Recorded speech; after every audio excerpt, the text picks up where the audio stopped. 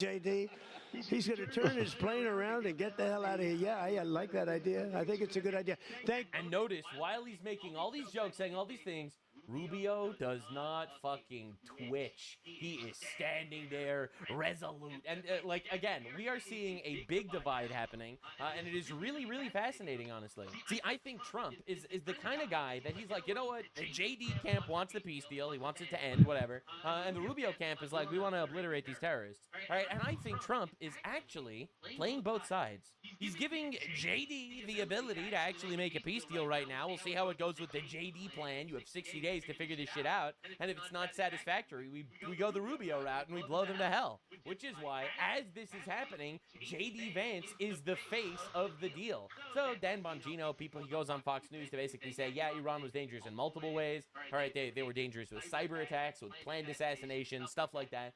We all know that they're dangerous. We all know that the threat was obviously real. Iran, by the way, these terrorists, they executed 2 men on Tuesday after convicting them over involvement in anti-government protests. All right, so they protested, so they executed them. So, they're still being retarded, evil, terrorist fucks. All right, this is not news.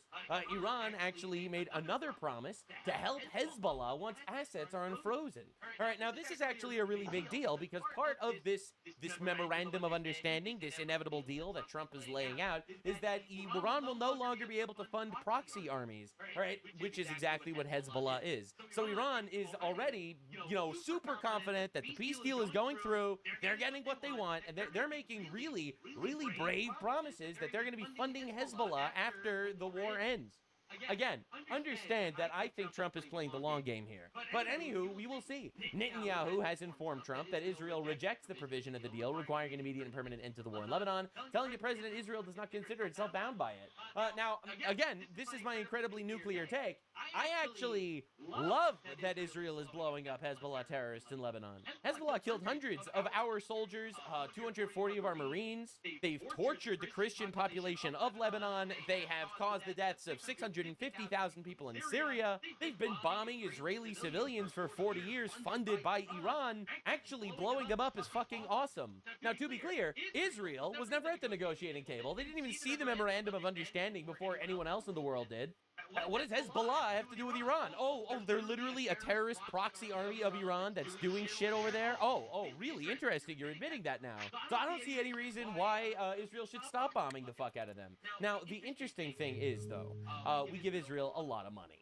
And I would really like that to stop. I'm against all foreign aid, in case you are new here. I don't like that we're giving NATO money. I don't like that we're giving Ukraine money. I don't like that we're giving Israel money. I don't want to be giving money to anyone. And I think it would be awesome if we stopped doing that. But as long as we're doing that, we do expect some level of restraint. And we're actually getting it. Israel wants to be bombing Beirut right now, capital of Lebanon, and they're not. And the reason why they're not is because that seems to be a red line for Iran's peace deal. So they are, to some extent, healing when we say heal. But to some extent, yeah, they should be fucking blowing up terrorists, actually. That's awesome.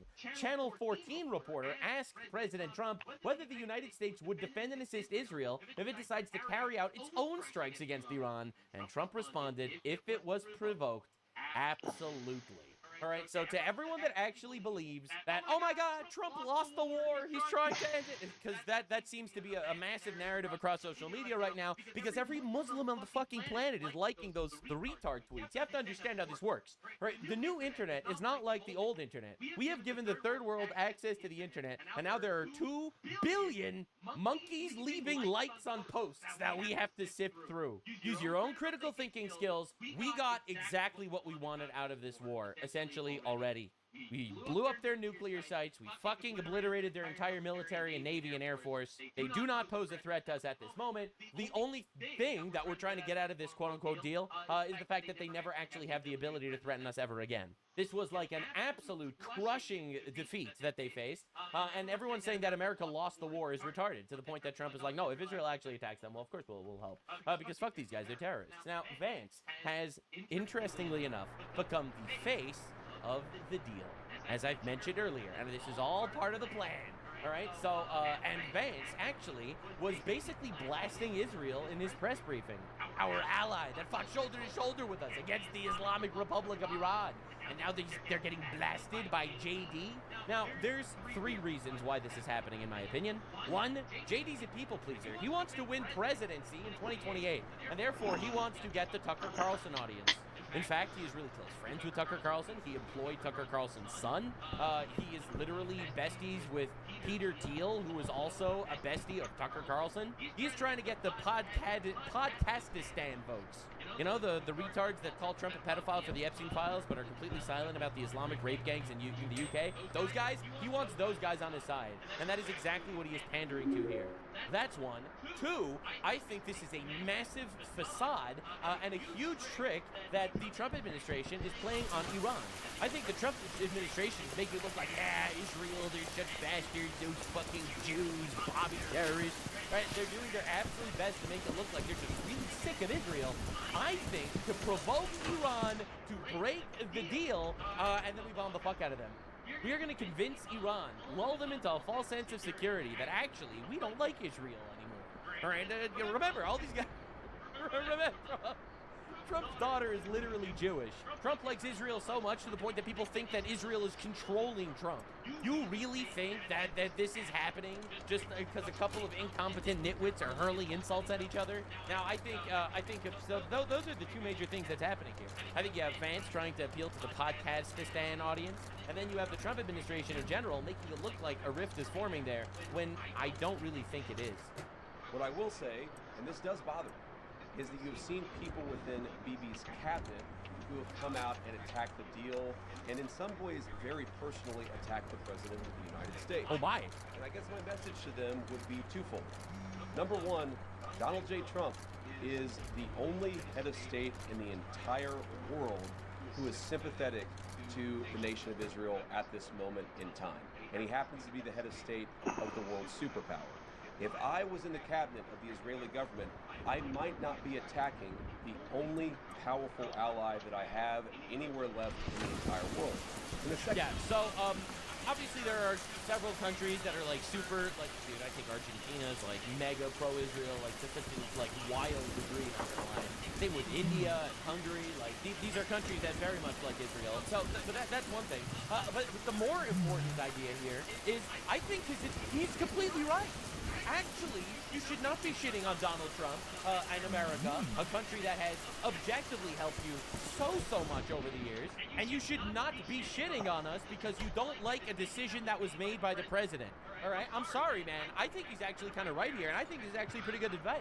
Now, the interesting thing, though, is that he specifically stated, if I was in the cabinet of the Israeli government, I might not be attacking the only powerful ally I have left, stating that it was personal attacks. Twofold. Number 1, Donald J. Trump and attacked the deal, and in some ways very personally attacked the President of the United States. Now, the interesting thing about this is it didn't happen. This is actually not true. I also looked through it. This guy looked through it. I also looked through it. I did not find any Israeli cabinet members personally attacking President Trump. None of them. Yeah, some of them were critical about the deal, which, like, what's wrong with that? But I did not find any instances of this. Right? Ben-Gvir, he's like the radical guy, says Israel is not a banana republic. The agreement does not bind I don't them. have Okay, it that yet. Doesn't I don't have any way to launder personal money. attack on President Trump. Bezalel Smotrich called the deal bad for Israel and for the entire free world. All right, but that is not a personal attack. Defense Minister Israel Katz said that Israeli forces would remain in southern Lebanon, Syria, and Gaza. I also couldn't find any instances of personal attack. Same Right? nothing. So it is definitely weird. It's Let weird me look at watching what this they happen. got The selling. next thing, and this is also wild. Hey, how you doing? Them criticizing the Israeli. I would like attack to purchase on a business. Beirut. Israel has the right to defend $4 grand. itself, I can't but see how much the fundamentally, post office is. The Israelis, just like everybody else, have to respect this. When it's less than process 20. That is fundamentally good for them and good for the entire region. What the I president mean, but they don't think so, obviously. gets growing frustrated sometimes is that we seem to be right on the cusp of a major breakthrough in the agreement. I and then can't- all of a sudden, there's a major explosion that goes off in a civilian population center in Beirut, And I can't This is fucking read it literally because it's Tucker Carlson stupid points. blue sign. Tucker Carlson said, every time we get close to a peace deal, Israel attacks Beirut. And it's like, you do realize this is after 10,000. Hezbollah strikes. All right. This is after Hezbollah directly attacked them. And also, he states it was in a civilian population center in Beirut. It literally wasn't. I can hold out. It was literally a terrorist stronghold. All right, this is a video showing the aftermath of the strike. It was targeted at an apartment. All right, the building itself is intact. It only one apartment Jesus Christ, that scared in me. the entire apartment complex that was specifically housing Hezbollah terrorists. Right? No civilians were killed in this attack, actually. It was only Hezbollah terrorists. So it is wild watching these talking points. And a lot of people who have nothing to do with Hezbollah lose their lives. That's not acceptable. That's the sort of thing. Again, how many people have we killed in Afghanistan and Syria and Iraq over the course of our unfortunate and terrible infinite wars there? And arguably, those fuckers that we killed didn't actually pose a threat to us. Hezbollah poses a direct threat to Israel, and Israel killing terrorists is awesome, actually. I stand by that. I think us killing terrorists is awesome. Israel killing terrorists is awesome. It's a pretty basic opinion that I have. All right, interesting. That we've asked for closer coordination so that we ensure it doesn't happen. And we got it. Israel has not attacked Beirut since then because Trump basically told them not to, and they don't. Because actually, we control Israel. It's really not the other way around. And it's very obvious if you've been watching the way this has been going. I mean, Israel obviously is not happy with this memorandum of understanding, and we did it anyway, actually. Right, this completely debunks every narrative that the dipshits have been spouting for months now. They said we were going to lose tens of thousands of soldiers in a 10-year-long war, boots on the ground, regime change, we're controlled by Israel. They were literally wrong on every front, it seems. Actually, it's pretty wild. The next thing that I noticed, interestingly enough, is that Russian state television was rebroadcasting specifically clips of Vance shitting on Israel. All right, this is obviously to sow division. Russian state media has been pretty consistent at platforming and showing Candace Owens and Marjorie Trader Green and Tucker Carlson and all these fucking retards that are basically shredding the right-wing coalition in the United States. And it's pretty interesting that they specifically decide, oh, we're going to show specifically, Vance saying something that would divide the right in America. And I think coming together to destroy the left is the most important thing that the right wing needs to actually do. Pretty wild, actually. Pretty wild indeed. All right, now Cenk Uygur, obviously big fan of J.D. Vance now because J.D. Vance is criticizing Israel. It really goes to show that the foreign psyop is very simple, actually. The foreign psyop is actually just Where's Keith? fighting their ethnic, tribal bullshit wars against the West, and they don't actually give a shit about anything. All right. The reason why all the Islamists support leftists is because the left is destroying the West. All right, so now when you have a right-wing guy, saying some shit about Israel, Oh, he's it's like, just yeah, hanging out here. Hey, Keith. all of a sudden. It is pretty wild watching it happen. Yeah, Cenk Uygur, pro-socialism, anti-Christianity. He stated that Christianity is a fascist religion. Okay, and this dude is a big fan of J.D. Vance now. Interesting how that happens. All right, J.D. stated this about the Pope. What did he say? All right, okay. I'll give you the short version. Sir. Yeah, sorry. Okay. He said. Go ahead. After you. I'll give you the short version. All right. He says he welcomes the agreement between the U.S. and Iran. He says it hopes it will help strengthen mutual trust, security, and stability in the Middle East. He also hopes that it's truly a solution to the war and that the war is really over. What do you say to Pope? My Missed. response to that is praise Jesus. I'm glad that the Pope has positive things to say about our MOU. I think that the Pope is fundamentally accurate, and it's going to be good for the entire world. Hey, We're what's gonna up? keep working at it to make sure that the Iranians honor the commitments that they've made. And then, yeah. So anyway, W. Pope. I It's guess, going all right. Interestingly enough, the I same just day started. That happens.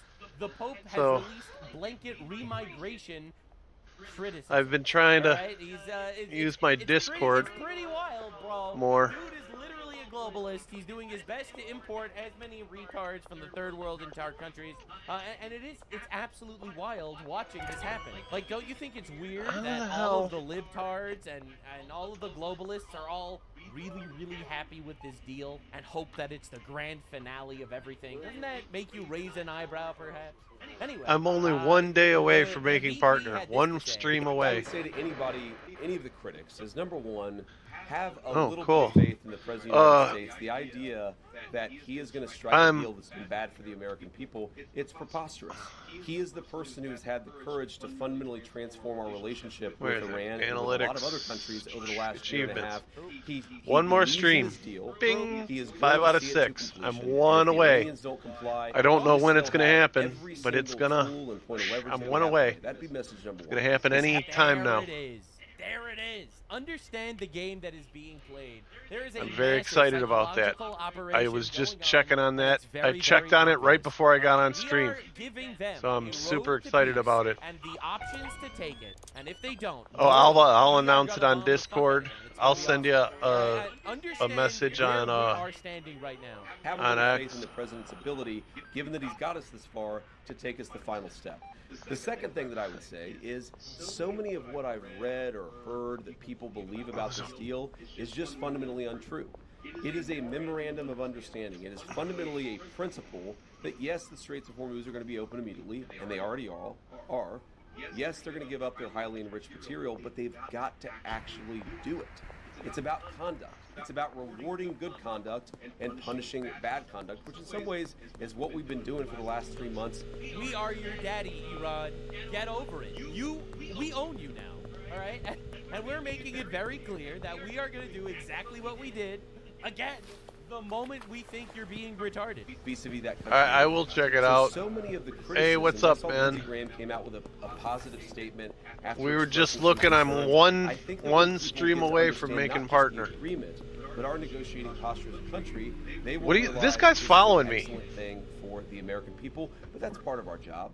We've got to tell the story about what this means for Americans, how it's going to make all of us safer and more There's old prosperous. Keith. That's why I'm here talking He's to way up everybody. there. And we're going to keep on telling that story in the days Doris and weeks is to up come. there, so Yeah, I I would say gotta be I on think that side that's of. a really good statement, actually. We fought like hell to make sure that Donald Trump I is should the get a president bet of the and United score States. myself another I am gun. willing to There's give him another the benefit lone of the cop doubt. standing And there. If everything wraps up and I'm totally wrong and Trump just gives everything to Iran and loses the war miserably, well, then I will eat my hat. I will eat my little Jewish hat. Keith is up here, I however, think. as far as I understand it, I don't Hey, think Keith. that Donald is just going to utterly let us down and get played by a couple of pedophile goat fuckers. And watching the crash outs everywhere is insane. I will The check it crash outs out. are crazy. So Omid Malik, this is pretty interesting, hosted JD Vance's first And then I fundraiser need back one in more. 2022. I don't this know who guy, the for last- those I of you think that the are last aware, one's he Peggy. gave, Tucker Carlson $1.5 million when he was fired from Fox. Doris. He is an Iranian billionaire. Right? Running So again, around over here there's a lot of somewhere. really Oh, shit, about to interesting cross the connections that bridge. people are looking at. Of course, Tucker Carlson has been basically crashing the fuck out over this. All of a Yeah, sudden, I will definitely instead check of it out Israel after this. controlling America, I wish I would have checked it out before I got here. Damn it, I don't have my bat over here. And you lost the only president you had full control over. Trump went from being a slave to Israel to comparing Benjamin Netanyahu disfavorably to Al Qaeda. Do you actually believe any of the words that comes out of his mouth? Donald Trump is a slave to Israel, except when he doesn't want to be, and then all of a sudden Israel is a slave to us. Who the hell is Doris? There she is. Man, Hey, what Doris. a ride! Come here, Doris. Anyone that believes this is actually retarded, and it's such an obvious op that you're gonna have Tucker Carlson propping up JD using Tucker Carlson's talking All right. points, I think, to win the midterms, gain favorability, hopefully win in 2028, stuff like that. While at the same time, the balance of power really didn't shift at all. The alliances really didn't shift at all. All right, and he just keeps going. Israel is our rival. Israel's our opponent. He claims Israel enabled and was fine with 9/11. Fucking retarded, all of it. It's actually wild. He just rapid fire lies because obviously he's a paid foreign operative for either Russia or Qatar. Israel is our rival, but China, Qatar, Iran, Russia, and Venezuela are our buddies. What was that? A retarded sellout guide to foreign policy. It's insane watching it happen. Now, Iran's disfigured and probably gay Supreme Leader Somebody agreed exploded. to direct talks with the U.S. and it could start this weekend. Wow, that's crazy. Let's see what happens. The Donald states the United States is committed to peace. We encourage everyone in the Middle East region to maintain their commitment, allowing the negotiations to beautifully unfold. The markets are loving what is happening with the oil prices way down and stocks way up. We're going to win the midterms, by the way.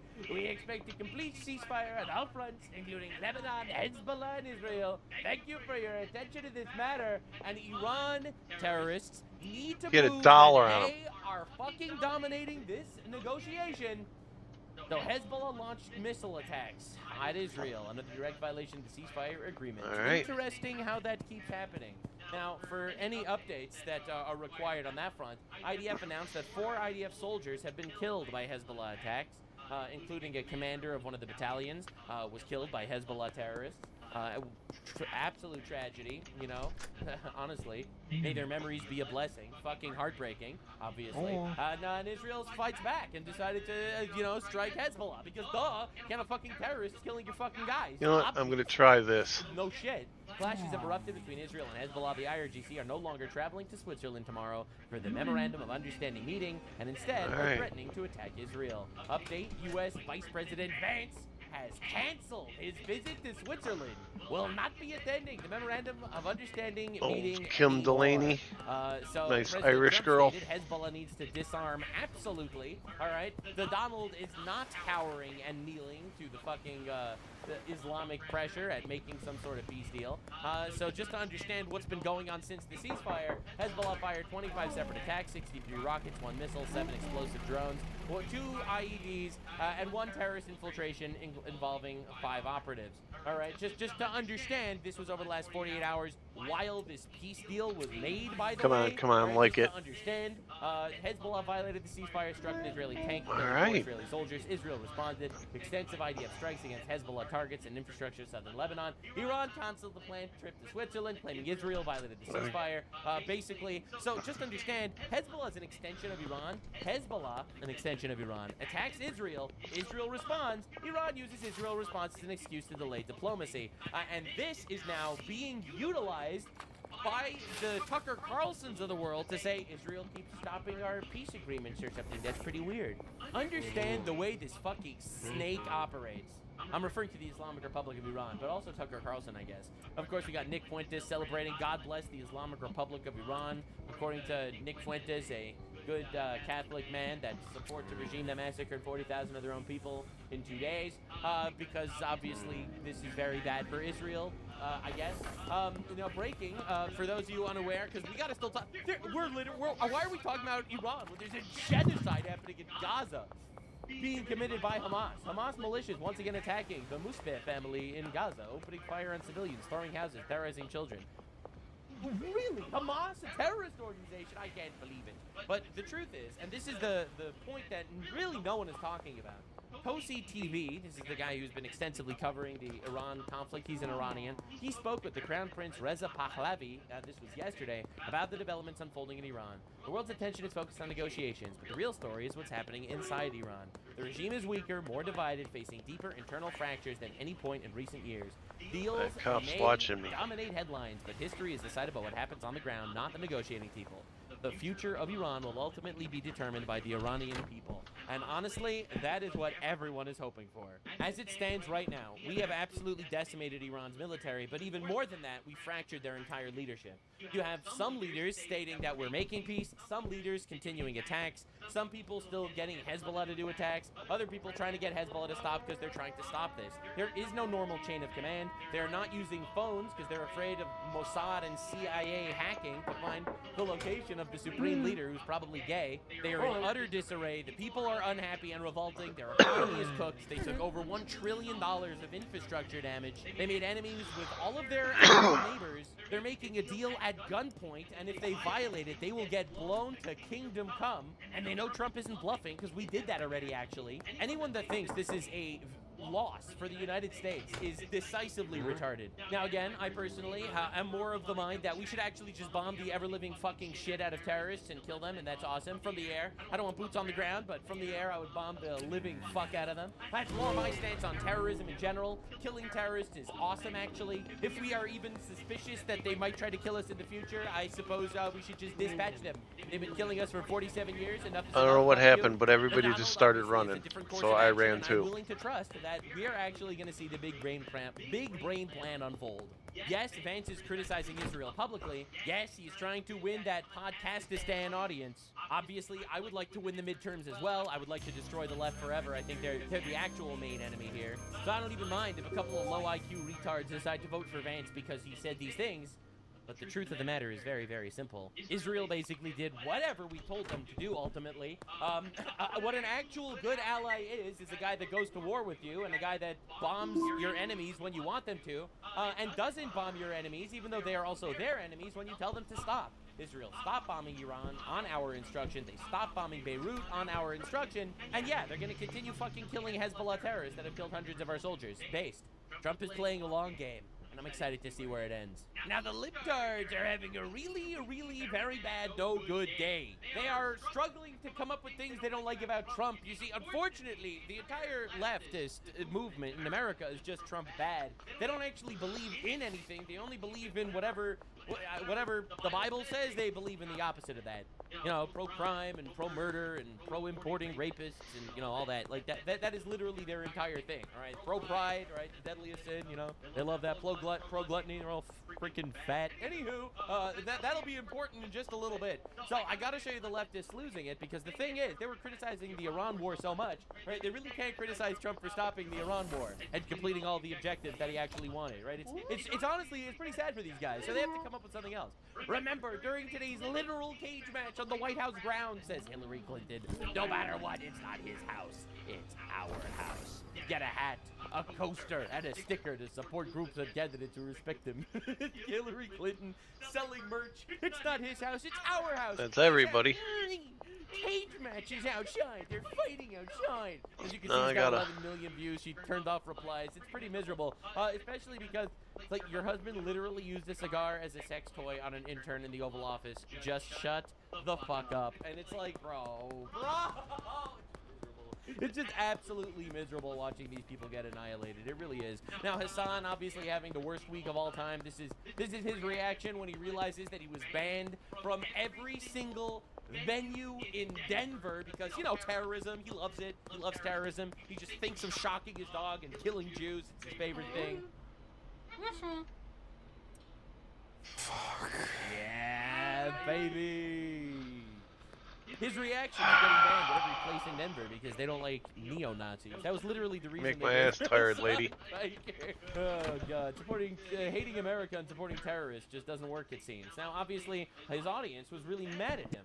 Then look to these unbelievably powerful forces and why they are so aggressively trying to thwart this you're right. movement. Right, he has a movement. Okay, I know it's really easy to just go on Twitter and be like, this guy is a sheepdog for the neoliberal Zionist Democratic Party. He just wants to... Dude, he's so mad. His audience is mad at him for doing nothing, basically.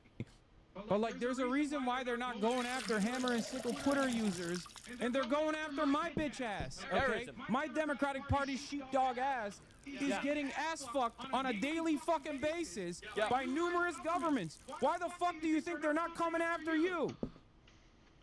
Why? Why is it my ass that's getting fucking gaped? Hassan is the shield. Why? He's fighting. I've been doing this shit for a decade. Fighting the system. And until recently, until I decided to become more active in this in the electoral route a little Happy bit, to help. and actually put a couple fucking numbers on the leaderboard, ain't nobody was gaping my ass. And now it's gaped. Why do you think that's the case? Why are they not yelling at you? You got the radical points. You're posting about Yahya Sinwar all day. Why are they not treating you in the same way? Leader of Hamas, by the way. Leader of the Hamas terrorists. And look at what he does. This is incredible. I don't even got a problem with that posting, too. I don't even have a problem with Sinwar. He was afraid he was going to piss off his actual terrorists in his audience. He was like, not that I condemn the Hamas terrorist, rapist, pedophile. I don't condemn him, of course. Right, dude, it's just absolute cinema. So that's him getting gaped by the government and his entire audience because he's not revolutionary enough, because he's a pussy and refuses to go to shows because they all canceled him because he likes terrorism. And then next, he's super mad at himself for not going to any of the things because he was afraid of security concerns. If it wasn't a last-second switch-up and we already had prior clearances or no, like if it wasn't a last-second impromptu situation, and I still wish I went, and I'm still beating myself up over it, but people in my people on the back end on my team were like, you are not allowed to do this. We will. His team didn't let him be a revolutionary. I wanted to be a revolutionary, but I was scared. I was scared of consequences of the revolution, and I was like, no, I will go anyway. And my team was like, no, you cannot do this. Okay, Daddy, I will not do the revolution today. It's just so sad.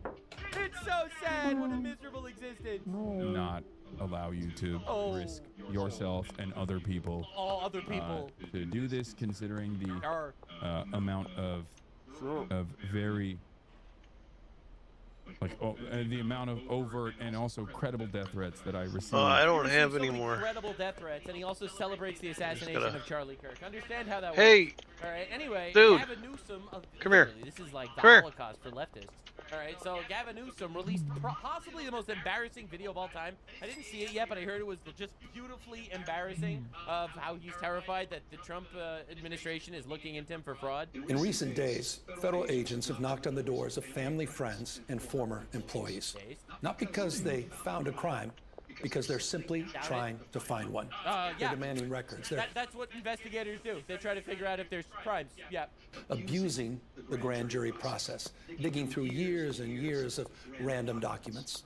Donald Trump isn't. If you didn't do any crimes, what are you worried about? What are you worried about, sir? 10 million views on his video, basically a hostage video. He thinks he's gonna get fucking murdered by the Trump administration because he's too gay or something. Just coming after me because of my mean tweets. He's coming after me because I'm considering. Because you commit fraud on a massive scale. Running for president. Oh, you're a threat. Gav thinks he's a threat, boys. Because he hates that I've consistently called him out over and over again for his lies and deceit. Donald Trump is simply the most corrupt president in American history. Coming from the guy who spent billions of dollars on homelessness, and homelessness got worse in his state. Are we serious? He's turned the levers of government into his own personal power ministries to reward cronies and to try to jail his opponents. His personal attorney now runs the Department of Justice, which has repeatedly gone after his political enemies. Ask Jerome Powell. Sent them after James Comey, Trish James, Adam Schiff. He said, I love how he's listing like a whole lot of criminals. He went after a guy that threatened to kill the president of the United States, and he went after a guy that committed mortgage fraud on a massive scale, and he went after, like, yeah, okay. Sent them after Tim Walz. And a that fraudster piece of shit, in my opinion. Woman that a jury found Donald Trump had sexually abused. Based. One by one. Based. Because the jury did not find that he sexually abused her. The jury, on a civil case, by the way, found that it was possible, 50% chance that he sexually abused her, because it was a civil case, not a criminal case. And also, that was bullshit. Based. I actually love, one of my favorite things of the entire Trump administration so far has got to be the fact that he's weaponizing the legal system to go after his political opponents. He's not making up charges, he's not framing them, he's just going after them for things that they should be gone after for. Based. That's awesome, actually. Anyone who has challenged. Let's not forget that they tried to put Trump in jail and they tried to kill him. All right, let's not forget what they did to this man. Donald Trump has ended up on his hit list, and today I proudly joined that list. Hey, let's go! After calling for my arrest last year, Donald Trump directed his Department of Justice to investigate me. And just in the last week, I've learned that his campaign has reached my own home. To get me, he's coming after my wife, Jen. No! Your wife? Your wife, who calls for, if I remember correctly, domestic terrorism, from what I understand? Oh, is that who he's coming after? W. He fucking sucks, by the way. a public servant, a woman who's dedicated her life to supporting women and girls. Someone who has done nothing. Meanwhile, California is literally fighting for the rights of sex traffickers to be able to continue sex trafficking children over the Mexico border. Wrong, other than having the temerity to advocate for what she believes in. If they can't intimidate me, they'll go after the mother of our children. Donald Trump picked the wrong target. We have nothing to hide. All right. His political operatives. So what are you scared about? Right. What are you scared of? Oh, they're using the grand jury to investigate. Okay, you did nothing wrong. What's wrong? Can take every record and read every page, but they'll be looking in the wrong place. All right. Because if they really want to find corruption, look no further than 1600 Pennsylvania Avenue. Oh, Donald Trump is Are you going to roast Trump? You've never done that before. selling the presidency. He's running the largest cash heist in American political history, trading foreign tariff relief for approval of his golf courses. Day trading behind No evidence of that, by the way. the Resolute desk, reaping hundreds of I love how he's going to talk about day trading. This guy's a multi-millionaire somehow as a governor. Oh, all right, like, are we serious? millions of dollars in personal profit. And he's doing it openly. He's doing it on camera. He did it last night on the White House lawn. He's doing it through cryptocurrencies. He's doing it through the receipt of a $400 million private jet from a foreign government. Which goes to the American government, not to him personally. That he plans to keep when he leaves office. No, he doesn't. What are we even talking about? He's already got a To his private jet. sons, Why would he? ventures in countries where his own administration is simultaneously making policy. His personal fortune has skyrocketed by $4 billion since I making love how this is basically just a Trump bad. Trump bad got him. his return to office. This is the behavior of a regime, not a republic. The White House has become a marketplace for sneakers and coins and watches, cologne, guitars, Bibles, and phones. Influence for sale, access for sale. And today, You think he's selling the country because people are buying his phones and Bibles? All right, yeah, it's absolutely opportunistic, don't get me wrong. But it is insane to think that that is any different than the billions of dollars of fraud that's been used in California money. All right, dude, you're funding fucking entire ecosystem of retard healthcare for illegal aliens. They just closed down so many of these like hospice centers because it was exposed for fraud over the last couple of months. Y'all fucking spent billions of dollars building a bridge that doesn't exist. my family and I can personally confirm that justice is for sale. Oh, To Donald Trump, because they're going after fraudsters and scam artists? Crazy. I know is watching because he watches everything. Yeah. I have a message for you. You can subpoena my records. You can investigate me. All right. You can harass me.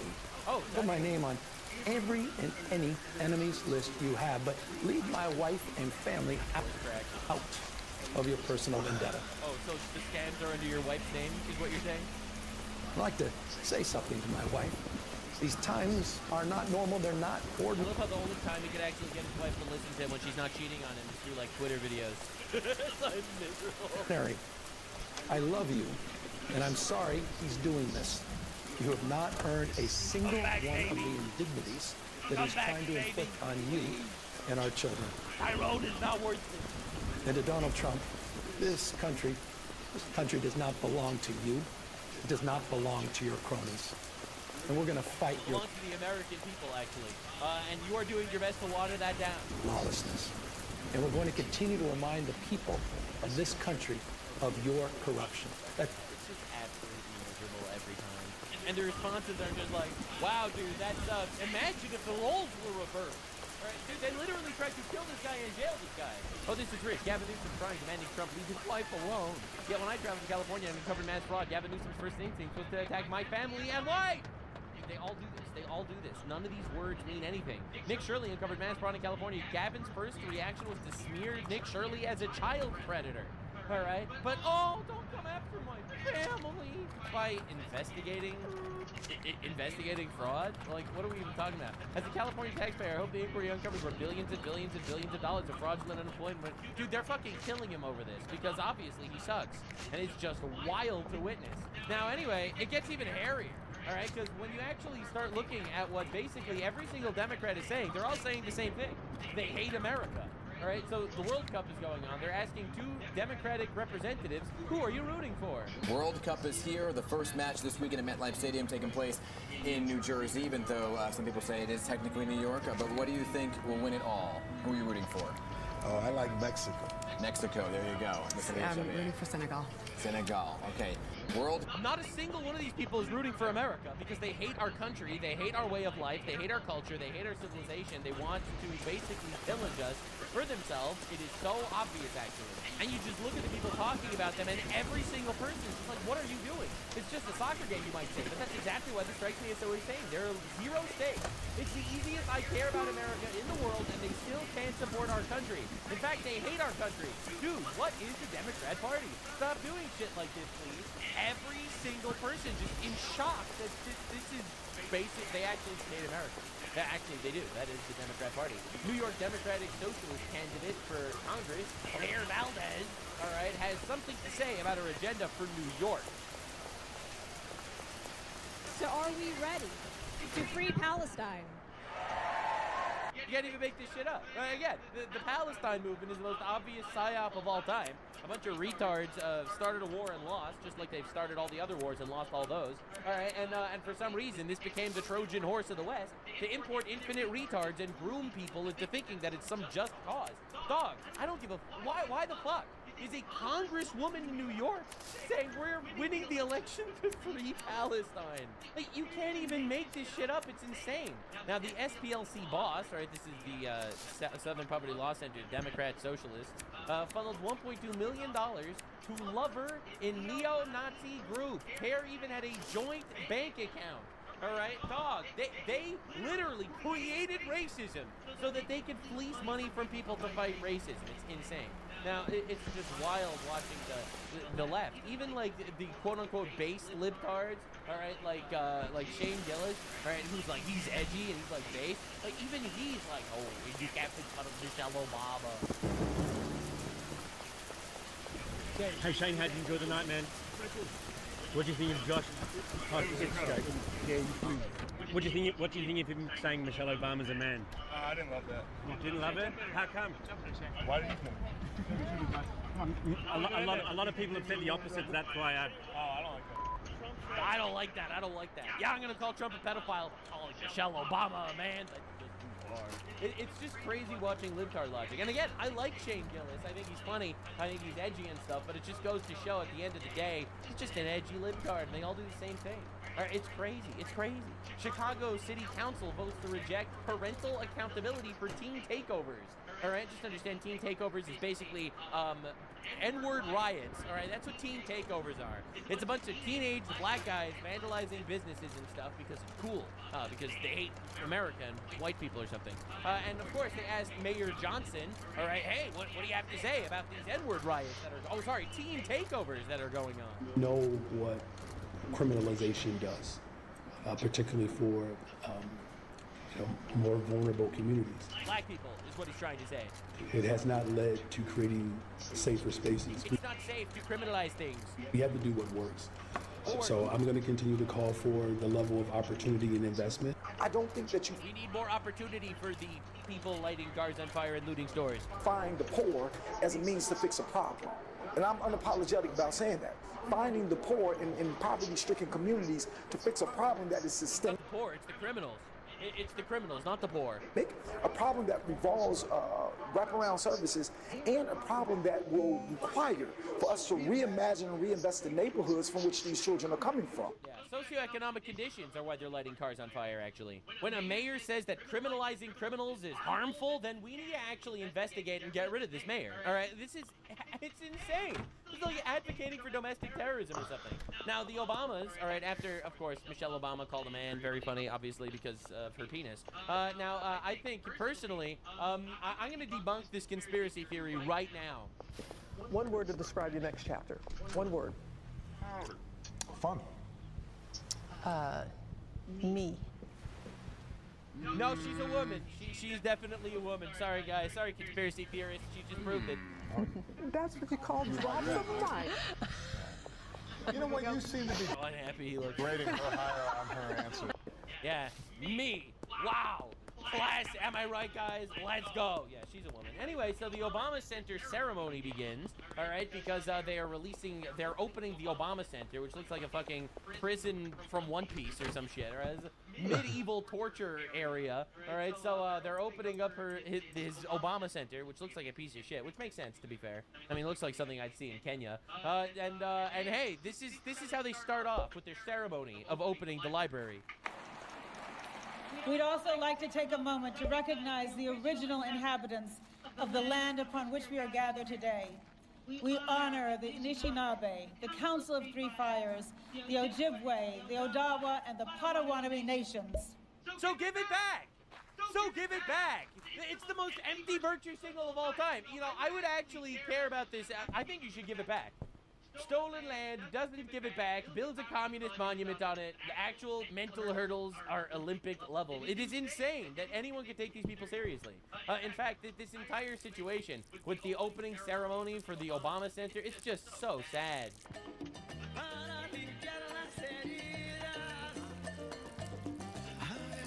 It's just literally the third worldification of our country. That is basically all of leftist policy, right? ALF star Anne Sheedon dies at 77. Family remembers her. Burning hatred for Trump. Just understand, libtard dies, Trump is remembered. It's just every time. You have no identity. You have no identity of your own. It's fucking miserable. Of course, there's chaos in Times Square because in Mamdani's New York, shooting people out in the street makes sense because obviously it makes sense because there was a sports game or something. Obviously, ghetto wannabe gangsters have been emboldened by the rampage after the Knicks games. Now they're just shooting people in public. Isn't that awesome? Glad. But I don't think, yeah. That's actually fucking insane that that's happening. All right, again, the third worldification of the country is the goal of the left. All right, alleged $38 million adult daycare scam was just busted in Brooklyn. No, starring a Pakistani Muslim community leader. No way. No way. That can't be. It can't be. Muslims scamming us.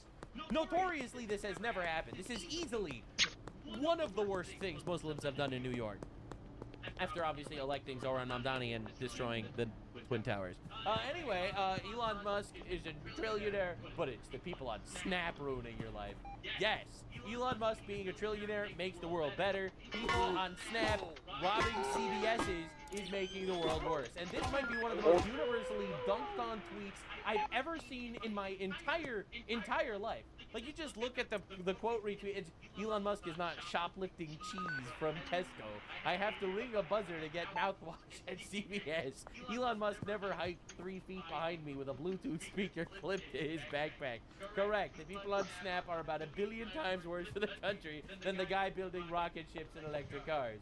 I hate having to lock my door at night to stop trillionaires from breaking into my home. Those damn billionaires locking up the fucking cheese. I'm not stuck in line behind Elon Musk at Walmart listening to him lose his mind because he can't put Zins on an EBT card. I waited 20 minutes for a Walmart employee to unlock a pair of razors from the security gates for me. And it's not because Elon Musk is stealing them. Yes, toothpaste is now locked behind glass cabinets because all those trillionaires. Elon isn't the reason Legos at Walmart are locked up. If billionaires and trillionaires suddenly disappeared, everything would get worse for me. If everyone on Snap disappeared, everything would get better. This is Elon Musk's fault. Elon has never booed my kid at a middle school awards ceremony and yelled out, "Sit down, white boy." Bro, it doesn't, you don't understand. Elon Musk just destroyed my sprinkler system for 45 cents of copper wiring, bro. It's actually over for the left. No one can even take these people seriously. The third worldification of our country is the goal. And then you get another one. Here, big UFC event. Leftoids, but I can't afford groceries. Now, mind you, this UFC event was literally paid for by the UFC. All right, it wasn't even paid for by the government. But dog, I love how leftist politics is just like admitting I'm a jobless loser, a broke retard. It's just absolutely miserable. In fact, being a leftist, it's like the darkness inside you literally rots your body. The vessel rots as the darkness seeps out. Exhibit A. The girl that flashed Charlie Kirk is going viral again. She got fat. She got fat, really? That's really what they. Oh wow. Oh no. This is apparently the same woman who flashed Charlie Kirk. She reappeared in a video and said something disgusting about Charlie. So this is the girl before, and she obviously is. You know, she's pretty cute. She's skinny. Right, so this was her. For those of you unaware, this was her flashing the camera on a Charlie Kirk event to try to get his YouTube channel taken down. This was a big drama back in the day. And this is, I mean, she just porked out. She blimped out. She went hog wild. The vessel was contaminated by the darkness within. It's very obvious. When the soul is black, the vessel that contains the soul just slowly but surely corrodes, rots, and turns you into a worshiper of Nurgle. You got the fucking nose ring in, so you know what nose rings do, right? A lot of people are unaware of this. It emits a signal. It's like, the people must not have fun. Must not have fun. Must go watch Jimmy Kimmel for reprogramming. All right, this is literally, you don't understand. It works. Oh god damn. Like, don't you get afraid to get married? Like, what happens if you get married to this girl and then this is what happens? You don't marry a libtard, and then she'll want to always be pretty and beautiful and sexy for her husband. People don't understand that marriage is actually awesome. All right, and when you are actually a man in a marriage and you are a giver and your wife is the receiver of your giving, then she will do everything for you. I'm just being real here. You marry a good, conservative, God-fearing woman, and she will look beautiful for you. So this is the original clip? Do you feel proud of yourself for debating college kids who are unprepared to speak in front of an audience like yourself? You're 30 years old. Do you think that's a little bit silly? Are you a voter? I am a voter. Oh, so I vote and you vote. So I'm talking to voters of this country that will determine the future of Western civilization. Who are you? Well, important enough for you to come up to a microphone. Oh man, that's bad. Well, no, you can see, look how popular Trump is on your campus. How does that make you feel? That is a fire on fire for Kamala Harris, because she's probably going to lose. This was the silent, by the way, this was the silent majority. It always has been. You're just not allowed to say it. They'll call you a racist and a Nazi for saying it, but this was always the silent majority. Pennsylvania. And look who was right. And you said, well, I'm worried about some laws Congress should pass. I've asked, what laws are you talking about? Can you be specific? She got a titty out. I'm sorry, I'm very nervous. This is what you do. This is what you do. You take people and you put them under the spotlight and you... Well, hold on. I didn't ask you to come up here. You voluntarily came to the front of the line. You didn't have to do that. You're purposely antagonizing people on campus, asking people to come up by spreading your weird agenda. I love how the way that she explains herself. I wish the chatters would do the same thing to me, right? I mean, like, we never have that happen. So what's she saying now? This next girl. That child would cause... a fan of Charlie Kirk. Why don't you pick him up and fuck him in the neck? Maybe you should do that first time you get some exercise. It's the weirdest thing I've heard all day. Because abortion is intentional. Have you ever made a woman come? Yes. Oh, really? Was she lying? Did you really not think about what would happen if he said yes? That's rough. Hey, what if you decided that instead of trying to do these gotcha things, you're not very funny. Have you ever been not funny? I'm not out here to be funny. Right. Yeah. And we were having a conversation, and then you came up. She spoke to this guy, Charlie Kirk, in person. Bro gets murdered viciously, and her first response is to dance on his grave and celebrate his death. It's honestly insane. Like, it's subhuman shit. And started asking me if I've ever made a woman come. Oh my God. Different than others, but we all do it in different ways. But see, Christ came to forgive sinners, even sinners like you. Bro, he is rage baiting her so hard with the Bible. We know she's doing some gluttony. We know that. It's not even, like, again, so here's the problem is that these people can vote. Sperm of course. are not humans. Human beings, I hate to have to be the one to do this. Human beings are created via sexual reproduction. The sperm has to meet the egg to produce a newly conceived human being. You are so smart. Well, you were... Your brain is so huge. It's a millennial. These are Gen Z. Jacking off was murder. So that... Hi, camera. Love. Who are you, Diddy? You're Diddy? Who are you, Diddy? Mr. Love? No. By the way, this is how the left manipulates language, by the way. All right? Oh, you say love is good? Well, then are you like Diddy? Because Diddy was like a love guy. He made love to children. Allegedly, I know that, whatever, those are the allegations. Don't want to catch that Diddy lawsuit. But this is like the classic leftist strategy. I'm going to blow your mind here.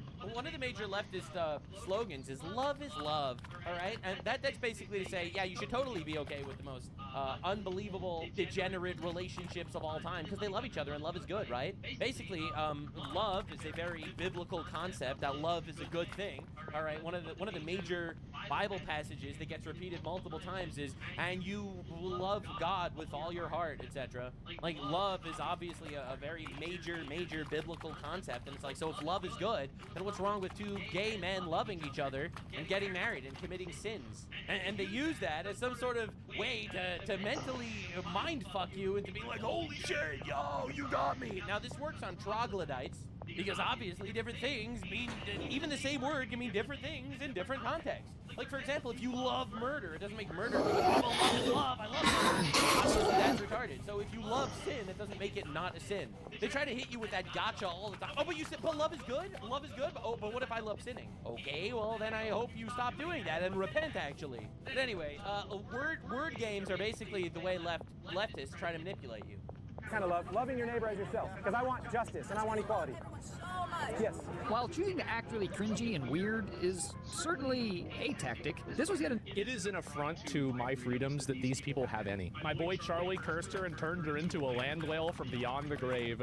Oh my god. Yeah, basically. It's just miserable. It's miserable watching these people making believe that we have to treat them with dignity and stuff. The left, advertising the third worldification of America every day. Now, Europe had enough. America's heading to the direction of its third worldification. Europe is already there. They're already the third world. I'm sorry if you're hearing it for the first time, but we're there. So, Rupert Lowe just released the, Pakistani grooming gang files, and we're going to talk about the responses to that. But first, I have to show you public sentiment. This is literally in the EU.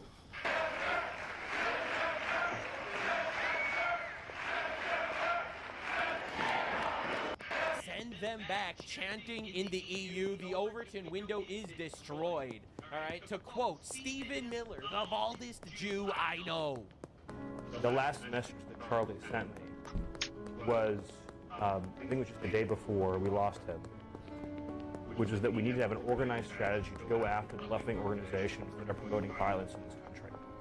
And I will write those words onto my heart and I will carry them out. There's incredible sadness, but there's incredible anger. And the thing about anger is that unfocused anger or blind rage is not a productive emotion. Right. But focused anger, righteous anger, directed for a just cause is one of the most important agents of change in human history.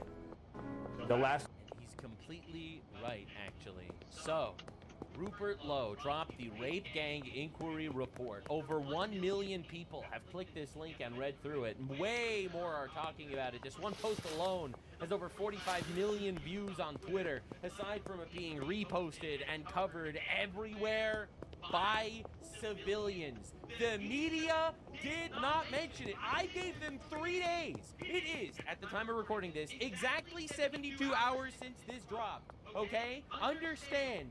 My bad, it's technically 71 and a half hours since this dropped. Understand it has been I gotta run to the bathroom right quick. 3 days. And no mainstream media source covered the fact that it was exposed that there were 250,000 British children raped by Muslims in the United Kingdom. Okay? Understand the level of evil we're dealing with. Okay, Piers Morgan notoriously said, there are a lot of white English people I would trade for a good weekly chicken tikka masala. This is an old tweet of his. I'm not trying to make it seem like this was a response to this. It was from like 6 months ago. But understand that this tweet is very real. You traded 250,000 British children, young girls, for your weekly chicken tikka masala. Understand what you have done to your country. The establishment meltdown is reaching new heights. Not that they're talking about the grooming gang. No. They have decided that now Rupert Lowe is enemy number one for publishing it. Rupert Lowe is rapidly becoming the most dangerous man you've never heard of. Well, you've heard of me. All right, it's getting there. We are breaching containment. Piers Morgan responds to the grooming gang scandal, stating, many thousands of young girls were raped and abused in the grooming gang scandal by Muslims, which he leaves out, crimes that were shamefully covered up by the authorities, but the 250,000 victim statistic was invented, and according to this independent report, massively exaggerated. Oh, he found an independent report that said that it wasn't actually 250,000 children that were raped. Maybe it was only like 200,000 girls that were raped by Muslims imported into the country. Understand the level of evil we're dealing with if this is your criticism. Just out of curiosity, Piers Morgan, what is an acceptable amount of young British girls that you would be okay with getting raped? What is the number that you're okay with, Piers Morgan? If 250,000 seems exaggerated, maybe only like 100,000? Would that be like okay? Just trying to understand exactly what's going on here. So, anywho, mate, you're not talking about this at Tucker Carlson. In fact, all of Podcastistan is ignoring it. All these people that claim to care about, I don't know, Palestine or something, seem to not give a shit about this at all. Tucker Carlson, Megyn Kelly, Candace Owens, all these big voices, all the people talking about the Epstein files, but none of them seem to care. Why are the two loudest, most obnoxious people about the Epstein files dead silent about the UK Muslim rape gang? Two reasons. One, this report cannot be used to hurt President Trump. Number two, they both actually are totally fine with the Islamization of the West. Interesting. And now, in fact, Ro Khanna and Thomas Massie, the two people that have been pushing the Epstein shit, I'm gonna steal my seat. Between them, they've collected about $1 million. Is that what this is all about? Backers. Is the stealing of my seat? Dead silent about one of the worst atrocities ever committed. I'm gonna start calling you Shoujo, the stealer of seats. Barbarians to rape Come on. children and then cover up the rapes so you don't seem racist. It's one of the most abominable things ever. Meow. Done on such a massive, widespread scale across the whole Western world. This is just in England. Or let alone how many of these rape gangs are running around in Sweden and in France and in Germany. I'd play with you, bring me a monkey. America that we don't even know about because the governments keep covering it up. With an estimated 87 to 95% of the gang rapes being Muslim. You're going to tell me that this isn't something that we should be discussing? Right, Mr. Epstein guy? Just for the record, this is about 1 million times worse than Epstein. And it's not even close. The scale, the government cover-up, it's a nightmare. Marjorie Trader Green says, this report details the rape of 250,000 girls dating back to the 50s in Britain by mostly Pakistani men. Horrifying. I will also add that no one was held accountable for Epstein files, which is also bad. Unbelievable. Just actually unbelievable. It's like, yo, let's make the rape of 250,000 British girls about Jeffrey Epstein. Complete silence from the BBC on our rape gang inquiry report. A truly despicable organization. 2 million views, 150,000 likes, and that's just true. It is unbelievably shocking the way the media just decides, yeah, we're not going to cover the industrial rape of our country. All right, so Rupert Lowe was actually on Sky News, and they started asking about something else, but he shifted to talk about the rape gangs, which is obviously, in my opinion, the biggest story out there right now, anywhere on the planet, at least it should be, and they cut the interview. Attempt, I think, by a failing party, and if you read my rape gang inquiry, which came out, crowdfunded by 20,000 people on Tuesday. I don't know whether... Crowdfunded because the British government refused to do the investigation. I've covered it. I haven't seen you cover it, but everyone should read it. It's absolutely vile what's been happening, and the Labour Party are right at the centre of it all. Mr. Lowe, thank you very much for talking to Sky News. Thank you. My pleasure. Thank you very... See that? Do you see that? The way they just cut it off immediately? Did you read the... I didn't notice if you covered the rape gang inquiry. Mr. Lowe, thank you for coming. We have to go. Unbelievable. Muslim... This is from Congressman Randy Finey, the Florida congressman. Muslim migrants raping 250,000 white British girls in full view with the full support of the British government may be the most outrageous crime against children since the Holocaust. Democrats are more outraged over a patriotic UFC fight than 250,000 British girls being raped by Pakistani Muslims. That says it all. True. Representative Brandon Gill. All right, we got some goats. We got some goats in America fighting the good fight. I just have to say. And you've seen what's happened in the DFW Metroplex, where you've seen mass Islamic migration transforming communities right here in places that you wouldn't otherwise expect. And again, this is something that if we don't stop now, it's going to be my daughter and daughters across the country who are going to be going to public schools wearing burqas, and that's the kind of stuff that we want to stop.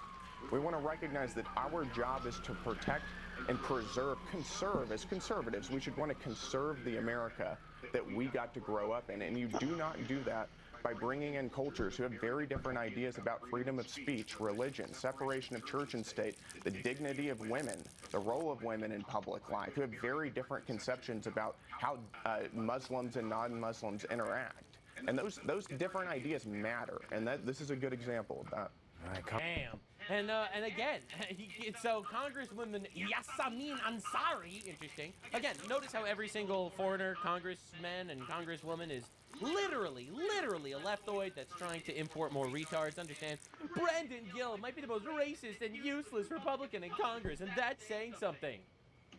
Calling us racist won't work anymore, says Brandon Gill. Taylor, this is a quote from the rape gang inquiry. Before they raped me, they would chant, Bismillahirrahmanirrahim. Translation, in the name of Allah, the most gracious and the most merciful, and then they would rape this child.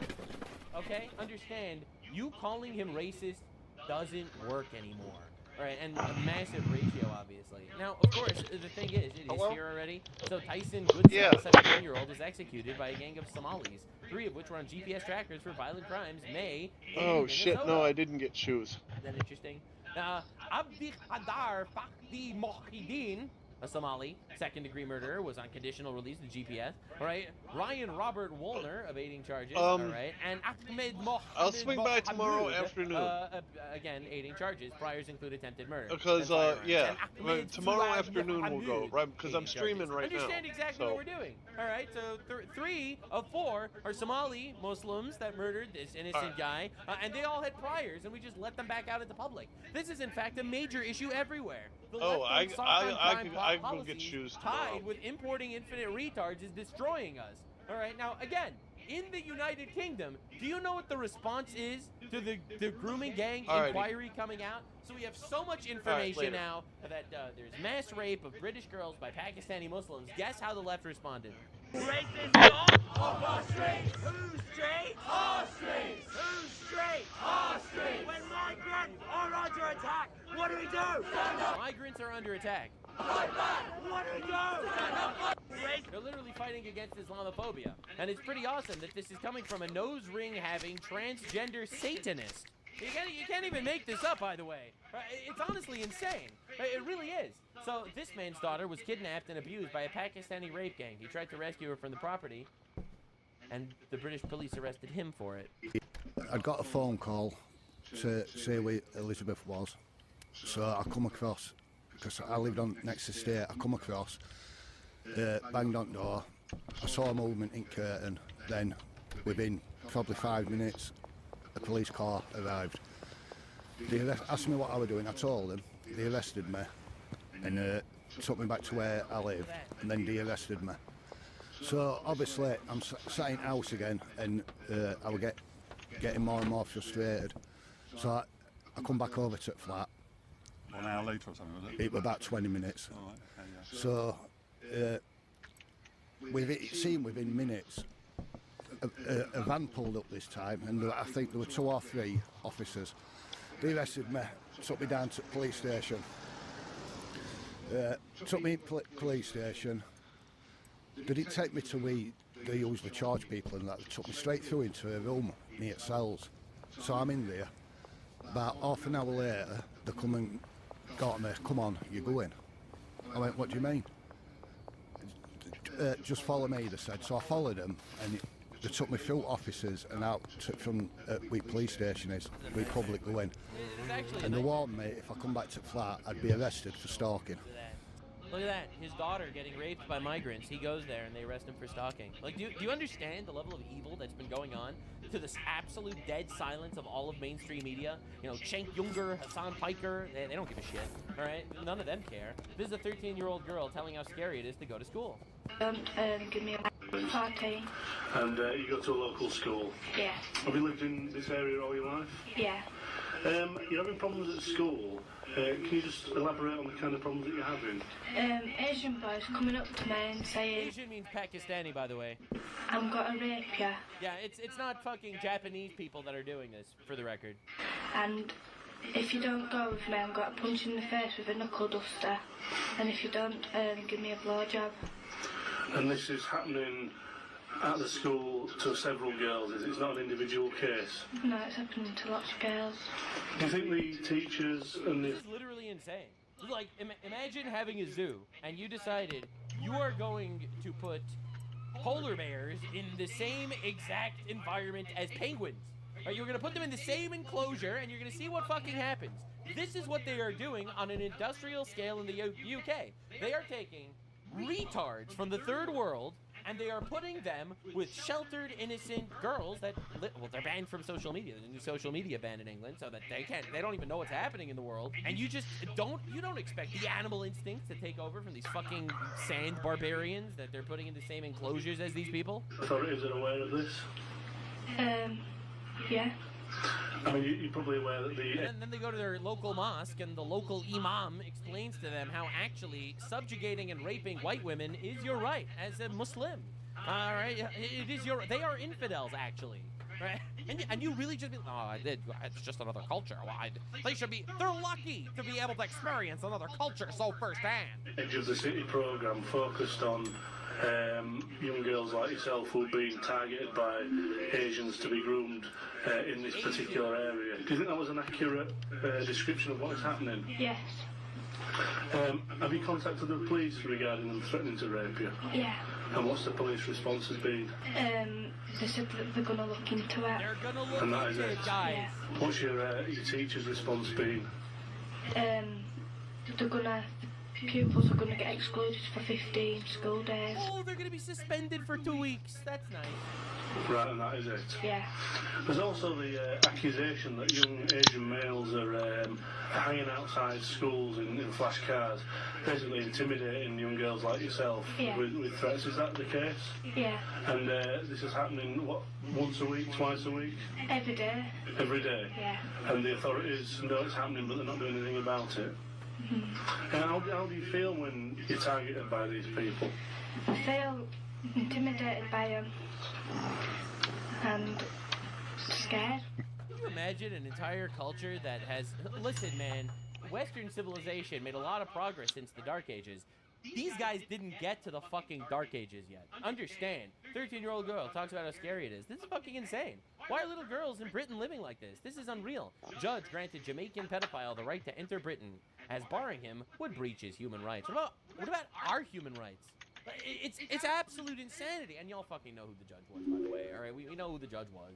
You know, it was a liberal white woman that was fighting against injustice or something, and then they did this. And then they did this to you. Right? Elon Musk says the report is the tip of the enormous iceberg of evil. And the truth is, big announcement from Asmongold. He said he would stream the entire UK rape gang report. He apparently just did this. Now, the truth of the matter is, it's citizen journalists that are right, every single person, every single retard that's sitting there and preaching for women's rights and stuff like that, my misogynistic ass that says that a woman actually would be best off if she was married to a husband that loves her and wants to take care of her and has a lot of children, I am the one actually defending women's rights. You know, the right to not get raped by a barbarian in preschool. Asmongold, the guy that everyone's shitting on for saying that women are going to be out of jobs when AI takes over or whatever. He's the one that's fighting for women. Not any of these leftists that are literally covering this up. Not any of these feminists that are afraid to be called racist. It's so bad. It's so bad. It's the most dystopian thing in the world. It really is.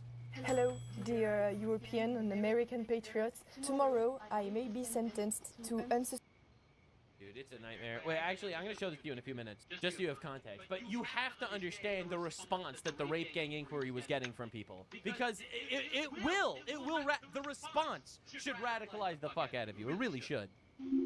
County lines are phone lines, not border demarcations. You can't traffic people over them. The rape... And it's many such cases. Rape gang inquiry report is junk. All right, so this The rape gang inquiry report. 4 million views, 600 likes. Report is out. Yeah. How the fuck could you even have that reaction? When, like, again, in the rape gang inquiry, which I covered briefly before, you know, some of the more viral excerpts, it's Pakistani Muslims, like 4 of them, taking a Jack Daniels bottle and shattering it inside of the vagina of a 13-year-old girl as they rape her from every angle. Okay? I don't think you could possibly understand the levels of brutality that was seen. It is women getting their tongues nailed down to wooden boards while they get branded M for Mohammed as they get raped over the course of years. Right?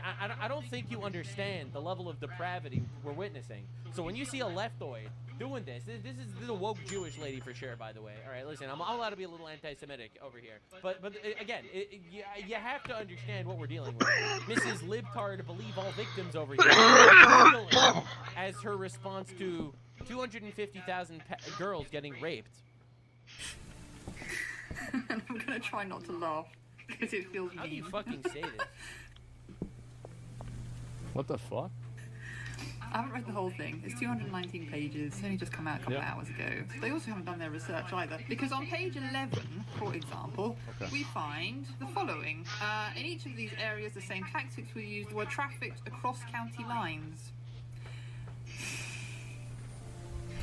County lines are phone lines, and you don't even have to do a lot of digging to find that out, right? Literally, all you have to do is Google what is a county line, and it will tell you. Yeah, so 250,000 girls were raped by Pakistani Muslims, but actually they weren't trafficked to Pakistan, so it's not so bad. That county lines are the way that urban drug dealers get their drugs out into more rural areas. They have phone lines that people can call. Those are county lines. So you cannot traffic somebody over a county line unless you're trafficking them over a phone line. Well, they're talking about being trafficked from like one area to another area, right? That's obviously what's being discussed. You have a problem with the term? They're literally taking girls and shipping them around the country. Some of them actually were shipped out of the country.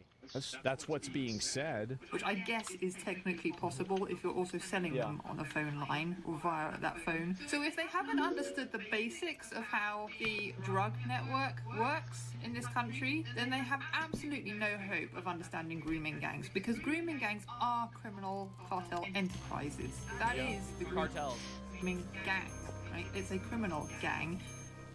None of that, I'm going to assume from that line in the Rape Gang Inquiry Report, has made it into the Rape Gang Inquiry Report. Because if it had... They didn't even read it!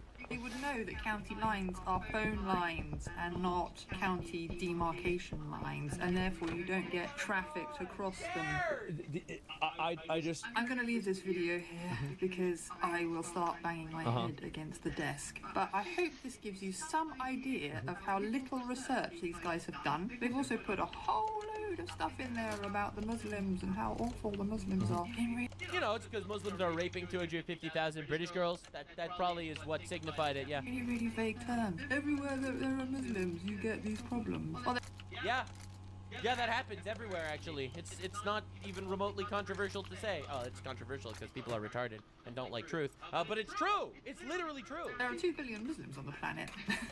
Yeah, and thank God most of them are not here. Thank God most of them are in whatever the fuck retard world they're in.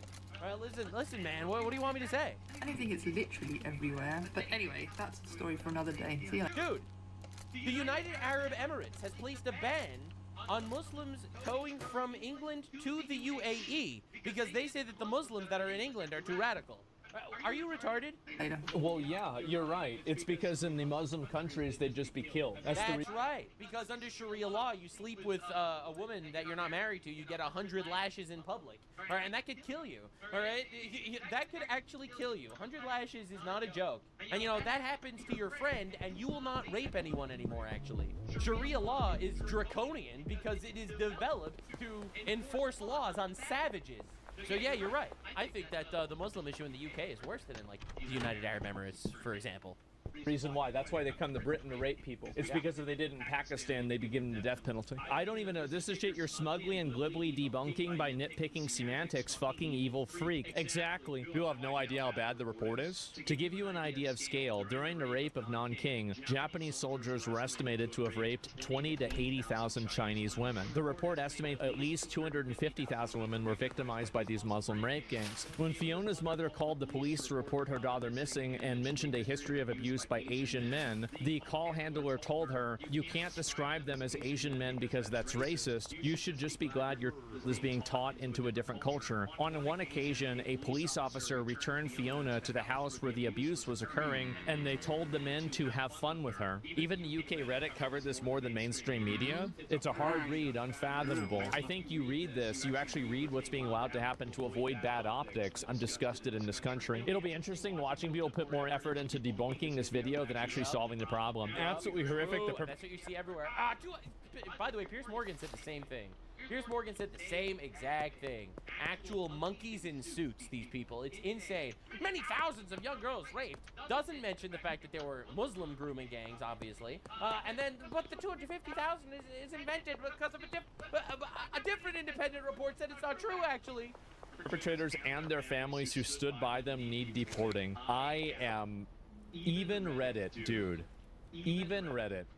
Yeah, this breached containment big time, but not on the mainstream media. They're still covering it up. I don't want to laugh because it'll come off as too mean. My reaction when 250,000 white girls get raped by Muslims. These are monsters, demons. Demons that have learned human speech, but yet can never properly be one of us. Now, a lot of people are finally being brave to talk about the Islamification issue that's happening across the West. This guy over here, Fashihullah Safar, was just sentenced to 18 years in prison for stabbing and trying to kill cops in New Jersey. Safar shouted Allahu Akbar during the attack, told prosecutors that he planned to join ISIS, and yet this is not even in the news. Again, it's not even in the news. You only know about this because people on Twitter figured the story out, and it went viral. It's heartbreaking. This just happened, by the way. This is a new story, but hey, it's just an Islamic terror attack. Motives unclear. He just shouted Allahu Akbar. That could mean anything. Now, Syrian invader Ahmed Mohammed Wahhabi, convicted of a sex attack on a 12-year-old British child. Yet, still roaming the country, living at a taxpayer-funded hotel. This is, again, also a new video. Pedophile, you're a danger to children. Ahmed Mohammed Wahhabi, you're a danger to children. You're a pedophile. Ahmed Mohammed Wahhabi. You're a registered. You're a registered pedophile. Imagine, and the government will do nothing but make sure that these guys can get out of prison as many times as fucking possible. Now, again, a lot of people keep saying to me, Nux, maybe you're being too hard. Maybe it's not the religion that's the After all, there are white rapists too. I mean, there's some Christian pedophiles and Jewish pedophiles, so maybe it's not the religion. Well, welcome to your daily episode of Radicalization with Nuxanor. These are young boys dressed in women's clothing, given makeup, and forced to perform sexual dances for wealthy Muslim men before they get raped by them. Does this sicken you? This should sicken the fuck out of you. I don't even want to play anymore because the rest is even more, like, atrocious. It really is. It's unbelievable. But I feel like this is educational content, by the way. This is accepted in Afghanistan, right? Because the thing is, Westernization has taught you that actually all these people are they're just good people with different cultures that you have to accept. These Jews are everywhere. We must attack every Jew on the face of the planet. We must slaughter and kill them, God willing. Enough of being angry. We're fed up. We're ready to explode. And you people of the West Bank, how long will you keep silent? You want to see knives? It costs 5 shekels. How much is a Jew's throat worth? 5 shekels or even less? God willing? Again, I'm supposed to make believe that this is just a culture that can just magically integrate into Western society if you just import them by the million, right? This is a popular Islamic scholar with millions of followers. He's everywhere. Zakir Naik claims that abusing girls who do not comply with Islamic dress code, it's their own fault, actually. It's their own fault. If, hypothetically, you rape a girl and you murder her, and if the court of law in this world cannot prove, and then you truly repent, will Allah forgive you? And you say most probably Allah will forgive you. And you're right. If you have committed rape and murder, and if you truly repent and ask for forgiveness, as I told, there are 5 criteria required for forgiveness. Number 1 is you admit what you have done is wrong, that the sin that you have done is wrong, admit it. Number 2, see to it that you stop it immediately. Number 3, see to it that you don't do it again. Alright. I need to go out and get some dough. Is that you ask forgiveness from Allah subhanahu wa ta'ala. If all these criteria are fulfilled, inshallah I'll forgive you. Even if you have committed rape, which is a major sin, and if you have let's save my game right quick, murder, just in case. It's a major sin. But if you just in case things go south. As we know, Allah is Rahman Rahim. Now coming to the second question. That is this not injustice to the girl who was raped and murdered? That's a good point. And I would say no. Oh. Because both the person who raped is undergoing a test in this world, the person who was raped also is undergoing a test. And let me explain to you that Allah has given guidelines to the woman that they should dress up modestly, they should cover their complete body, except those parts can be seen that is the face. Now if after giving all these guidance, and hypothetically, if that girl doesn't dress up modestly, she is dressed up immorally, which people get excited and the rape is done, who's to blame? The rapist, obviously. These people should not be welcomed into our society. I'm sorry. Listen, man, they are directly stated, and by the way, they have like little girls in burqas, okay, already. Just understand what we're dealing with. I wonder what they're attracted to. Right, and we are bringing them into a culture, and they really say that if the woman's not wearing a hijab and the woman gets raped, it's her own fault. She failed the test of Allah. And, well, that's it. He just had to rape her, I guess. That doesn't mean that the boy has a right to rape. No, of course he doesn't have the right to rape. But is it really his fault, though? Again, this is a scholar with millions of followers. All right, what am I even supposed to say when this is the culture? All right, Hassan introduces his third wife, Anab, to wives number 1 and 2. Are you ready for the twist? Britain let them immigrate as a nice big family with all the wives because it's their culture. It's the first time his wives Sakina and Nabila will meet his new third wife, Anab. Do you have any advice for her about the husband? Well, don't know. She's not super happy about it, as she says in British English, because actually Britain recognizes overseas polygamous marriages. Households actually receive an extra £125 per week for each additional wife. W. So all Hassan needs to do is juggle 3 wives, and that way you can get a nice clean £375 a week. In the morning, she snores at night, and then the rest, who knows what else. Man, it is so awkward the way he has to juggle all 3 wives in modern British culture because they don't want to offend his religion. Understand the level of cuck we're dealing with. May 18th, Dominique Chaki is arrested for burglary, drugs, and possession of an illegal machine gun. June 13th, he is released from jail on a $4,000 bond. June 16th, commits armed carjacking. Wow, many such cases, actually. Soft on crime is really not good. Black people, actually, that are really mad at Austin Metcalf, dying only once. I'm not exactly sure what they're mad about. Carmelo Anthony gets arrested for murder, and now we got a new trend on Black TikTok of kids dancing what they call the Austin Bop, all right, which is stabbing themselves in the chest with a knife, which is the way Austin Metcalf was killed. But for some reason, we're not doing anything about this cultural issue. We're supposed to make believe that this is just totally normal and acceptable behavior. Just live with it, actually. Just understand. Wow. It is revealed that the man that was charged with murdering a pregnant mother and her unborn son in Atlanta was released early from prison for murder just 2 years ago. He served 11 months. This guy, Devin Anthony, they just let him out of jail because, hey, I know that he killed a guy, but we just have to let him out. These are those documents outlining a plea deal. They show 26-year-old Devin Lamar Anthony pleaded guilty to voluntary manslaughter in the 2021 shooting death of another man. He served just 11 months and was released on probation. This is fucking crazy. That dude should have been executed, all right? We do not need to live like this.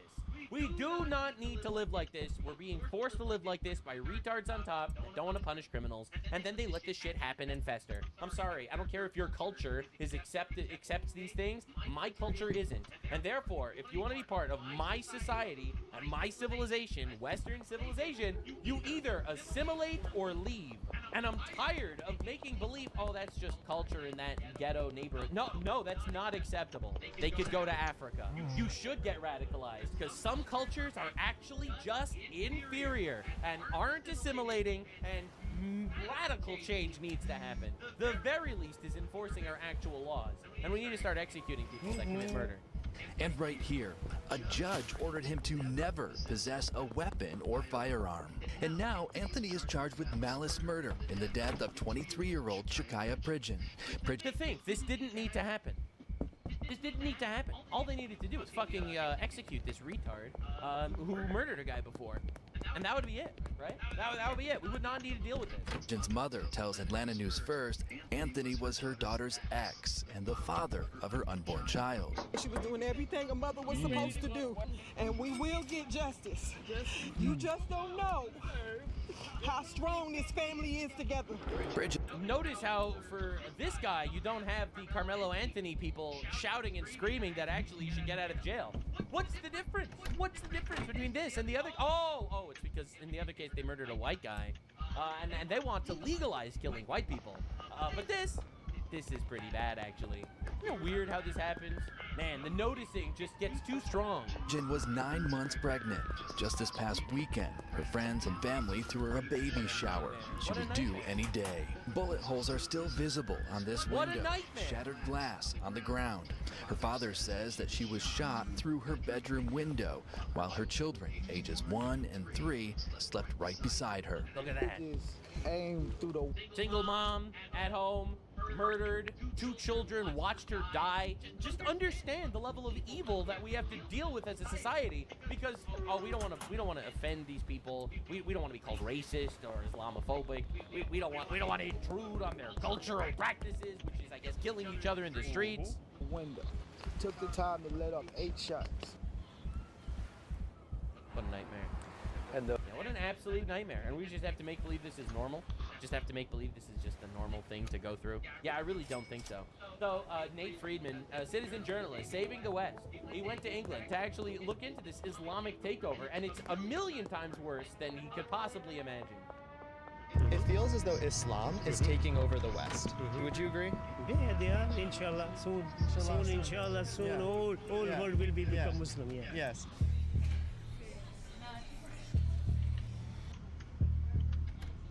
Take a look at this. These are 2 maps. All right, here we go. I'm not going to tell you which one is Kabul and which one is Birmingham. Bro. I was reading how, like, in the 60s, there were only 1 or 2 mosques in Birmingham, and now there's over 200. Yep. I want to understand how that happened. Also, total coincidence, but there are a lot of rape gangs in Birmingham. It's just a funny coincidence I just thought of right now. Hi, I'm from... By the way, 200 mosques in Birmingham, and they're doing their giant prayers on the street. I'm just making sure you understand that this is just cultural domination. This is not actually for any form of religious prayer. Hi, I'm from America, and I'm a journalist, and I'm looking to learn about Islam in the UK. Could I speak to somebody here? Welcome back to the Nate Friedman Show. And with the rise of Islam in Birmingham and all around the UK, would you like to see Sharia law be implemented in the UK? Well, that's what we want, if they can do more, what the Muslim laws are. That's right. So when Muslims are a minority, no, we love your country. We do not want to institute anything. When Muslims become even a slightly bigger minority, oh yes, we take over, we take your women, we... It'll be good for Muslim people, and it's also for the whole human beings, all the human peoples. Yes. How can you implement Sharia law in the UK? What is the procedure that needs to be done? This is my own opinion, because as the but I'm people... saying, how can you do it? that's what I'm saying, yeah. Because as we got new consular in the council... All right, so you get Muslim communities to vote for Muslim representatives. So same thing, if we get more MPs and all these peoples, Look at that. they're gonna raise... You just get enough Muslims to fill the parliament with enough Muslims to force people to submit to your demands, or they don't get votes, and then all of a sudden they do what you want. Wow. Their voice in the assembly or in the parliament, that what is the Muslim needs or what is the Muslim law or what they need it. So in that way they can try to adjust, or they're going to put something in the influence on the government, and the government can then put that things on. So I'm trying to become a scholar of Islam, actually. I'm starting to read the Quran, and I'm almost done with it. One of the interesting things I was reading is that, if your wife messes something up, you don't like it, you tell her you did something wrong, and then you separate from her bed. But thirdly, you may strike her. Is that right? Yeah, it is. You have to give her a chance. Wow. That's You see, Islam is actually a religion of peace. They give her a chance before they strike her. But the Islam says, you have to give her a chance to reform herself if she's making something wrong. Yeah. And at the end of the day, if she's not listening to you, or she's not doing, or she's doing against the Islam, or against the rules of the Islam, then you can... Yeah. Here's the Quran verse. It's chapter 4, verse 34. First, advise them. Then, if they persist, forsake them in bed. And finally, strike them lightly. This video only gets crazier from here. So this is Green Lane Mosque, right? Yeah. Okay, so at this mosque, I watched a clip of an imam instructing men how to stone their... All the liberals, by the way, that are freaking out about women's rights and shit, support this, by the way. Understand, their words mean nothing. Their wife. There's a clip of it. Yes, there's a clip of it. He goes under... Do you want to see the clip of it? Yeah, sure. See, I don't believe that somebody is telling that you should stone to your wife. Yeah. Unless there is another thing. Hold on. Might be I'm wrong. Yeah. Yes. There is a punishment for the woman. Yeah. If she do the adultery. Yes, correct. That's exactly what it's for. Okay. Yeah. Yes. If this is. Oh, then it's great. Then yeah. Well, then yeah. Well, then, yeah, of course. And then it's okay. This is for the adultery. If she is doing something wrong, if she's unfair relationship with another Muslim man, then she is allowed to do the sangsar. We call him sangsar. So That he's way- allowed to bury her waist deep, right? Yeah, no. They have to stone. Throw the stone and kill him with the stone. Kill him. Yeah. That's what he says here. Okay, so that's okay. Yeah. I love how he like had a clip and he was gonna use it as a gotcha moment, but this guy's like, yeah, no, of course, base. Yeah, of course. And that is because if she do something wrong, that's She did something wrong. We Muslims, we are civilized people. We don't stone women for nothing. It's only if they do things wrong, actually. Yeah. Yo, such a good point. what means if she is doing unlawful sex with any other wrong person. Right. This So is the if Sharia law is implemented in the UK, all people who cheat, all women who cheat should be killed. They shouldn't cheat. That's what it says. That's what they say. No, of course we wouldn't kill them if they don't cheat. Yeah. That's what Islam says. So my impression, it feels as though Islam is taking over the West. Would you agree? Yeah, they are. Inshallah, soon. Inshallah, soon. Yeah. All Yeah. world will become Yeah. Muslim. Yeah. Yes. And why should the whole world become Muslim? Yeah, it's pretty wild watching this just happen everywhere, and no one wants to like address the obvious situation. So this has been going giga viral. French hard right activist sexually assaulted by a Tunisian is now facing jail time after claiming that migrants are dangerous to women. All right, I'm gonna show you a clip of this in a second, but first, Charlie Kirk had some really wise words. All right, I want to hear what he had to say. The question is macro Islam compatible with Western values? Macro. Of course it's not. There are three major reasons why. Islam does not believe in freedom of speech. Islam does not believe in freedom of religion. And Islam does not believe in separation of mosque and state. Those three things are antithetical to the West.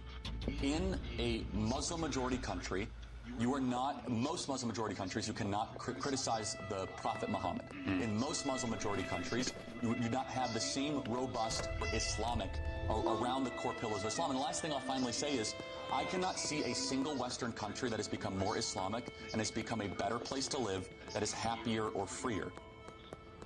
No lies detected. All right, we got to look into this case with the lady from France. Hello, dear European and American patriots. Tomorrow, I may be sentenced to unsuspended prison for daring to say on Spoilers, she was French TV that the main danger to women in France comes from black African and Arab immigrant men, even though I was defending a woman who was herself raped by a Central African man, having myself survived an attempted rape by a Tunisian migrant 4 years ago. The prosecutor has sought a prison sentence against me. She dismissed our two stories as insignificant incidents which did not excuse my hate speech. Yet, all I did was describe a reality that most French people are afraid to speak about precisely because... And by the way, she's talking about this? For context, there was a viral Reddit thread of a streamer getting assaulted also in France.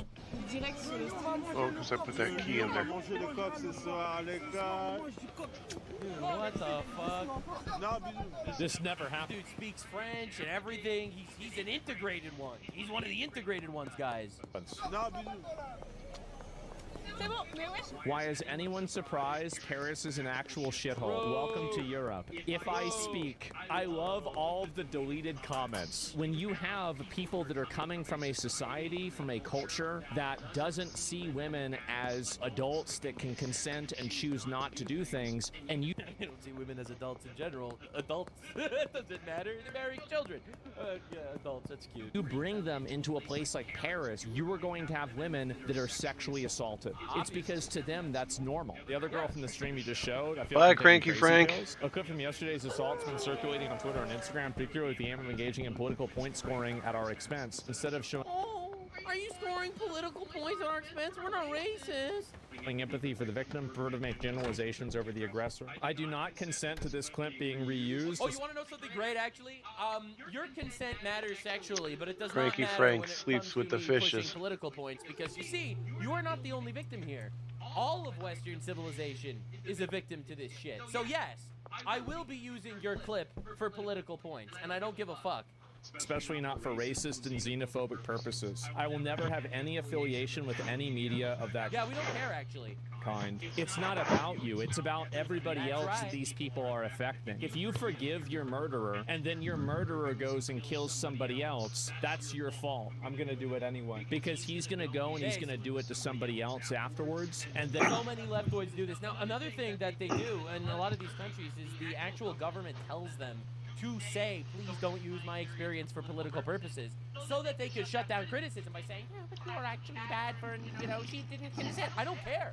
I do not care about her consent in regards to me using a situation that's public for my political means and ends. Sorry, don't give a fuck.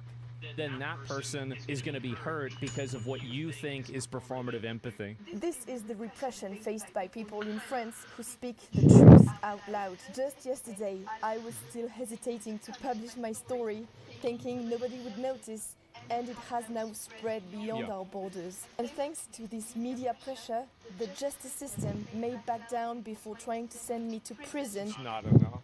Instead, Spoilers! She was arrested. She is facing jail now. Yeah, anyway. Of our attackers, please share this message. We are do we no fix Reddit? longer afraid. We are not alone. The French people are not giving in and are standing strong. This was the original clip that got her in trouble. So this is what she said that apparently was a problem. Well, no, actually, what we should do, and I know it's complicated since we are talking about a specific case, is to also decouple things a little bit between, on one hand, the acts of rape and attempted rape, and the controversy, or at least the immigration policy, the fight against illegal immigration that is currently in place. Regarding rape, you said something. You said the main danger for women in France is immigration. No, the main danger for women in France is men. It is men because... It is... The women immigrants aren't raping you, so immigration is not the problem. Leftists just muddy the waters. They just make believe that they can contort reality with their words. What kind of men? Black African immigrant men. It is men because the overwhelming majority of those who assault women are men, regardless. It's actually fucking crazy, man. This is like, actually, black people aren't overwhelmingly represented in statistics. It's guns that are represented in statistics. It's like, bro, what are we doing? What are we doing, man? Of their origin, as we have said regarding the complaints. Like, it's obviously true when you bring people from a culture that doesn't respect consent, that thinks that the age of consent is 9, and you put them in a fucking Technically, Mohammed married a 6-year-old, so... European country, you're gonna have that happen. That's the way it is. So yeah, sorry guys. It's just so obviously true, and everyone with eyeballs knows it's true, and they don't care, because they actually don't mind that their entire civilization gets raped, as long as they can virtue signal. Fucking abominable. Now, Jake Monroe, friend of mine, he just made a video talking about Chloe's story. Chloe is someone who was mentioned in the rape gang inquiry that was just released in England, and this should radicalize the heck out of you. I heard like the Clips notes, but we're about to get into the weeds of it. This is probably going to be the toughest part of this, okay? So embrace yourself. There are thousands of survivors who Oh God, I don't know, man. I don't know. could have provided evidence to our I just feel like I need to radicalize as many people as I can before I get killed by one of these fuckers. inquiry team. Below is a summary of some of the testimony provided by our brave witnesses who spoke to the inquiry hearing. Some of the witnesses have to remain anonymous for their own safety. Begins with Chloe. Throughout her early childhood, Chloe, which I'm assuming is a pseudonym, was popular at school, performed well academically, and enjoyed an active social life. Although her parents separated when she was young, she describes her early upbringing as relatively stable. Following the separation, full custody of Chloe and her older brother was awarded to their father despite his alcoholism. That's a rare occurrence. Her mother, on the other hand, was often absent from her life and became homeless following the separation. It was most likely because this woman was most likely suffering with mental health problems by the sounds of it. Chloe recalls a generally secure and supportive home environment under the care of her father. However, following his sudden death just before her 10th birthday, Jesus Christ, as if that wasn't enough tragedy for a 10-year-old, she moved in with her mother and her mother's new husband, a man she describes as a pedophile by whom she was sexually abused. Chloe's mother caught her husband assaulting Chloe on many occasions, but did little to stop it. This is women. On one occasion, Chloe's mother caught her husband in the shower with Chloe, and instead of intervening, she closed the door and walked out. But this time, Chloe... Worst mother of all time. Yeah, no, but this should radicalize the fuck out of you. Libtard woman gets divorced from, you know, decent, probably guy, ends up deciding to be empathetic to a retard, marries the retard, and then the retard rapes your daughter. It was 10 years old. The abuse soon escalated to rape. Chloe's stepfather supplied her with alcohol and cigarettes to keep her quiet. She began smoking cannabis. Around the same time, Chloe started truanting and spending time in the local town center with a friend and supervised. She describes groups of Muslim men, primarily Pakistanis aged 20 to over 50, showing them attention, including wolf whistling and buying them alcohol. Many were taxi drivers who would take the girls into their cars and drive them around the town. That's so weird, because Tucker Carlson said he loved that there were Pakistani taxi drivers. There was no sexual abuse, and although men's behavior was clearly inappropriate, Chloe and her friend, then in the final year of primary school, enjoyed being treated like adults. Grooming soon intensified. The provisions of alcohol and takeaways was accompanied by emotional manipulation with men, many of whom were related to one another, presenting themselves as sympathetic friends to Chloe. Chloe describes this process as them mapping out, are you vulnerable, are you a vulnerable person? Physical contact, including kissing and massages. Kisses and massages became increasingly common and is also becoming increasingly harder to read. Meanwhile, the abuse by her stepfather at home worsened, and her mother was all but absent as a guardian. Fuck me. At this time, Chloe had an aunt and uncle who lived nearby. She often sought refuge with them. She had spent holidays with them during her earlier childhood and felt that she could trust them. On one occasion, she visited them while truanting before returning home and spending the day there while her mother and stepfather were at work. To Chloe's surprise, her uncle arrived at her house unannounced an hour later, and she invited him inside. After a brief conversation, Chloe's uncle sexually assaulted her. Chloe resisted, and he relented and left. She told her mother about the assault, and her mother reported it to the police. The police accused Chloe of lying, and no further action was taken until this incident. I love how it's like believe all women unless the rapist is a Pakistani Muslim. Isn't that weird? Isn't it weird how that happens? Oh man, I think that's pretty weird. She had regarded her uncle as one of the best people in her life. Afterwards, there were no adults left. Listen, man, it gets worse. But you have to understand, this is basic sentiment on the left. All right, this clip it's an all-timer. I don't know if I've ever shown this to you, but I've seen this clip years ago. All right, this is Vosh, very popular, like leftist streamer guy, pro-immigration, pro-communism, which basically means rape our country. When anyone that's pro-welfare state and also pro-immigration just wants rape to happen. That's their goal, probably. They probably love it, actually, is my opinion. This is Vosh listening to a story that I think everyone needs to know, okay? Everyone needs to understand the retarded mind of a leftist. Yeah, I mean, it's really funny because I'm over here. You know what? Okay, I'm gonna... Here, wait, hold on. I should probably move my webcam down because I'm, like, blocking their faces. I've been doing it the whole video. I just want to say, do you think it maybe speaks a little bit to the fact that we have a rape culture when we put 6 people in a room together to talk about Me Too, and when they're like, hey, who of you have experienced sexual assault, and the 4 women sit down and they've all been raped and they all can barely choke out a coherent sentence. All men bad, rape culture bad, all men bad. Like, do we think this perhaps maybe slightly speaks to the fact that there's a problem? Like, Me Too has gone too far. False allegations are ruining people's lives. Okay. Who among you have experienced sexual assault? And like every woman in the room starts crying? Like, almost every female friend I have has been the recipient of sexual assault or violence or rape or whatever at some point in their lives. Seriously, it's such a common thing. I think 1 in 4 is probably understating it significantly. I wouldn't be surprised if the rate for sexual assault on women over one's lifetime is as high as 1 in 3 or 1 in 2. We just don't know because nobody fucking reports, because reports aren't taken seriously. That's what Me Too is about. Gigantic crash out, men are all rapists, our culture is bad. You're like, I don't think things are on the same level, but things impact you in like bizarre ways. But yeah, like because the perpetrator wasn't white, and because he was like, part of like a certain religion. Oh wait, are we being real? And when the police were basically just like, we can't because of cultural differences, which I don't feel like is such a good. What? Bullshit! Are you fucking kidding me? Did she turn her fucking rape confession onto how the rape refugees fucking Ahmed Muhammad raped her and the police were like, oh, we can't persecute brown people? Bullshit! Bullshit! I love this clip so much. It's perfect for all the reasons. Literally all the reasons. Chloe could confide in or seek support from. Increasingly isolated, she became more deeply involved with the groups of Muslim men she encountered in the town center. One evening, Chloe's friend suggested that they travel to a nearby town where one of the men had a hotel room. They were picked up by the men who was drunk and under the influence of drugs and taken to the hotel. When they arrived, hotel staff saw them, but they did not intervene. In the room, the girls were given a potent strain of cannabis, which left Chloe, then 11, absolutely smashed. Chloe's friend was taken into another room by a group of men, and Chloe was groped by the man who remained. Chloe resisted, and he hit her. The man did not attempt to sexually assault her again. Instead, threw the girls, both of whom were still intoxicated, out of the hotel and refused to drive them back to their hometown. They were forced to walk. It was around midnight. Chloe did not want to go back to her home as she feared her mother would beat her for being out late, so stayed with her friend. In the early hours of the morning, Chloe was collected from a friend's house by the police after her mother reported her missing. Chloe lied to the police and her mother about where she had been. Chloe's mother grounded her for a month, meaning she was stuck at home with her predatory stepfather, a period she describes as torture. After the month passed, Chloe arranged to see her friend, who boasted that she had a new boyfriend. Chloe left the house to meet her, and the girls were picked up by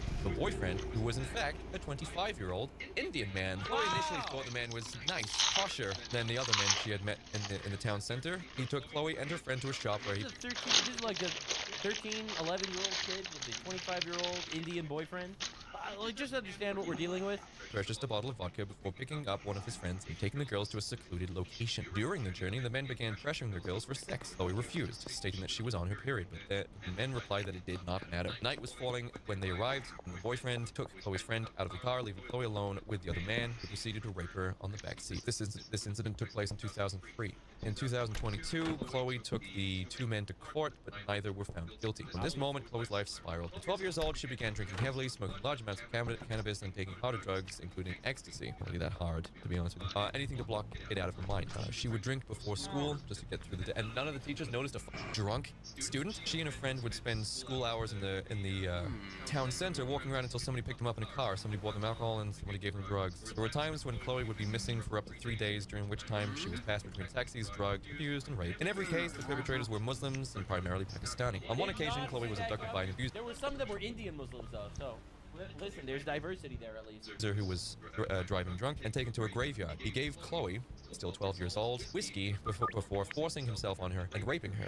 He withdrew before ejaculation and forced the empty whiskey bottle into Chloe's vagina, where it shattered. Chloe admitted herself to A&E, but no questions were asked about how she had sustained such an injury. She was... Like the doctor talks, like, oh, that's a refugee. That's a Muslim situation going on. We're not gonna get involved. They didn't even ask. Hey, how did you get a Jack Daniels bottle shattered in your vagina? They didn't feel like asking the 12-year-old girl that relatively impertinent question.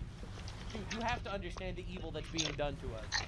Was examined, the glass was removed, and she was discharged. Chloe was questioned by police due to her absence on a number of occasions. Each time, she was asked where she had been, who she had been with, and what she had been doing. She replied she had been having sex with adult males in cars. Rather than opening an investigation and pursuing her abusers, the police dismissed Chloe as a prostitute at 12 years old. She was 12 years old at this time, and the police had literally just dismissed her as being nothing but a prostitute. They asked her whether she was consenting to the sexual activity, and despite Chloe telling them that she did not know the definition of the word consent, they reported that she had not, that she had been consenting, and that she was a 12-year-old prostitute. The police said this. The police said this. The police found Chloe as well as other missing children in cars. Do you understand the evil being done to us? I feel like people just don't get it. People just don't get it. 250,000 girls, children raped by, 87 to 95% by Muslims, all right? Let's make believe there's no issue. Literally covered up by the government. Not just like the government isn't making a big deal about it. Individual cases, individually squashed by different people in the government and police departments because they were afraid of being called racist. Do you even understand what's happening, the scale here? With the gang members on multiple occasions, but let the gang members go on without so much as questioning them. On one occasion, Chloe was in the town center and was identified as a missing child by a police officer. Yeah, so you're identified as a missing child if you are a minor and you go missing for a certain period of time. However, you can also become a legal prostitute, apparently, and the legal age of consent in the UK is 16, not 12. Chloe was in the town center and was identified as a missing child by a police officer who questioned where she had been. Chloe told this police officer about the full extent of the abuse, and the response of the police officer was that nothing could be done, and Chloe was let go. In response to her truancy and deteriorating behavior, the school regularly placed Chloe in isolation and compelled her to attend additional after-school classes every day. This did little to improve her emotional state, and she continued to spend time with her friend and her friend's boyfriend. This went on for a number of years. The boyfriend would simply supply the girls with alcohol and drugs, as well as introducing them to his friends, who were exclusively South Asian men. On one occasion, he took the girls to his place of work, a textiles factory where he raped them. Following this incident, Chloe stopped spending time with the friend who, up until this point, had accompanied her throughout her exploitation. By this time, Chloe had become so accustomed to her lifestyle of spending time with the Muslim gangs that she continued to do so without her friend. This is called grooming. And that's why they're called grooming gangs. I see a lot of people say don't call them grooming gangs, call them rape gangs. I think grooming gangs are like worse almost. All right, because here you got, a dozen adult men raping children to the point that they're so broken that they think it's normal. And then they get raped over a period of years. Right? People do not understand what's happening, and no mainstream media is reporting it. And on one occasion, following another late return home, her mother grounded her for 2 months, fearing further abuse. The rivers of blood flowing on the altar of diversity. People are not nearly angry enough. Stepfather Chloe walked to a nearby social services office while her mother was at work and reported the. Chloe was interviewed by the social workers about the abuse, after which her mother and stepfather were arrested and questioned. Both denied that the abuse was taking place and were released without charges. So you can very much just go into a police station, lie, they believe it, and you leave. I can't believe this. It seems like the police know that there's a sex pest gang comprised of Indian men operating in this town, and they don't want to touch it. In fact, they've probably been instructed not to touch it. These two, this rapist and the enabler, her mom and stepfather, were brought in for questioning. They lied, and the police went, oh, okay. They didn't want to investigate or pursue. Chloe made further appeals to social services. By the way, as someone who's actually been involved with social services recently, they are useless.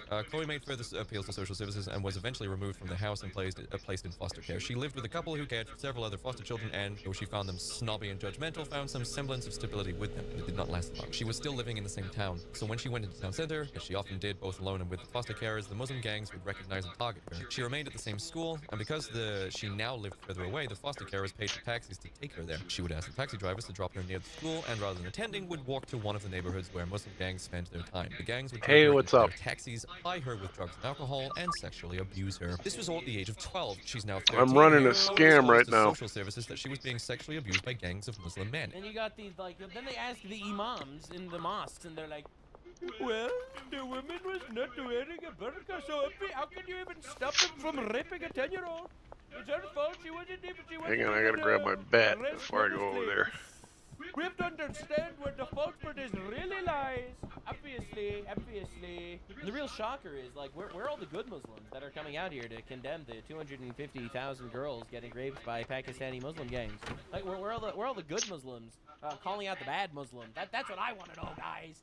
That's a question for you to respond to in the comment section below. Where are all the good Muslims calling out the bad Muslims? Well, I just ate the rest of the pizza services did not intervene. that I got last night. I would rather talk to Chloe about contraception and sexual health. A 13-year-old.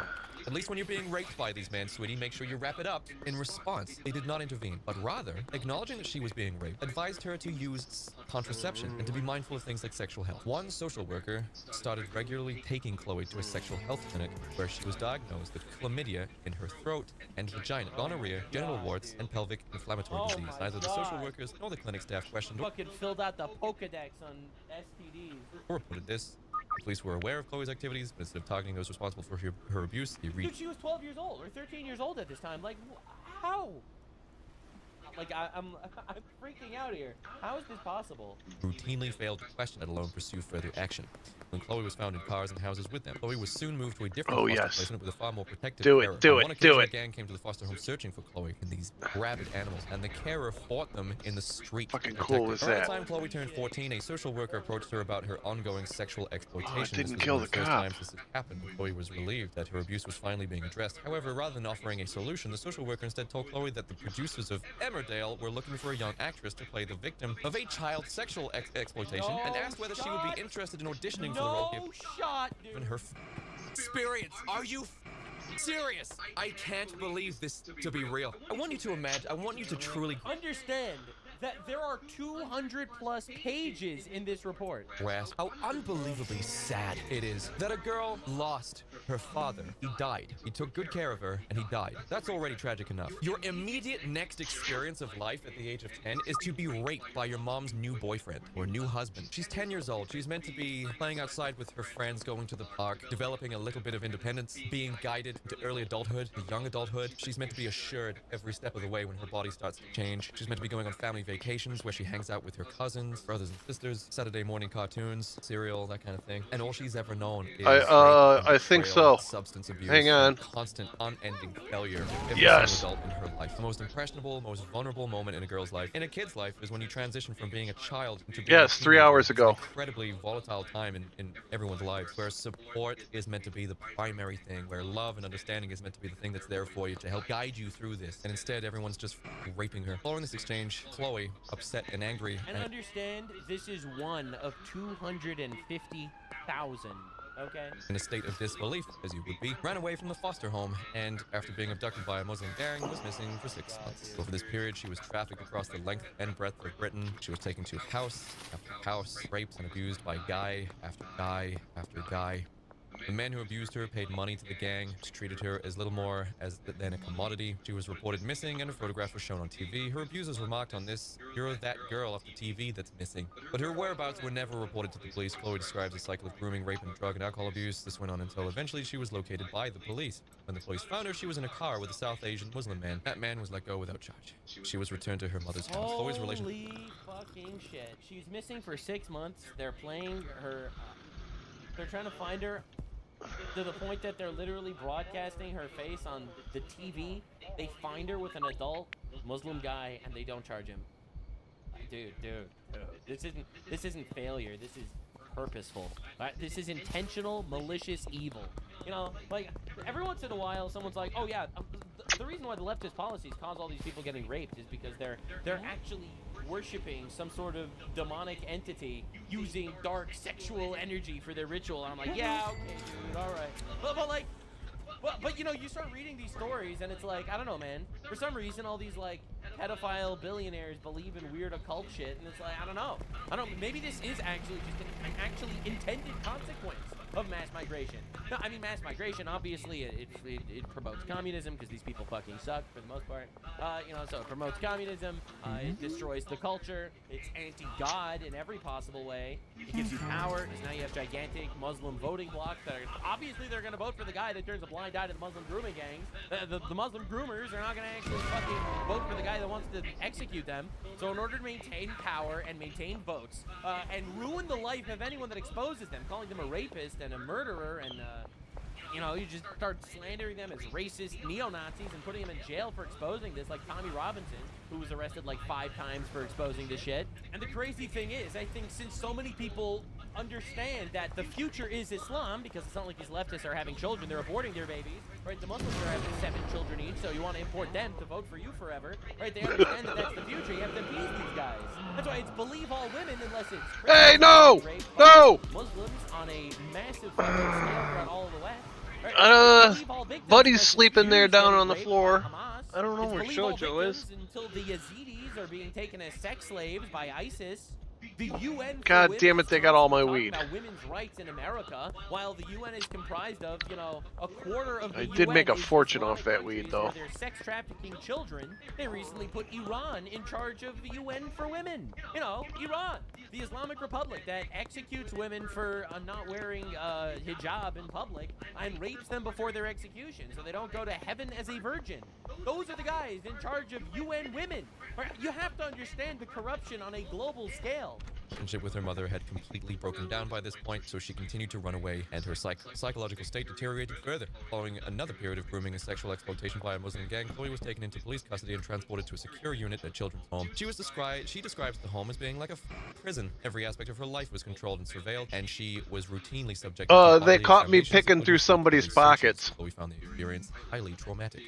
She remained there for 9 months, by which time she was almost 15. Social services determined that she was well enough to be released, and she was placed in foster care not far from where she had been living before. Chloe describes the new I don't have any more because they took it all. In her life, and in spite of her proximity to the sites of her abuse and exploitation, Chloe found stability and security living with them. She enrolled in a full-time hairdressing and beauty course at a nearby college. The next 2 years, Chloe describes her life as fantastic. As Chloe approached her 18th birthday, social services notified her that actually, you know what? And they identified a house for her, and after parting ways with her carer, she moved in. Dude, the fact that you have the fact that the government pays for housing of illegal migrant rapists, but doesn't pay for like this abuse victim, this person who went through fucking hell. It's mind-boggling. It really is. If I can find Cranky Frank. The leftist tolerance. Where is he? Retail job to support herself. Despite having little experience taking care of herself, Chloe's life remained generally stable through the period. Eventually, Chloe re-established contact with the friend whom she had been abused, with with as a young child. She invited her over to her house. When she arrived, she was accompanied by a group of Muslim men, all of whom remembered Chloe from past. Immediately, Chloe's life was thrown back into chaos. The men refused to leave, and in Chloe's words, it was no longer my quiet little house. It was their house. They smashed windows, kicked in doors, left the house an absolute wreck, and sexually. Take your oak door and use it as firewood. Your world means nothing to them. It's so mind-boggling that it's so obvious that the people that come from bumfuck nowhere, where they sexually abuse children and women all the time, are going to sexually abuse children and women when they come to your homeland. Duh! Abused Chloe. One of the men, a previous abuser, pinned her down, pulled her trousers down, and sat on her face, orally raping her on her own sofa as the rest of the gang watched. Chloe returned to drugs and alcohol. Fuck! She was still working in retail. Her ability to work was rapidly declining. During one shift, one of her colleagues, someone she was friends with, jokingly pinched her bottom. Chloe, traumatized by the year's abuse, punched him in the face and left the shop. She was brought before management to argue her case. Get killed. Left with no income, Chloe spiraled further. The Muslim gang was still occupying her house, and with nowhere else to go and no ability to remove them, she remained there with them. They routinely drugged, used, and raped her, including with objects, including soft drink cans, keys, and a baseball bat. Before long, they started to pay her bills to consolidate their presence. This is savagery! Savagery beyond our imagination!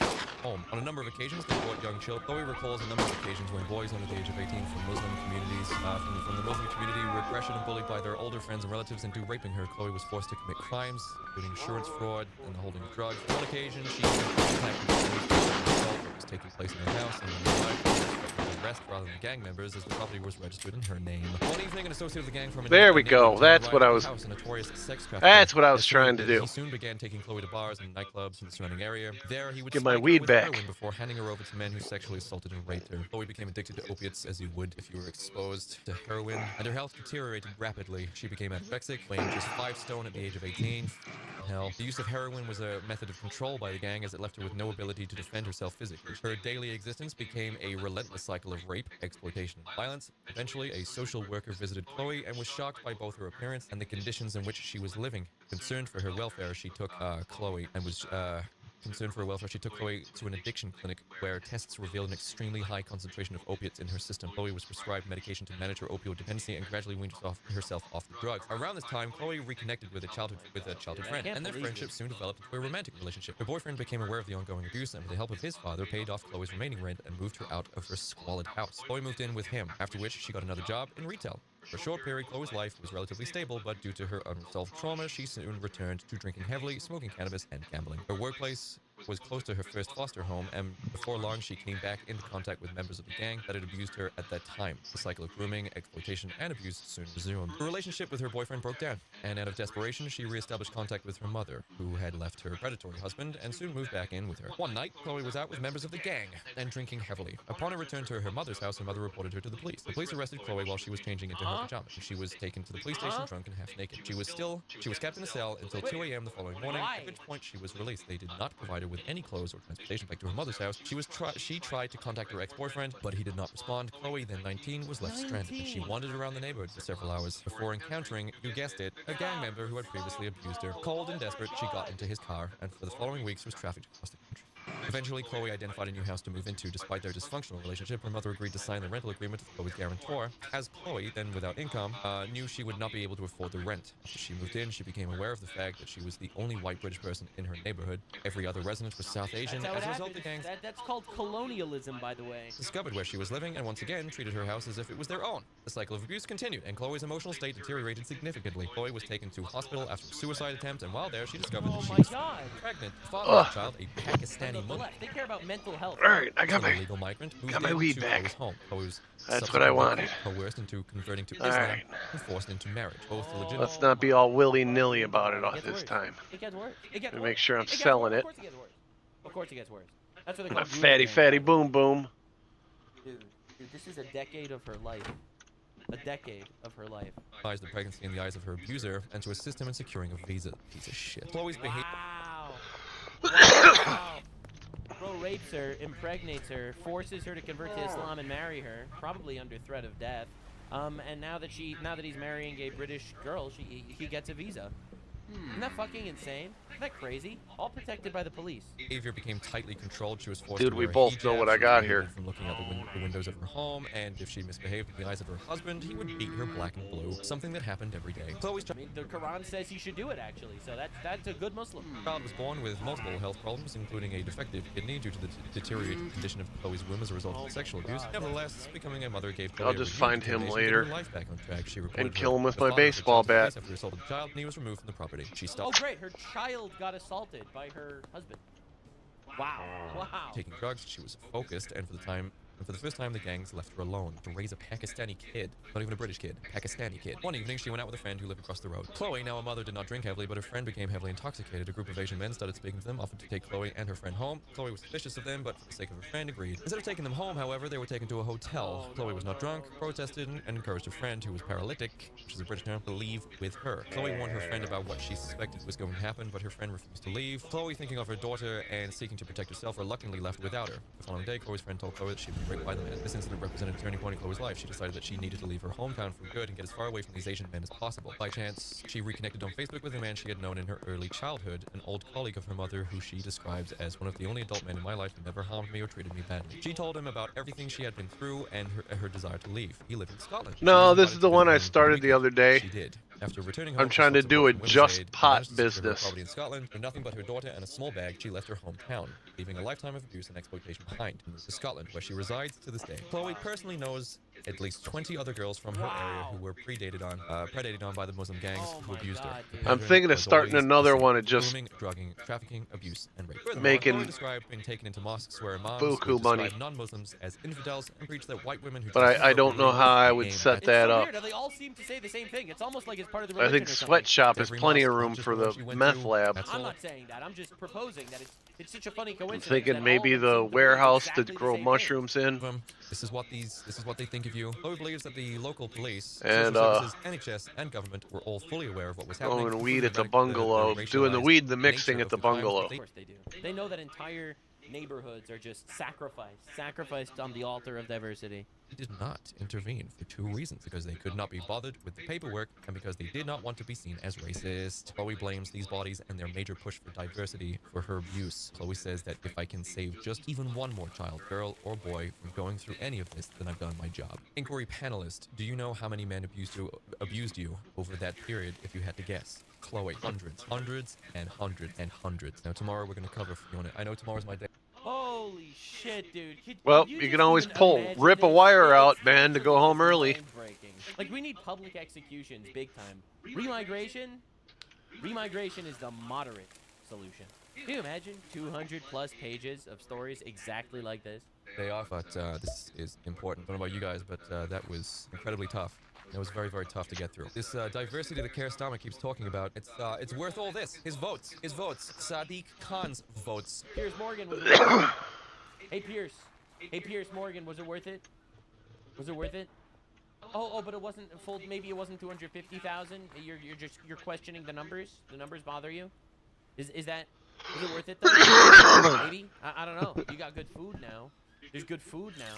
There are a lot of white English people that Piers Morgan would happily trade for a good weekly chicken tikka masala. Is it worth it? Is it worth it, Mr. Morgan? Was Chloe worth it? All this fucking blathering about empathy. Fuck you people. There is no justice without God. God believes in law and order. God believes in borders. God believes in being intolerant to demonic cultures. You think you're more moral than God? So yeah, anyway, sorry the subject matter was a little bit heavier than usual. I felt like it needed to happen because it's not being covered on any mainstream media. But that's why you have me, blue retarded idiot on the internet that actually covers the things that happen and does my best to tell the truth. I am very, very passionate about killing terrorists and killing pedophiles, and I would like to share my passion with the world. I'm probably one of the most consistent, streamers on the entire internet. My moral code is pretty basic. If you actually know me, you could pretty much predict all of my takes. Definitely subscribe, share the video. YouTube does They had no problem breaking shit on their own. They have been silencing the shit out of me lately, but unfortunately for them, I'm just gonna go as long as I can until I get murdered or banned. Hopefully neither. Please fight for me. All right, I'll see you. Where's my baseball bat? Appreciate you guys a lot. Definitely subscribe. Take care of yourself. Get married, have children, raise a family, be there for them, be the change you want to see in the world. West Park construction site. to crack you open like a football Sunday beer can. Now, according to legend, and unfortunately for you, there's no clear way to defeat her, mainly just heeding the tale's warning to avoid deserted areas and train tracks. Well, there was 2 However, plants, I'm sure a so solid 45-yard shit broke field all goal the time, attempt man. could get the job done.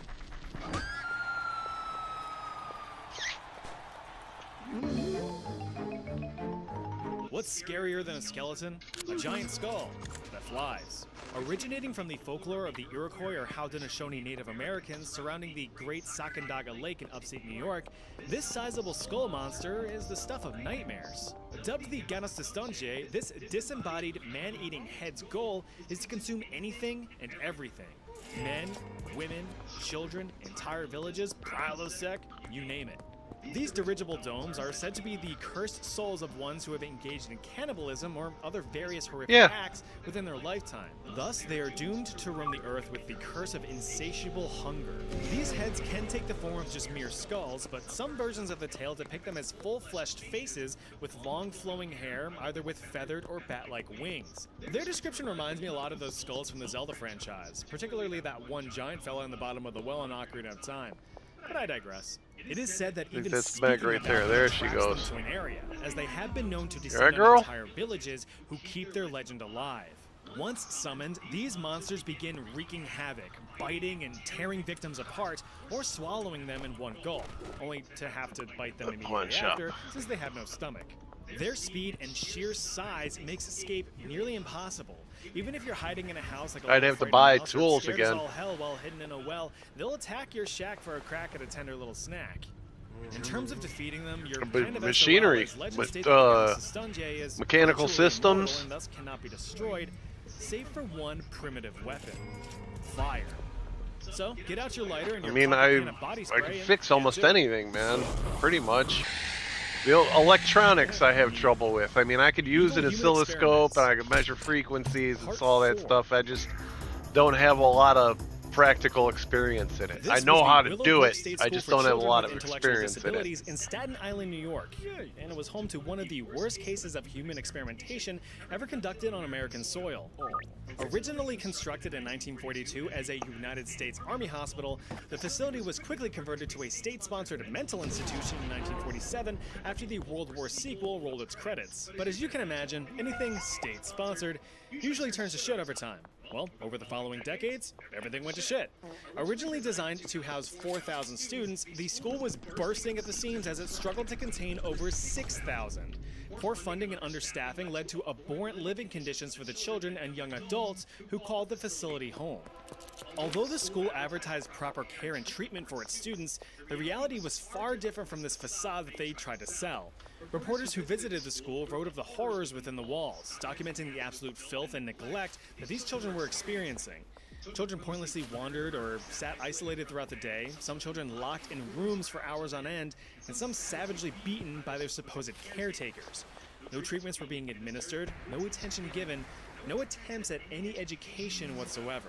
Now, this isn't to say that the entire staff was cruel. Some of the nurses did try their best to care for patients using what little resources they had, but like I said, the entire school was critically understaffed, with some single caregivers given responsibility for over 100 children each.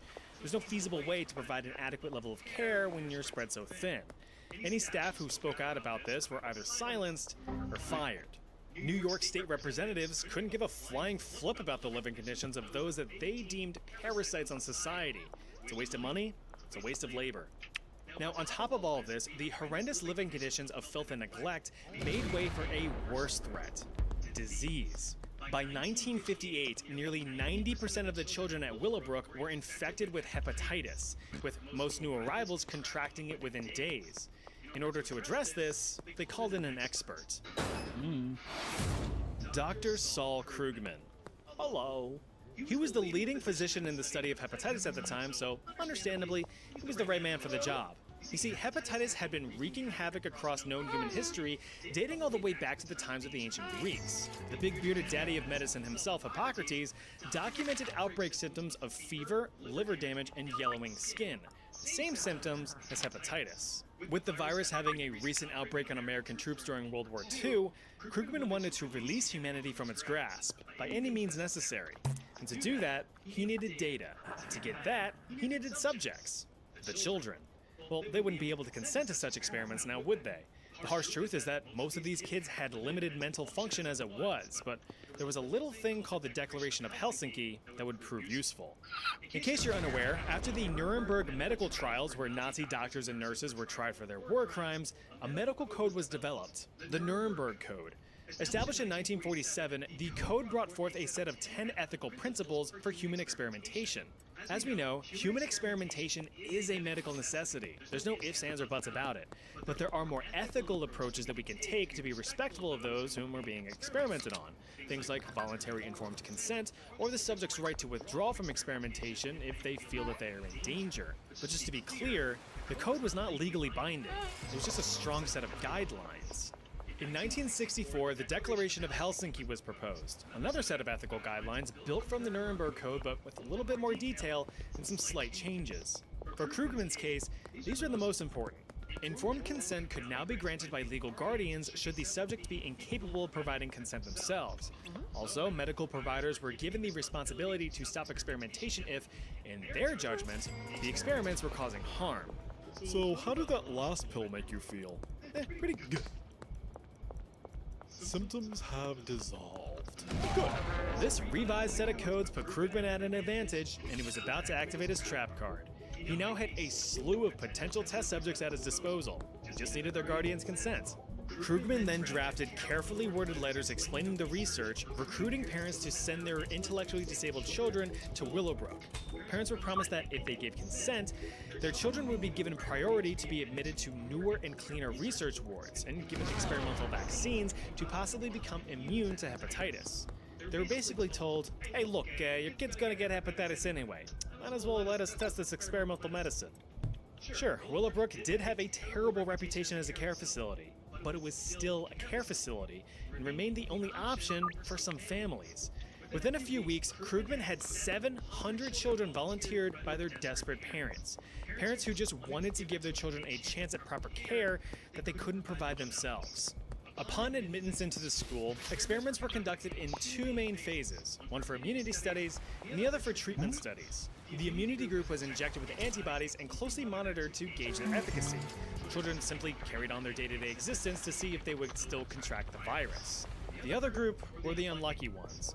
While still given the antibodies, they were deliberately infected with hepatitis. This was either done with direct injection or the drink, a mixture of chocolate milk and infected fecal matter from sick children.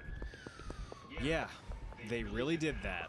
Through experimentation, Krugman learned the amount of the milk needed to cause infection and how long it would take for them to start showing symptoms. Children who managed to recover from the virus were then later reinfected to test for any developed immunities. Krugman looked on as these children suffered, their skin and eyes turning yellow, and them vomiting and refusing to eat. Despite this suffering, Krugman's research was successful. Not only did the experiment drastically speed up the eventual production of a suitable hepatitis vaccine, but helped identify both hepatitis A and B as separate variants. But of course, this didn't stop the criticism. The medical community was completely appalled by Krugman's actions. Although he provided the world with an exceptional discovery and medical progress, he did so while harming his fellow humans, which goes against the medical code of ethics. Paul Offit, a director of the Vaccine Education Center at the Children's Hospital of Philadelphia, stated that he didn't believe anyone is, quote, ever justified to inoculate a child with an infectious virus that might kill them. Furthermore, famed vaccinologist Maurice Hilleman stated that Krugman's research was, quote, the most unethical medical experiment ever performed on children in the United States. It wasn't until 1972 when Geraldo Rivera, a local investigative reporter, snuck into the Willowbrook school. Inside, he documented the atrociously inhumane living conditions and broadcast them to the world. It was only then did anyone learn the true horrors within the walls. Sure, there were reports in the past, but seeing was believing. Public outcry surrounding unethical experiments like the ones at Willowbrook, as well as the Tuskegee syphilis study, prompted government officials to act. And by 1974, the National Research Act was put into law, requiring any federally funded research involving human subjects to be reviewed and approved by a designated review board. Despite various attempts to refurbish the school, conditions at Willowbrook never improved, leading to its eventual closure in 1980. 1987. Krugman, although facing initial backlash for his research, was later praised for his breakthroughs. His past sins were swept under the rug as he became the president of the American Pediatric Society in 1972. He died peacefully several years later in 1995 at the age of 84. Canadians are usually seen in a pretty great light, their morality as high as their house prices. But not everything in their history is all sunshine and syrup. Back in 1942, while the world was going to war over in Europe, Canada had itself quite a domestic display of detrimental dread that would cause suffering for over a decade. The Canadian government was making a push to set nutritional standards across the board for all Canadians, setting a baseline for a healthy and nutritious diet so that little lads and ladies could grow up to be formidable fellas and fellettes. It was around this time that breakthroughs in vitamin and mineral isolation were being made, allowing individual supplements to come to market. So, what's this one called? Oh, that's vitamin A. Huh, vitamin A. Neat. Research surrounding the daily recommended intake amounts of such supplements was critical to give proper recommendations for general public consumption. Not only that, but researchers were curious if these supplements could provide additional health benefits outside of just maintaining normal bodily function. In order to test the true advantages of these nutrients, you needed a night and day comparison, both strong and healthy subjects and malnourished ones. Very malnourished ones. Enter Canadian nutritionist and biochemist Lionel Pett. He heard whispers of severe malnutrition amongst various indigenous populations in the Great White North, particularly in the northern region of the province of Manitoba. He brought along a couple buddies. He had Dr. Percy Moore, a medical superintendent in the Department of Indigenous Affairs, as well as famed nutritionist and pediatrician Dr. Frederick Tisdall. Together, the three men set out to investigate the claims. What they found was nothing short of tragic.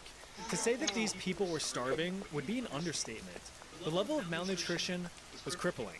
Elders were completely bedridden, children had their growth drastically stunted, and even the able-bodied adults were barely able to function. This led the indigenous population to experience dramatically disproportionate death rates, nearly 52 times the rate of tuberculosis deaths, 8 times the national rate of infant mortality, and 5 times the overall death rate. And that wasn't all. Hunger in the state-sponsored boarding schools for the indigenous children was a constant plague. Thanks to intentional underfunding from the Canadian federal government, these schools were incapable of providing decent food for students. Some schools were noted having no refrigeration or appliances, no basic sanitation, or even trained kitchen staff. School children had no choice but to consume food that was practically inedible. Soggy scraps of bread and old water, rancid bits of meat, and rotting vegetables were the norm. Children were estimated to only be consuming around 1,200 calories a day if they were lucky. That's well below even the bare minimum recommended caloric intake of 1,400 calories a day. Approximately 28% of the girls and 70% of the boys were reported as underweight for their age. But instead of bringing these issues, the very obvious root of school-wide malnutrition to light, Pett, Moore, and Tisdall saw these withering children and thought, great, there's our test subjects. And so they got to work. Their goals? Study the negative effects of malnutrition itself and if they could be positively offset by nutrient-fortified foods. Together, the three men gathered data points using over 1,000 indigenous children from several boarding schools across Canada. Blood samples, physical exams, and aptitude tests, all used to establish a baseline across 2 years. 2 grueling years of known malnutrition for the sake of data collection. Imagine doctors coming to your school, seeing you skin and bones, your brown teeth glistening in the incandescent light, and telling you that they're going to help. But in 2 years. Insane. In 1948, Moore and Tisdall began their experimental design. Until Tisdall bit the dust a year later in 1949. He was 55. At the Port Alberni Residential School, students were noticed to have an abnormal riboflavin deficiency as a result of lack of dairy and vegetables. Riboflavin, also known as vitamin B2, helps the body convert food into energy. So the kids were given triple the amount of dairy milk allowance. That's it, just more milk.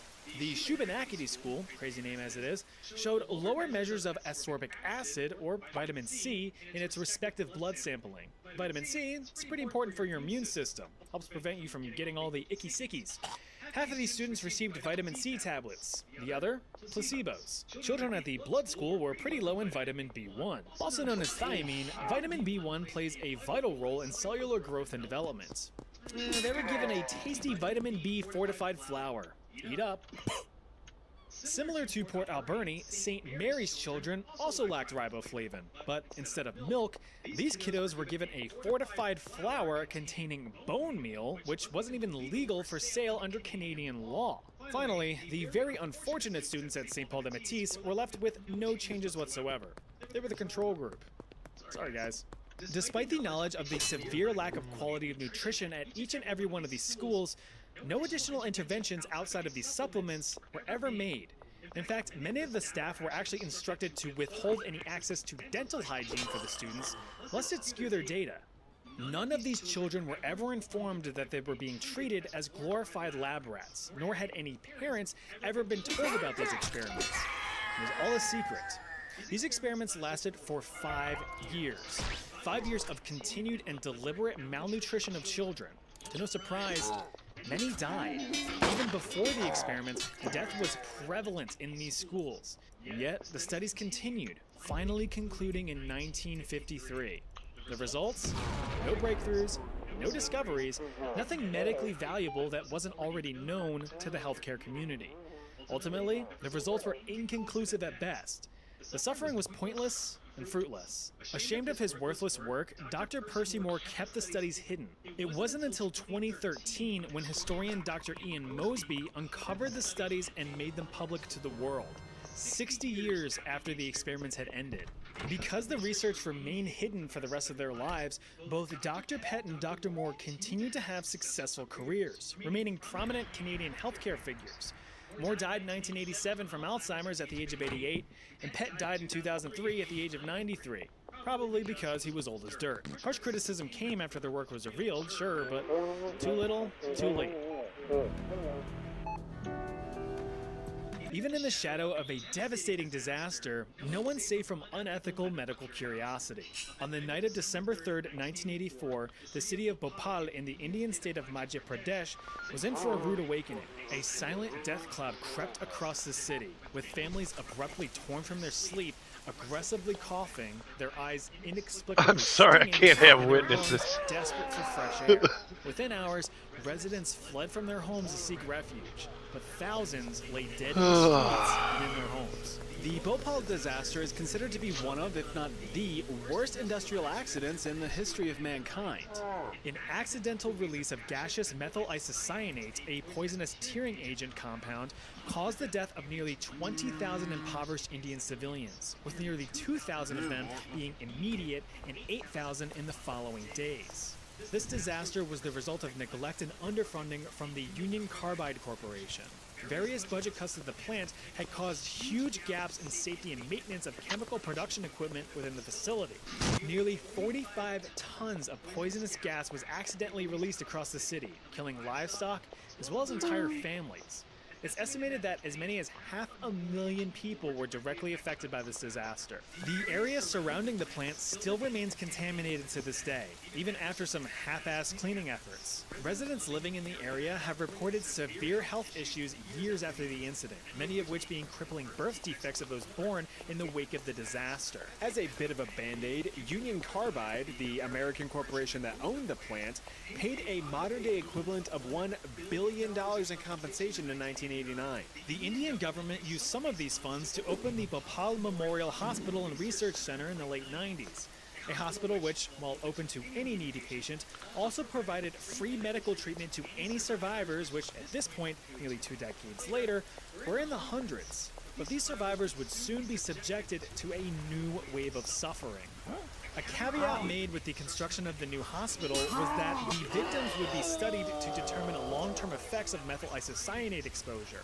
However, no supporting documentation has ever been found that this research was ever... Cranky Frank sleeps with the fishes. In the years of 2004 and 2008, the hospital was instead commissioned to run several clinical trials funded by various big-name pharmaceutical companies including Pfizer, GlaxoSmithKline, and Bristol-Myers Squibb. Remember, it wasn't just a hospital, it was also a medical research center. It's right there in the name. The participants? 279 hand-picked patients, 215 of which were victims of the Bhopal gas leak with severe chronic conditions. But why pick them? Well, it's been suggested that since these victims were being treated on the government's dime, they were a bit more disposable. These clinical trials focused on testing various drugs and therapies for any adverse effects in humans. These included gastrosurgery, cardiology, psychiatry, and anesthesiology. Participants, if you could really call them that, were given no informed consent on the matter. One survivor who endured the trials was quoted saying, "They didn't tell me anything about the medicine. When they used to give me the medicine bottle, they used to make me sign a form which I had no clue about." In 2011, investigative journalists discovered and compiled the abhorrent trials in a comprehensive report which you can read in my description below if you're interested. Pfizer focused on antibiotic trials which caused terrible adverse effects. GSK sponsored illegal cardiology trials in collaboration with French pharmaceutical company Sanofi-Aventis. Of the 57 patients in their trials, 5 died. There's evidence to support that at least 10 patients died as a result of these various trials. The companies responsible were found to have been in violation of many of the Nuremberg and Declaration of Helsinki principles. For example, any trial-related deaths must be thoroughly investigated and publicly reported in a timely manner. Some of these deaths weren't reported until months or even years later. Now, there was an ethics committee for the trials, which are supposed to be a third-party, non-biased group responsible for overseeing the ethics of the experiment, but get this. 13 of the 19 committee members were doctors performing the trials. Even the freaking ethics committee was unethical. Despite becoming aware of these very obvious and just completely abysmal red flags, the Drug Controller General of India simply sent a warning note to the hospital, which was basically just a big, "Cut it out, mister." In 2013, outspoken activists and court petitions demanded compensation for the victims of the trials, but of course, none were ever distributed. Gotta love corruption. Sit down, strap in, buckle up, clench your cheeks, and put any food down for this one. This is Dr. Leo Stanley, a real sick-son bitch. Born in 1886 to a house of learned doctors, Leo grew up to continue his father's legacy. So in 1913, fresh out of school, gripping his medical degree in his sweaty palm and with little to no surgical experience, Leo became the chief surgeon of the San Quentin prison in, you guessed it, San Quentin, California, the state's oldest prison. Leo's first impressions left much to be desired. The prison was cramped and run down with little to no air circulation, no natural light, and the worst offender of all, according to Leo at least, was the lack of racial segregation. In response, he commissioned a new building, one with fresh air, warm light, and people separated by the color of their skin. Although in a position of responsibility as a healer, Stanley made it very clear that he was the one in charge, leveraging medical attention against bad behavior. Accounts from inmates attest to Leo's apathetic approach to their medical needs. Dwight Myers, who had a reputation as more of a rowdy rascal, had suffered a crushed hand while operating a piece of machinery. Myers was rushed to the medical wing and begged Dr. Stanley for help. "Oh, fuck! Doctor, we need to get him to surgery." "Hell no. Slam him on the table right there, get the bone clipper, and get to work." And thus, Dwight was minus one hand and plus one infection. Without anesthesia, by the way.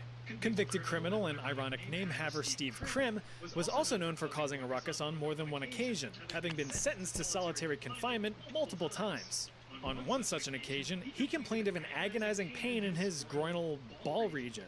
Stanley, who didn't give a fickle flying fuck, refused to see Krim. After 3 months in solitary confinement, Krim suffered a brutal ball blast. His scrotum had ruptured.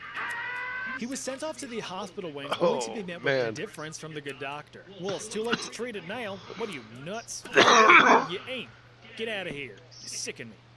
Reports of abuse and neglect were prevalent across Stanley's career, but what did he care? He was a medical professional and they were no good scumbag criminals. Well, actually, he did care to some degree. He wanted to figure out what made criminals criminals. You see, Stanley was a proud eugenicist. He was extremely vocal in his beliefs that criminals and other lowly humans should not be allowed to reproduce lest they slop out more human filth like themselves. In fact, during his tenure at San Quentin between 1913 and 1951, Dr. Stanley is known to have performed nearly 1,000 sterilizations, both voluntary and involuntary. He felt verily justified in his actions as he believed he prevented the birth of several would-be criminals. But sterilization was just a band-aid. Dr. Stanley wanted to find the source of the problem. While other researchers at the time subscribed to the Lombrosian theory that pointed to physical characteristics as the reason for criminal behavior, Dr. Leo Stanley proposed another theory, that criminality lies within. Quite literally, Stanley sought to prove that some internal parts of the human body were to blame, that they could be studied to find a commonality across known criminals and differentiate those features from productive members of society. To test this theory, he focused on various endocrine glands found within the body. If you're unaware, an endocrine gland is an organ that excretes different hormones in response to your body's needs. These hormones regulate bodily functions like growth, metabolism, and your mood. Your kidneys, your pancreas, your ovaries, your balls, they're all endocrine glands. He began poking, prodding, and even full-on removing glands from prisoners. Did they consent to the surgery? Maybe. Stanley had claimed multiple times the willingness of his prisoners to be put under the knife. But it was later revealed that most of these prisoners had suicidal and homicidal tendencies, so believe what you will. Stanley noted how one troublesome prisoner, who, upon the removal of the majority of his thyroid, experienced a night-and-day personality switch from disorderly degenerate to a calm and collected compatriot, following rules and routines and having his aggressions completely vanish. Stanley drew inspiration from the studies of Charles Brown-Séquard, the manic Mauritian physiologist who injected himself and others with a concoction of blood and animal testicles as a means of rejuvenation and reversing the aging process. You know, from my immortality video, that guy. Despite that research being widely discredited as a bunch of fucking poppycock, Dr. Stanley decided to give it a chance. He conducted multiple experiments involving the removal of testicles of freshly executed prisoners and slapped them bad boys into the sacks of senile old men with the hope of making them less old and certainly less senile. Surprisingly, it worked. Kind of. While it was reported that older men were soon seen bouncing around with the strength and stamina of their younger peers, it was short-lived. Now, his reports also went into copious detail about how long-term flaccid fellas were suddenly pitching tents all over the place and all the implications surrounding that, but yeah, I'm skipping that part. You see, your balls are the main factory of testosterone, the manly hormone. Grows your muscles, your bones, your hair, and makes you want to ram your rod into anything you find remotely attractive. But the supposed benefits of the tender testicle transfer faded very quickly. But that did not stop the experimentation. Over the course of several years, Stanley continued his ball-swapping surgeries, theorizing that if he discovered the proper procedure, he could bring vitality and sanity back to aging men. Stanley thought that this breakthrough would put him on the forefront of modern medicine, that he could single-handedly rid the world of crime. By 1940, Stanley had performed over 10,000 nut jobs, some of which were donations made from animals. Goats, rams, boars, and deer junk were just slammed in men's sacks. Some of these prisoners even received a mixture of mashed up man parts which were injected into their bellies. It wasn't until 1941 that the prison found some solace. Stanley shipped himself off with the US Navy to serve in World War II as a lieutenant commander. And after the war, Stanley returned to San Quentin with extreme disappointment. In his absence, the California Department of Corrections instead opted for clinical psychology to address underlying issues of criminality. Turns out, if you just ask someone why they are the way they are, sometimes that gets the job done. Who would have guessed? With the continued advance of both medical ethics and the study of endocrinology, fellow doctors started calling Stanley out on his bullshit, disregarding his work as utter insanity. Completely demoralized, Dr. Leo Stanley retired from the San Quentin prison in 1951. He opened up a quiet private practice for some years, but then died in 1976 at the age of 90. The brutal ballbuster had no kids. Welcome, foolish mortals. It's that time of year again. Spooky, scary times. Assuming you're watching this in October, that is. And what better way to get into the Halloween spirit than to learn about some creepy things in history, so here's some creepy things in history. As a warning, there's going to be some disturbing content, so don't blame me if you or your 2-month-old withering fetus of a daughter get spooked by this. Enjoy! The invention of photography has revolutionized the way that we remember key moments in our lives. the innocence of childhood, a first love, a favorite pet. But how about our dearly departed? Post-mortem photography started gaining popularity in the late 1800s as a way to memorialize those who recently kicked the bucket. The practice was sought after as a cheap alternative to commissioning a mourning portrait, which served the same purpose. Typically, the stiff subject would be positioned in the last sleep pose, which just looks like you caught them dozing off during a football game. More ambitious people tended to take the let's pretend they're still alive route and would pose with their late family members. Take a guess which one here is no longer amongst the living. Time's up. How'd you do? The correct answer is none of them. Did you really think that I'd show an image of a dead person in this economy? You disgust me. Nowadays, the market for post-mortem Alright, I'm running to the bathroom right quick. I'll be back. I imagine that some influencers today would want to monetize themselves even as they escape this mortal coil. We all know that death is inevitable, and some of us, not me, try to find ways to benefit their fellow man. What if you donated your body to the well-being of others after your time on Earth ran out? In modern times, your organs could live on in a needy patient. In ancient times, your organs could become a yummy treat. Records from ancient Chinese and Middle Eastern times discuss the concept of a mellified man. This was the process in which a willing person would have their remains preserved in honey for medicinal consumption. It was discovered that natural, unprocessed honey served as a rather effective and tasty embalming agent. Thanks to honey's natural antibacterial properties, it was able to preserve bodies far longer than other resources at the time. To begin the mellification process, an altruistic elder would volunteer to completely restrict themselves to a classic Winnie the Pooh diet. Nothing but honey. Breakfast? Honey. Lunch? Honey. Dinner? Honey. Dessert? A lovely, decadent creme brulee. Nope, more honey. As you can imagine, all of that honey ain't so sweet for the good old digestive tract. Eventually, the volunteer's body just completely deteriorates, slowly becoming honey to the point where they would just literally be sweating out honey through their pores and spraying out honey from their beehole. At that point, the body completely shuts down and the volunteer sweetly surrenders to the great hive in the sky. The body would be mummified and placed in a stone coffin filled with, you guessed it, honey. The body was laid to ferment for 100 years like a top-of-the-line whiskey. After a casual century of fermenting in bee barf, the coffin would be opened and the corpse would be broken into pieces, which would be distributed as an expensive but effective medical remedy for anything from deep cuts to broken limbs. The only problem here is the lengthy process, which made the medicine very expensive, so it could end up costing you an arm and a leg. James Jameson, an heir to the Jameson whiskey fortune, was on an expedition across Central Africa in 1888 when he came across an interesting proposition. According to Jameson's translator, Asad Farhan, Jameson had heard stories of local tribes' practices of cannibalism. He was in contact with a local slave trader, Tipu Tip, who discussed Jameson's curiosities with the local village chiefs. After some back and forth, Tipu brought forward a 10-year-old slave girl.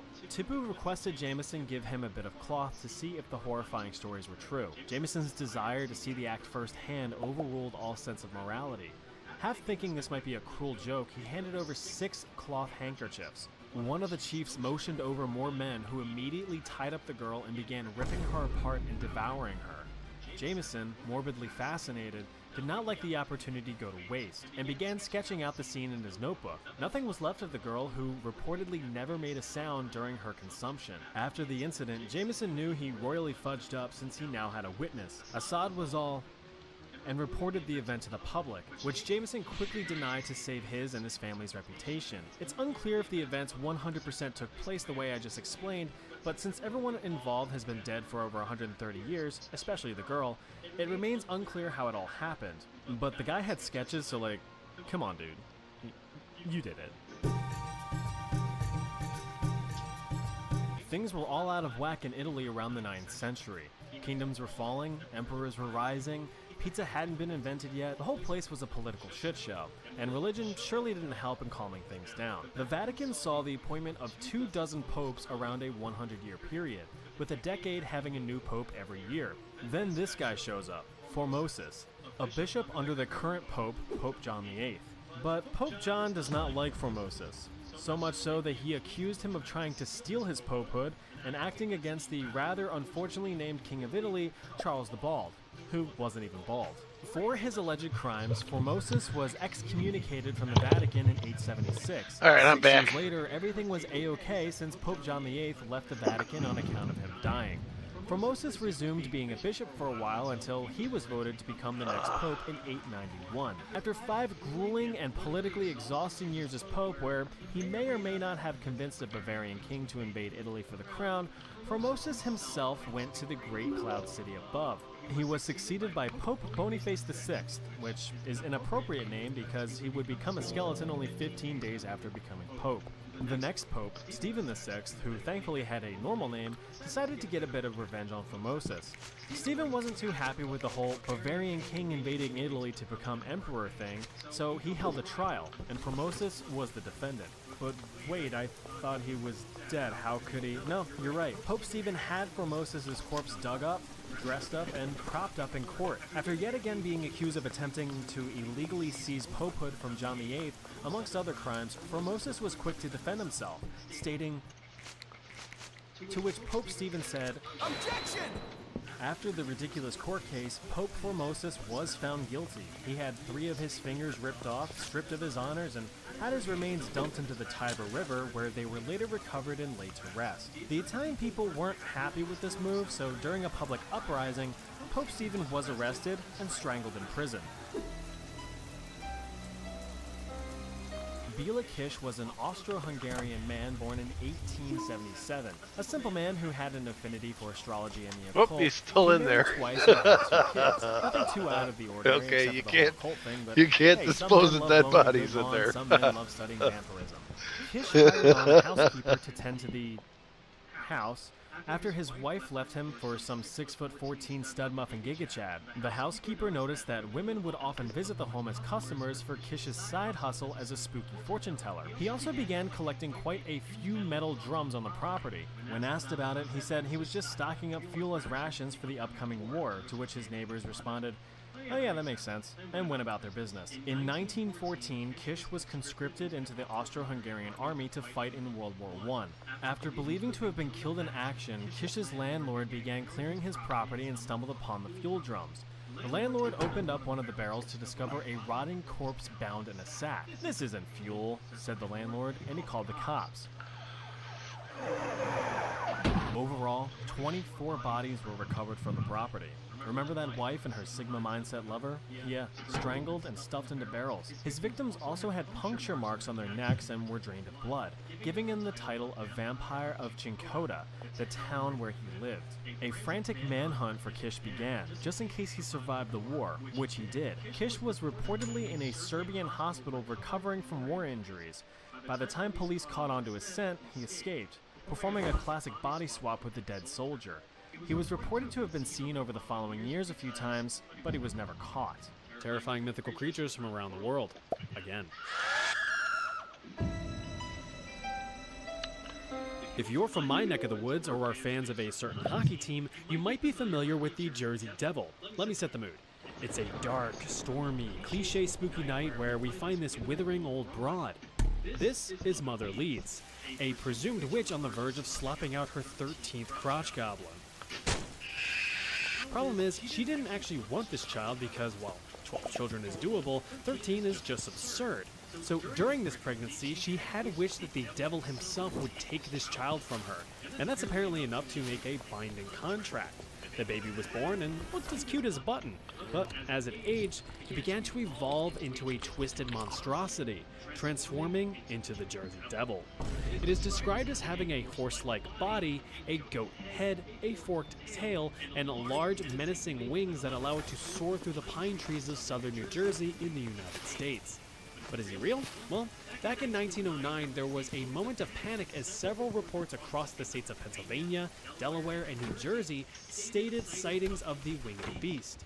Some claims involved the killing of livestock, an attack on a trolley car, and even an attack on a social club. The reported attacks caused mayhem on local businesses and schools closed out of fear.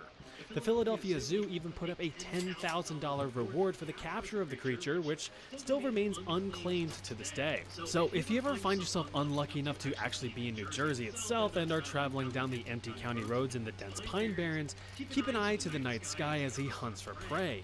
If you don't catch a glimpse, your hairs may stand on end when you hear his blood-curdling screeches, but also his fresh rhymes.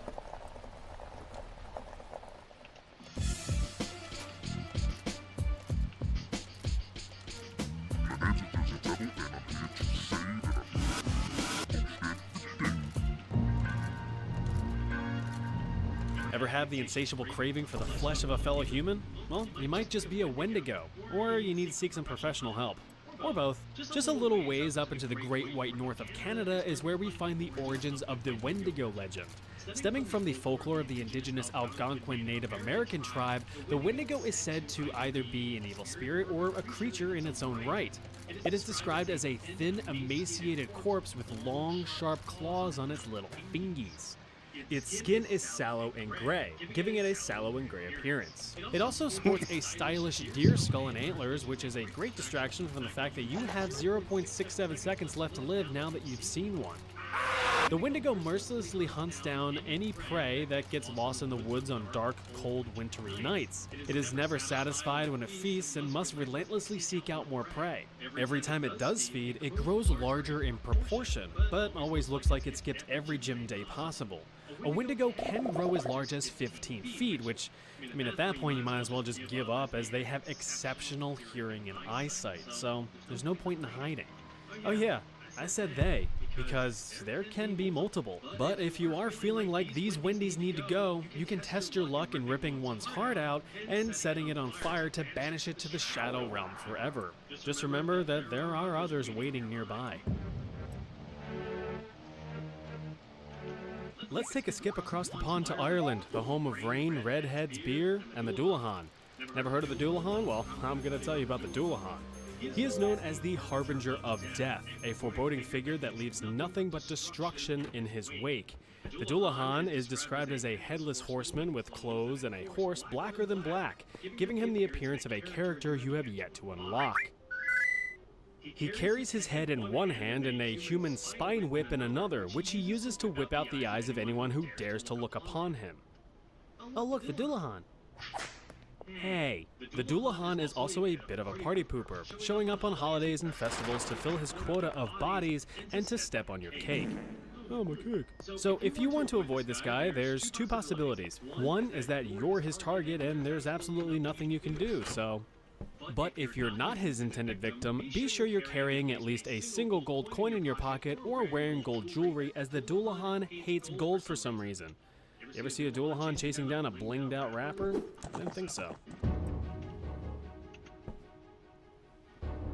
Right across the Irish Sea is Scotland. It's like Ireland, but more Scottish, and they've got some pretty interesting creatures in their repertoire. But today, we will be looking at the Ach Ishka. Yeah, doesn't sound how it looks, does it? The Ach Ishka is a malevolent water spirit that takes on the form of a horse, because Ach Ishka literally means water horse in Scottish Gaelic. So what does it look like? Pretty much a wet horse. Some interpretations have it with fins or claws, but a wet horse just seems funnier to me. What isn't funny is why it is so evil. The malevolent mare is said to roam the nearby sea, but can trot around on land, where you may even be able to mount and ride the demonic horse if you've got the stones for it. The problem is, once you've climbed aboard, you become permanently stuck to its back if it smells or even sees water, and, you know, being a water spirit, that's pretty much a given. Once you've locked onto the saturated steed, it makes a beeline for the sea. It can breathe underwater. You can't. So you can see why you'd be in a bit of a pickle. The Ach Ishka will drag you down to the darkest depths, where you will be ripped from its back and consumed, with only your stinky liver remaining to float to the surface as proof of your demise. Maybe you shouldn't ride on the back of a demonic horse? I don't know. But if you feel like you don't stand a chance, I suppose you could load up a blunderbuss full of silver to convert the horse demon into a pasta sauce. But first, make sure it's not just a normal horse you're aiming at. The Black Plague wasn't fun for anyone. Millions died to an invisible force that ravaged Europe, Asia, and Northern Africa. So, what's the best way to make sense of such an unknown cause of death? Why, make up a horrifying mythical nightmare creature, of course. In Norway, you may hear tales of the Pesta, a decrepit old witch that was the personification of the Black Plague itself. She is described as a dusty old hag dressed in black with the typical dead sunken eyes. You've seen this stuff before. I mean, how scary could it really be? Grandma Plague is always traveling, either on foot, by boat, or even flying, with no true destination but only with the intention of spreading desolation and despair. She can show up to your house at any moment. Grabbing some breakfast? Pesta. Doing laundry? Pesta. Petting your cat? Check again, because you're petting the Pesta, and she loves it. This crusty old bitch comes equipped with either a broom or a rake, which, according to legend, determines the magnitude of death that she will leave behind. So remember this: if you see a rake, a few are left in her wake. If you see a broom, you're all fucked. Unfortunately, since she is the representation of the plague, there is no way to truly defeat her. Your best bet is to maintain your distance from others and practice good hygiene. Either that, or you can give her a quick spray of bleach.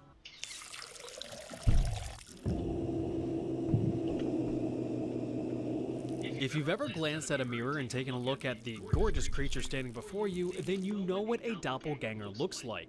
Or at least you know what your doppelganger looks like, because that's what a doppelganger is. An identical, non-biologically related copy of you. So, sorry twins, you gotta sit this one out. You guys are creepy enough as it is. Originating from German folklore, it's unknown what this creature's true form is, as it instantly mimics the first person it lays eyes on. These mischievous little scamps will try to ruin your reputation by committing evil deeds and tricks while assuming your identity. So, it could be a valid excuse to relieve you of responsibilities for your actions. Farted in class? Nah, wasn't me. Terrible credit score? Wrong guy. Mass arson? My hands are clean. Even if you're innocent and all that, what's concerning is that the doppelganger can actually start to influence your own decisions by planting evil thoughts in your head by means of telepathy. So if you're sweating bullets as you're tempted to swipe the officer's service weapon when he stops you for a minor traffic infraction, that's just a doppelganger talking. But you have to resist. Just don't resist the officer or you'll end up looking down a barrel. Hey, you. Finally awake. But if you do have to prove your innocence when side by side with your copy, there's a couple features that can tell you two apart. For one, the doppelganger has no shadow, so that's an easy giveaway. It also lacks a reflection, so it could just be a vampire that looks like you, or it's the doppelganger. Either way, that thing isn't you. You're you. Aren't you? Spooky history stories. If you're well-versed in American history, then you know the story of formerly alive President Abraham Lincoln's big night out on the town in 1865. Even if you're familiar with the historical artwork around the matter, you might ask yourself, who the heck are these other people? You know Lincoln, sure, and of course the guy using Lincoln's skull as target practice is John Wilkes Booth. But also accompanying the president that night were his wife, Mary, close friend and Union Army Major Henry R. Rathbone, and his fiancée, Clara Harris. Lincoln and the gang were out celebrating the recent Union victory of the American Civil War and were seated in a private viewing box to the right of the stage in Ford's Theater in Washington, D.C. What do you think of the play, dear? Just then, Confederate sore loser John Wilkes Booth entered the booth and took aim, blasting the president point blank in the head with a .44 caliber lead ball from his single-shot Derringer pistol. At the sound of the gunshot, Rathbone spun around to see Lincoln collapse in his chair with Booth standing in a cloud of smoke. He immediately leapt from his seat and charged the assassin, but Booth came well prepared. In the struggle, Booth was able to equip a dagger and severely slash Rathbone's arm before leaping from the box onto the stage. Right before jumping, Rathbone was able to grab Booth's coat, causing Booth to lose his balance and eat shit, fudging up his leg in the process. Despite being in a packed theater of witnesses and bystanders, Booth evaded capture for 12 days. However, his plan was successful as President Lincoln died from his injuries just 9 hours after the fatal game of tag. Rathbone, who passed out due to blood loss but eventually recovered from his injuries, personally placed the weight of the president's death on his shoulders. He believed he should have been able to prevent the assassination, and because of this, he bore immeasurable guilt every day of his life, absolutely destroying his mental well-being to the point of insanity. After resigning from the military 5 years later, he struggled to find work until eventually given a consul position in Germany by President Arthur. Rathbone's now wife Clara had hoped that the change of scenery would do him some good. Rathbone's mental health continued to spiral, resulting in him lashing out at his young children and violently threatening Clara. After 13 years of mental deterioration, the breaking point had finally been reached. On December 23, 1883, Rathbone attacked his children in a fit of madness in their home. Clara had rushed to protect her children, but was fatally shot and stabbed by her husband. Instead of continuing his onslaught, he turned the knife on himself, stabbing himself in the chest 5 times. Despite the failed seppuku attempt, Rathbone survived his wounds, with police finding him covered in blood, claiming that there were people hidden in the walls of his home whispering to him. He was arrested and charged with the murder of his wife. During trial, he was officially declared insane by court doctors and committed to an asylum where he died 28 years later.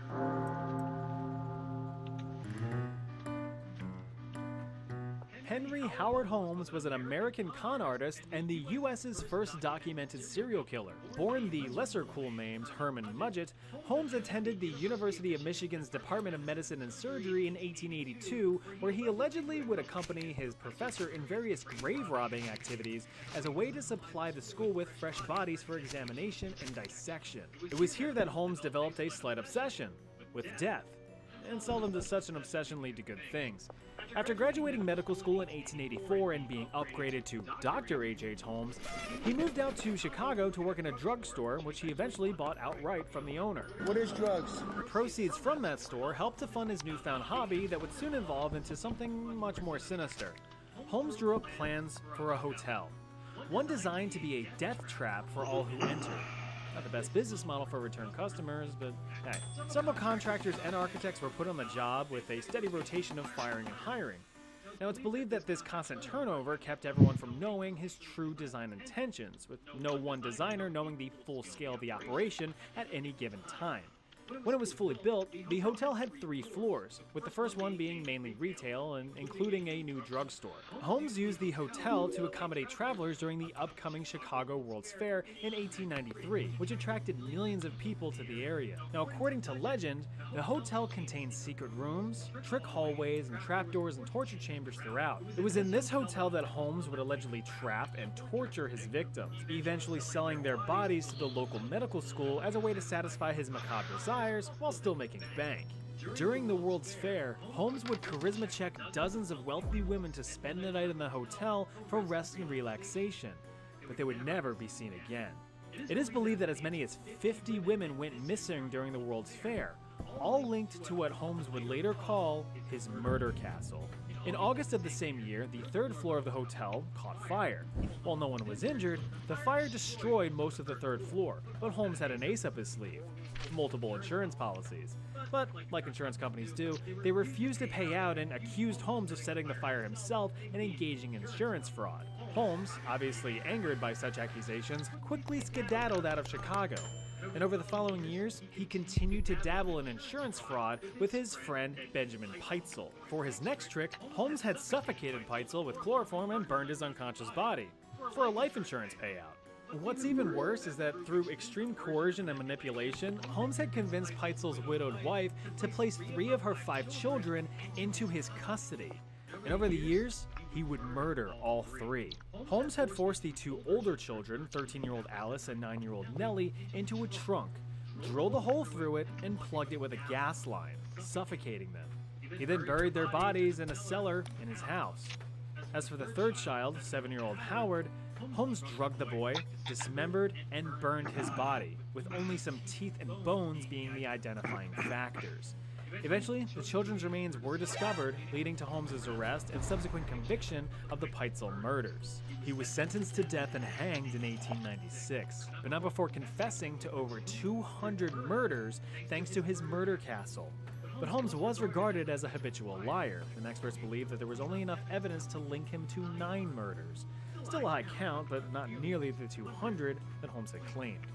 As for the murder castle, it is confirmed that the stories about the design and the use of the building were widely sensationalized and over-exaggerated by local media. Sucks from a horror standpoint, but still makes a good story nonetheless, right? Take a look at this face. Seem familiar at all? If not, then you're useless to me if I start joking. Anyway, this is a death mask, a plaster casting of the face of an unidentified woman who was pulled from the River Seine in Paris in the late 1880s. She became known as Le Connu de la Seine, or the unknown woman of the Seine. After being fished out of the French River, her body was placed in the Paris morgue, which, at the time, put nameless corpses on full display for the sake of identification by the general public who happened to be passing by. Oh hey kids, look, it's Grandma! Because of this strange but effective method, the morgue became a popular tourist and public gathering spot, often referred to as the only free theater in Paris. This particular woman, however, was a bit of an oddity. Medical examination showed no visible wounds or signs of a struggle, so it was concluded that her death was self-inflicted, with her age being estimated at just 16 years old. But it was her calm, serene expression that caught the attention of a pathologist at the morgue. Since he couldn't take a picture to make it last longer, he decided to instead cast a plaster death mask of her face as a way to immortalize her. Creepily enough, but also to no surprise, many Parisians thought that having a face of a dead woman in their house to be the coolest thing since sliced baguettes.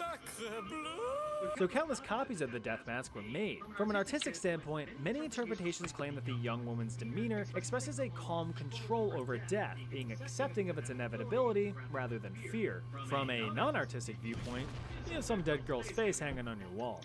Over the years, her face had inspired several literary works, pieces of art, and even fashion. But where have you seen her face before? Well, believe it or not, chances are you've actually unknowingly given her mouth to mouth. Because hers is the face of the CPR training doll, which is used in almost all CPR training courses worldwide since 1960. Sure, that might be creepy, but at least it's thematically appropriate. World War I was absolutely brutal. It was the forefront of many new innovations in warfare like tanks, heavy machine guns, and manned aircraft. All effective technologies developed for the sake of boosting your own kill count. But another, more sinister tactic was soon deployed onto the battlefield: chemical weapons. Perhaps the most widely used was mustard gas, but others were used too. For instance, chlorine gas, a yellow-green gas which, sure enough, looks like a stereotypical funny fart cloud, but packs a lethal punch. This story begins in September of 1914, where German soldiers were tasked with taking the Russian-occupied Auschwitz fortress. It was constructed as a Russian Empire border defensive structure against German attack.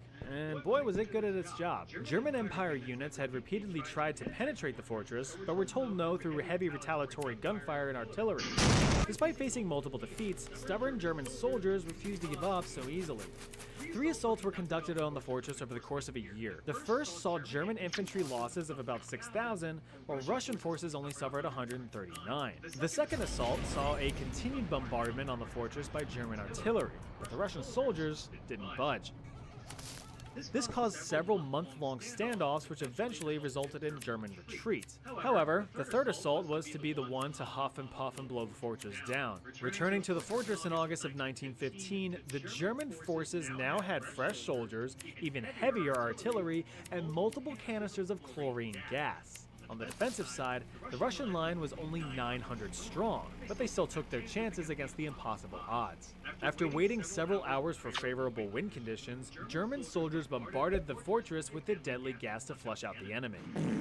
The Russian soldiers, unfortunately, had no suitable protection against the gas and had to improvise, covering their faces with the best thing that they could come up with: rags soaked in piss. To no surprise, this proved ineffective. The soldiers were severely incapacitated by the gas, and now they smelled like piss. As a quick science lesson, when chlorine gas is inhaled, it reacts with the residual moisture in your body, forming hydrochloric acid, which starts to corrode your internal organs. In short, it causes big ouchies on the inside.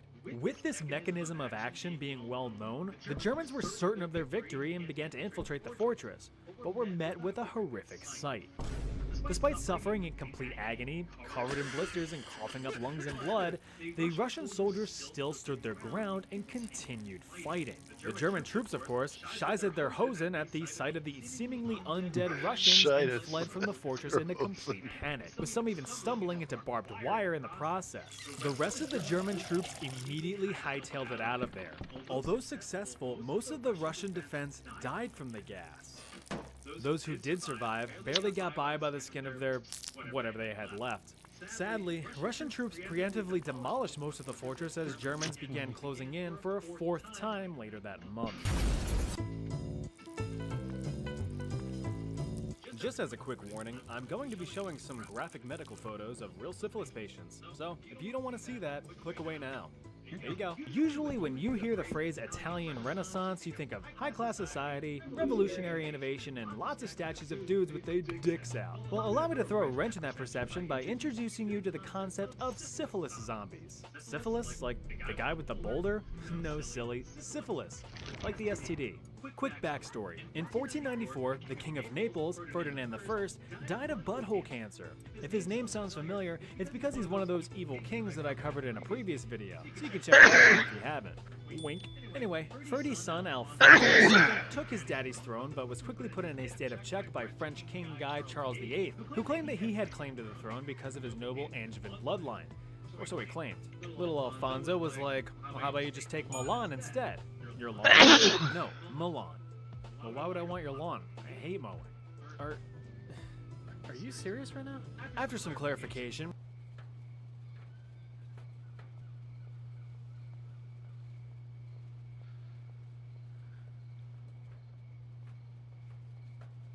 Now the libtards are having a really very bad, no good day. They are struggling to come up with things they don't like about Trump. You see, unfortunately, the entire leftist movement in America is just Trump bad. They don't actually believe in anything. They only believe in whatever the Bible says. They believe in the opposite of that. You know, pro-crime and pro-murder and pro-importing rapists and, you know, all that. Like, that is literally their entire thing, all right? Pro-pride, right? The deadliest sin, you know? They love that. Pro-gluttony, they're all freaking fat. Anywho, that'll be important in just a little bit. So I gotta show you the leftists losing it, because the thing is, they were criticizing the Iran war so much, right? They really can't criticize Trump for stopping the Iran war and completing all the objectives that he actually wanted, right? It's honestly, it's pretty sad for these guys, so they have to come up with something else. Remember, during today's literal cage match on the White House grounds, says Hillary Clinton, no matter what, it's not his house, it's our house. Get a hat, a coaster, and a sticker to support groups of candidates who respect him. Hillary Clinton selling merch. It's not his house, it's our house. He's having cage matches outside. They're fighting outside. As you can see, he's got 11 million views. She turned off replies. It's pretty miserable, especially because it's like your husband literally used a cigar as a sex toy on an intern in the Oval Office. Just shut the fuck up. And it's like, bro. It's just absolutely miserable watching these people get annihilated. It really is. Now, Hassan obviously having the worst week of all time. This is his reaction when he realizes that he was banned from every single venue in Denver because, you know, terrorism. He loves it. He loves terrorism. He just thinks of shocking his dog and killing Jews. It's his favorite thing. Fuck. Yeah, baby. His reaction to getting banned at every place in Denver because they don't like neo-Nazis. That was literally the reason they gave Hassan Piker. Oh, God. Hating America and supporting terrorists just doesn't work, it seems. Now, obviously, his audience was really mad at him. Then look to these unbelievably powerful forces and why they are so aggressively trying to thwart this movement. Right, he has a movement. Okay? I know it's really easy to just go on Twitter and be like, this guy is a sheepdog for the neoliberal Zionist Democratic Party. He just wants to... Dude, he's so mad. His audience is mad at him for doing nothing, basically. But, like, there's a reason why they're not going after hammer and sickle Twitter users, and they're going after my bitch ass, okay? Terrorism. My Democratic Party sheepdog ass is getting ass fucked on a daily fucking basis by numerous governments. Why the fuck do you think they're not coming after you? Why? Why is it my ass that's getting fucking gaped? Hassan is the shield. Why? He's fighting. I've been doing this shit for a decade. Fighting the system. And until recently, until I decided to become more active in this part, in the electoral route a little Happy bit, to help. and actually put a couple fucking numbers on the leaderboard, ain't nobody was gaping my ass. And now it's gaped. Why do you think that's the case? Why are they not yelling at you? You got the radical points. You're posting about Yahya Sinwar all day. Why are they not treating you in the same way? Leader of Hamas, by the way. Leader of the Hamas terrorists. And look at what he does. This is incredible. I don't even got a problem with that posting, too. I don't even have a problem with Yahya Sinwar. He was afraid he was going to piss off his actual terrorists in his audience. He was like, but not that I condemn Hamas terrorist, rapist, pedophile. I don't condemn him, of course. Right, dude, it's just absolute cinema. So that's him getting gaped by the government and his entire audience because he's not revolutionary enough, because he's a pussy and refuses to go to shows because they all cancel him because he likes terrorism. And then next, he's super mad at himself for not going to any of the things because he was afraid of security concerns. If it wasn't a last-second switch-up and we already had prior clearances or no... Like, if it wasn't a last-second impromptu situation, and I still wish I went, and I'm still beating myself up over it, but people in my people on the back end on my team were like, you are not allowed to do this. We will. His team didn't let him be a revolutionary. I wanted to be a revolutionary, but I was scared. I was scared of consequences of the revolution. And I was like, no, I will go anyway. And my team was like, no, you cannot do this. Okay, Daddy, I will not do the revolution today. It's just so sad. It's so sad. What a miserable existence. Not allow you to risk yourself and other people. All other people. To do this, considering the amount of very the amount of overt and also credible death threats that I receive. He received so many credible death threats, and he also celebrates the assassination of Charlie Kirk. Understand how that works. All right, anyway, Gavin Newsom, literally, this is like the Holocaust for leftists. All right, so Gavin Newsom released possibly the most embarrassing video of all time. I didn't see it yet, but I heard it was just beautifully embarrassing of how he's terrified that the Trump administration is looking into him for fraud. Before getting too deep into the chaos, free cash was promised to me 3,000 years ago. One thing I recently added to my daily routine is using free cash for a few minutes here and there. If I'm gonna play games as a time sponge, I might as well make some money out of it. Free cash is a fun and easy way to earn real money by doing simple tasks while already on your phone. Play games, complete surveys, do simple tasks, and turn your bathroom break into an investment. I've been enjoying playing Call of the Dragons on free cash, a high payout strategy-based building game. You get instant payouts with a really easy process through PayPal, Amazon, or Visa. There's already over $250 million paid out to over 60 million users worldwide.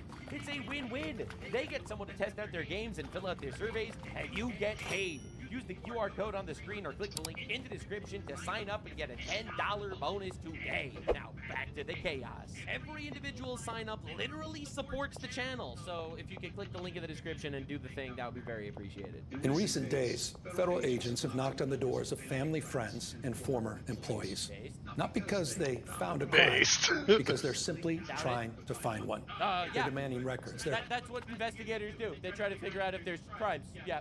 Abusing the grand jury process, digging through years and years of random documents. Donald Trump isn't... If you didn't do any crimes, what are you worried about? What are you worried about, sir? 10 million views on his video. Basically a hostage video. He thinks he's gonna get fucking murdered by the Trump administration because he's too gay or something? Just coming after me because of my mean tweets. He's coming after me because I'm considering... Because you commit fraud on a massive scale? Running for president. Oh, you're a threat.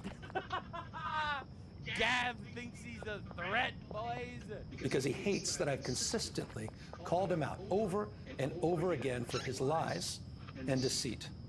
Donald Trump is simply the most corrupt president in American history. Coming from the guy who spent billions of dollars on homelessness, and homelessness got worse in his state. Are we serious? He's turned the levers of government into his own personal power ministries to reward cronies and to try to jail his opponents. His personal attorney now runs the Department of Justice, which has repeatedly gone after his political enemies. Ask Jerome Powell. Sent them after James Comey, Tish James, Adam Schiff.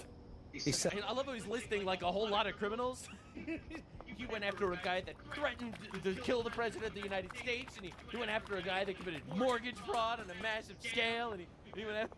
like, yeah, okay. Sent them after Tim Walz. And a woman, that fraudster piece of shit, in my opinion. Woman that a jury found Donald Trump had sexually abused. One by one.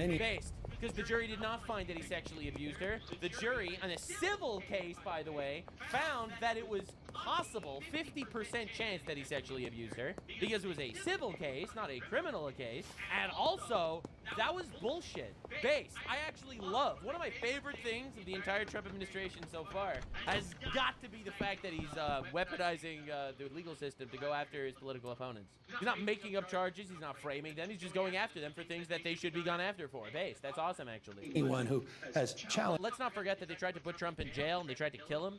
All right, let's not forget what they did to this man. Donald Trump has ended up on his hit list, and today I proudly join that list. Hey, let's go! After calling for my arrest last year, Donald Trump directed his Department of Justice to investigate me. And just in the last week, I've learned that his campaign has reached my own home. To get me, he's coming after my wife, Jen. No! Your wife? Your wife, who calls for, if I remember correctly, domestic terrorism? From what I understand? Oh, is that who he's coming after? W. She fucking sucks, by the way. A public servant, a woman who's dedicated her life to supporting women and girls. Someone who has done nothing. Meanwhile, California is literally fighting for the rights of sex traffickers to be able to continue sex trafficking children over the Mexico border. Wrong, other than having the temerity to advocate for what she believes in. If they can't intimidate me, they'll go after the mother of our children. Donald Trump picked the wrong target. We have nothing to hide. All right. His political operatives. So what are you scared about? Right, what are you scared of? Oh, they're abusing the grand jury to investigate. Okay, if you did nothing wrong, then what's wrong? Can take every record and read every page, but they'll be looking in the wrong place. All right. Because if they really want to find corruption, look no further than 1600 Pennsylvania Avenue. Oh, Donald Trump is Are you going to roast Trump? You've never done that before. selling the presidency. He's running the largest cash heist in American political history, trading foreign tariff relief for approval of his golf courses.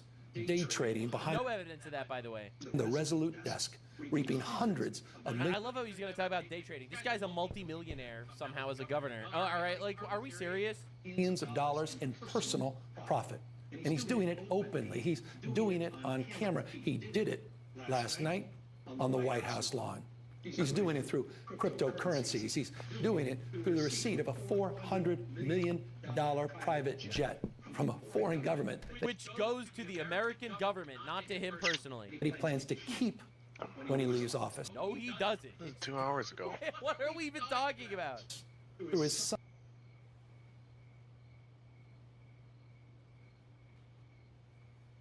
Now, Europe had enough. America's heading to the direction of third worldification. Europe is already there. They're already the third world. I'm sorry if you're hearing it for the first time, but we're there. So, Rupert Lowe just released the, Pakistani grooming gang files, and we're going to talk about the responses to that. But first, I have to show you public sentiment. This is literally in the EU.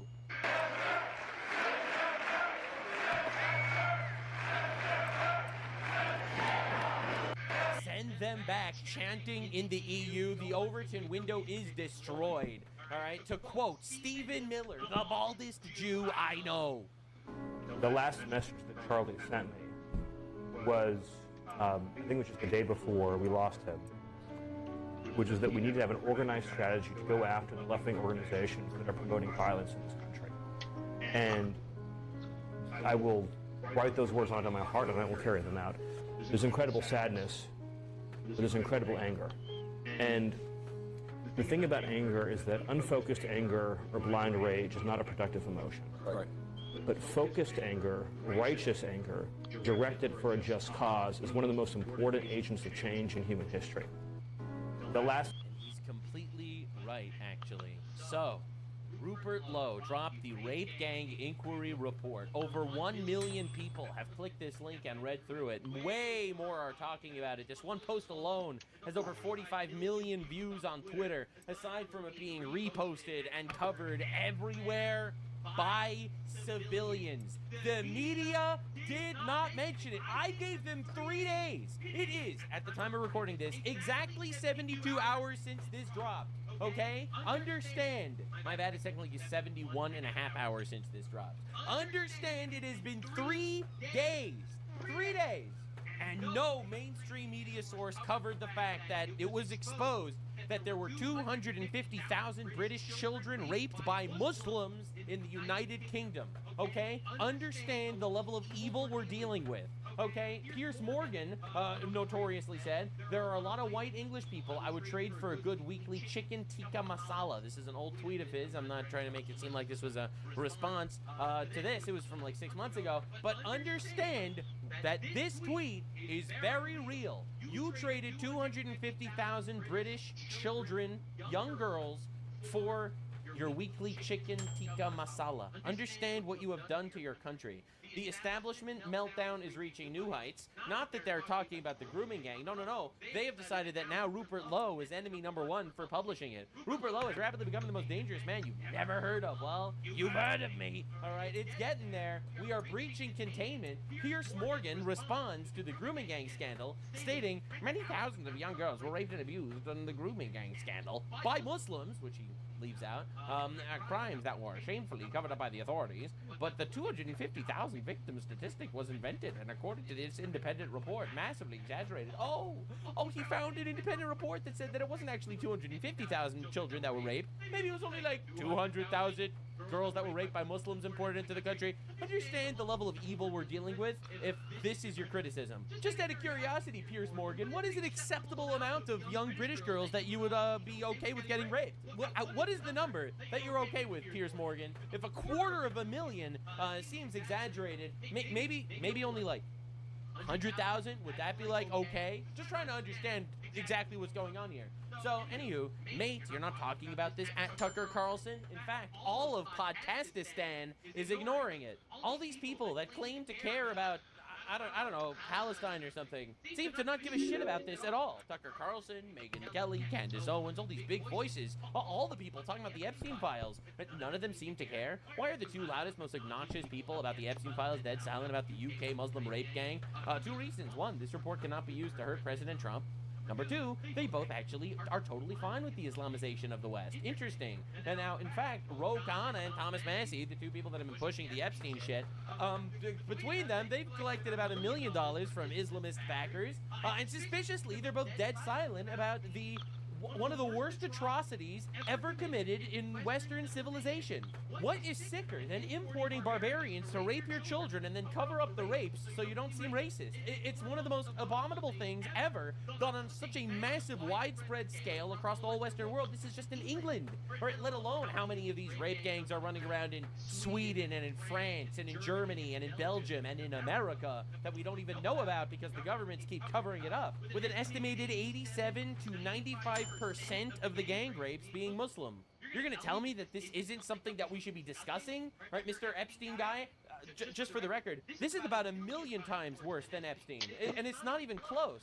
The scale, the government cover-up, it's a nightmare. Marjorie Trader Green says, this report details the rape of 250,000 girls dating back to the 50s in Britain by mostly Pakistani men. Horrifying. I will also add that no one was held accountable for Epstein files, which is also bad. Unbelievable. Just actually unbelievable. It's like, yo, let's make the rape of 250,000 British girls about Jeffrey Epstein. Complete silence from the BBC on our rape gang inquiry report. A truly despicable organization. 2 million views, 150,000 likes, and that's just true. It is unbelievably shocking the way the media just decides, yeah, we're not going to cover the industrial rape of our country. All right, so Rupert Lowe was actually on Sky News, and they started asking about something else, but he shifted to talk about the rape gangs, which is obviously, in my opinion, the biggest story out there right now, anywhere on the planet, at least it should be, and they cut the interview.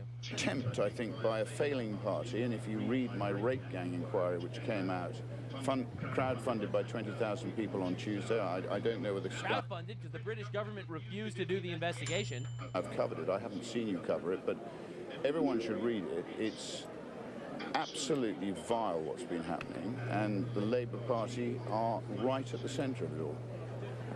Mr. Lowe, thank you very much for talking to Sky News. Thank you to... My pleasure. Thank you very... See that? Do you see that? The way they just cut it off immediately? Did you read the... I didn't notice if you covered the rape gang inquiry. Mr. Lowe, thank you for coming. We have to go. Unbelievable. This is from Congressman Randy Fine, the Florida congressman. Muslim migrants raping 250,000 white British girls in full view with the full support of the British government may be the most outrageous crime against children since the Holocaust. Democrats are more outraged over a patriotic UFC fight than 250,000 British girls being raped by Pakistani Muslims. That says it all. True. Representative Brandon Gill. All right, we got some goats. We got some goats in America fighting the good fight. I just have to say. And you've seen what's happened in the DFW Metroplex, where you've seen mass Islamic migration transforming communities right here in places that you wouldn't otherwise expect.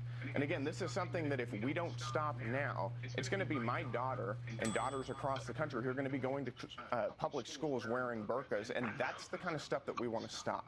We want to recognize that our job is to protect and conserve as conservatives. We should want to conserve the America that we got to grow up in. And you do not do that by bringing in cultures who have very different ideas about freedom of speech, religion, separation of church and state, the dignity of women, the role of women in public life, who have very different conceptions about how Muslims and non-Muslims interact. And those different ideas matter. And this is a good example of that. All right, damn. And again, so Congresswoman Yasamin Ansari, interesting. Again, notice how every single foreigner congressman and congresswoman is literally a leftoid that's trying to import more retards. Understand? Brandon Gill might be the most racist and useless Republican in Congress, and that's saying something. Calling us racist won't work anymore, says Brandon Gill. Taylor, this is a quote from the rape gang inquiry. Before they raped me, they would chant Bismillahirrahmanirrahim. Translation, in the name of Allah, the most gracious and the most merciful, and then they would rape this child. Okay? Understand, you calling him racist doesn't work anymore. Right, and a massive ratio, obviously. Now, of course, the thing is, it is here already. So Tyson Goodsell, 17-year-old, was executed by a gang of Somalis, 3 of which were on GPS trackers for violent crimes, May, in Minnesota. Isn't that interesting? Abdi Khadar Fakdi Mohideen, a Somali, second-degree murderer, was on conditional release with GPS. All right, Ryan Robert Woolner, evading charges. All right, and Ahmed Mohammed, again, aiding charges. Priors include attempted murder and firearms. And Ahmed Fuad Mohammed, aiding charges. Understand exactly what we're doing. All right, so 3 of 4 are Somali Muslims that murdered this innocent guy, and they all had priors, and we just let them back out into public. This is, in fact, a major issue everywhere. The leftoid soft-on-crime policies tied with importing infinite retards is destroying us. All right, now, again, in the United Kingdom, do you know what the response is to the grooming gang inquiry coming out? So we have so much information now that there's mass rape of British girls by Pakistani Muslims. Guess how the left responded? Racist God? Off our streets! Who's straight? Our streets! Who's straight? Our streets! When migrants are under attack, what do we do? Migrants are under attack. Fight back! What do we do? They're literally fighting against Islamophobia. And it's pretty awesome that this is coming from a nose ring having transgender Satanist. You can't even make this up, by the way. It's honestly insane. It really is. So this man's daughter was kidnapped and abused by a Pakistani rape gang. He tried to rescue her from the property, and the British police arrested him for it. I'd got a phone call to say where Elizabeth was. So I come across, because I lived on next estate, I come across, banged on the door, I saw a movement in curtain, then within probably 5 minutes, a police car arrived. They asked me what I was doing, I told them, they arrested me, and took me back to where I lived, and then they arrested me. So obviously I'm sat in house again, and I was getting more and more frustrated. So I come back over to the flat. An hour later or something, was it? It was about 20 minutes. Oh, okay, yeah. So it seemed within minutes, a van pulled up this time, and I think there were 2 or 3 officers. They arrested me, took me down to the police station. Took me you're to the fucking police kidding me. station. They didn't take me to they used to charge people, and that they took me straight through into a room near cells. So I'm in there. About half an hour later, they come and got me. Come on, you're going. I went, what do you mean? Just follow me, they said. So I followed them, and they took me through officers and out from where police station is, where public go in. And they warned me if I come back to the flat, I'd be arrested for stalking. Look at that. His daughter getting raped by migrants. He goes there and they arrest him for stalking. Like, do you understand the level of evil that's been going on to this absolute dead silence of all of mainstream media? You know, Cenk Younger, Hassan Piker, they don't give a shit. All right? None of them care. This is a 13-year-old girl telling how scary it is to go to school. Give me a party. And you go to a local school? Yeah. Have you lived in this area all your life? Yeah. You're having problems at school. Can you just elaborate on the kind of problems that you're having? Asian boys coming up to me and saying... Asian means Pakistani, by the way. I'm gonna rape you. Yeah, it's not fucking Japanese people that are doing this, for the record. And if you don't go with me, I'm gonna punch you in the face with a knuckle duster. And if you don't, give me a blowjob. And this is happening at the school to several girls, is it? It's not an individual case? No, it's happening to lots of girls. Do you think the teachers and the... It's literally insane. Like, imagine having a zoo, and you decided you are going to put polar bears in the same exact environment as penguins. Right, you're going to put them in the same enclosure, and you're going to see what fucking happens. This is what they are doing on an industrial scale in the UK. They are taking retards from the third world, and they are putting them with sheltered, innocent girls that, well, they're banned from social media. The new social media banning it, so that they don't even know what's happening in the world. And you just don't expect the animal instinct to take over from these fucking sand barbarians that they're putting in the same enclosures as these people. Authorities are aware of this? Yeah. I mean, you're probably aware that the... And then they go to their local mosque, and the local imam explains to them how actually subjugating and raping white women is your right as a Muslim. All right, it is your... They are infidels, actually. Right? And you really just... Oh, it's just another culture. Why? They should be... They're lucky to be able to experience another culture so firsthand. Edge of the City programme focused on young girls like yourself who are being targeted by Asians to be groomed in this particular area. Do you think that was an accurate description of what is happening? Yes. Have you contacted the police regarding them threatening to rape you? Yeah. And what's the police response has been? They said that they're gonna look into it. They're gonna look And that is into it? it, guys. Yeah. What's your teacher's response been? They're gonna... Pupils are gonna get excluded for 15 school days. Oh, they're gonna be suspended for 2 weeks. That's nice. Right, and that is it. Yeah. There's also the accusation that young Asian males are hanging outside schools in flash cars, basically intimidating young girls like yourself with threats. Is that the case? Yeah. And this is happening, what, once a week, twice a week? Every day. Every day? Yeah. And the authorities know it's happening, but they're not doing anything about it? Mm-hmm. And how do you feel when you're targeted by these people? I feel intimidated by them and scared. Can you imagine an entire culture that has... Listen, man, Western civilization made a lot of progress since the Dark Ages. These guys didn't get to the fucking Dark Ages yet. Understand. 13-year-old girl talks about how scary it is. This is fucking insane. Why are little girls in Britain living like this? This is unreal. Judge granted Jamaican pedophile the right to enter Britain, as barring him would breach his human rights. What about our human rights? It's absolute insanity. And y'all fucking know who the judge was, by the way. All right, we know who the judge was.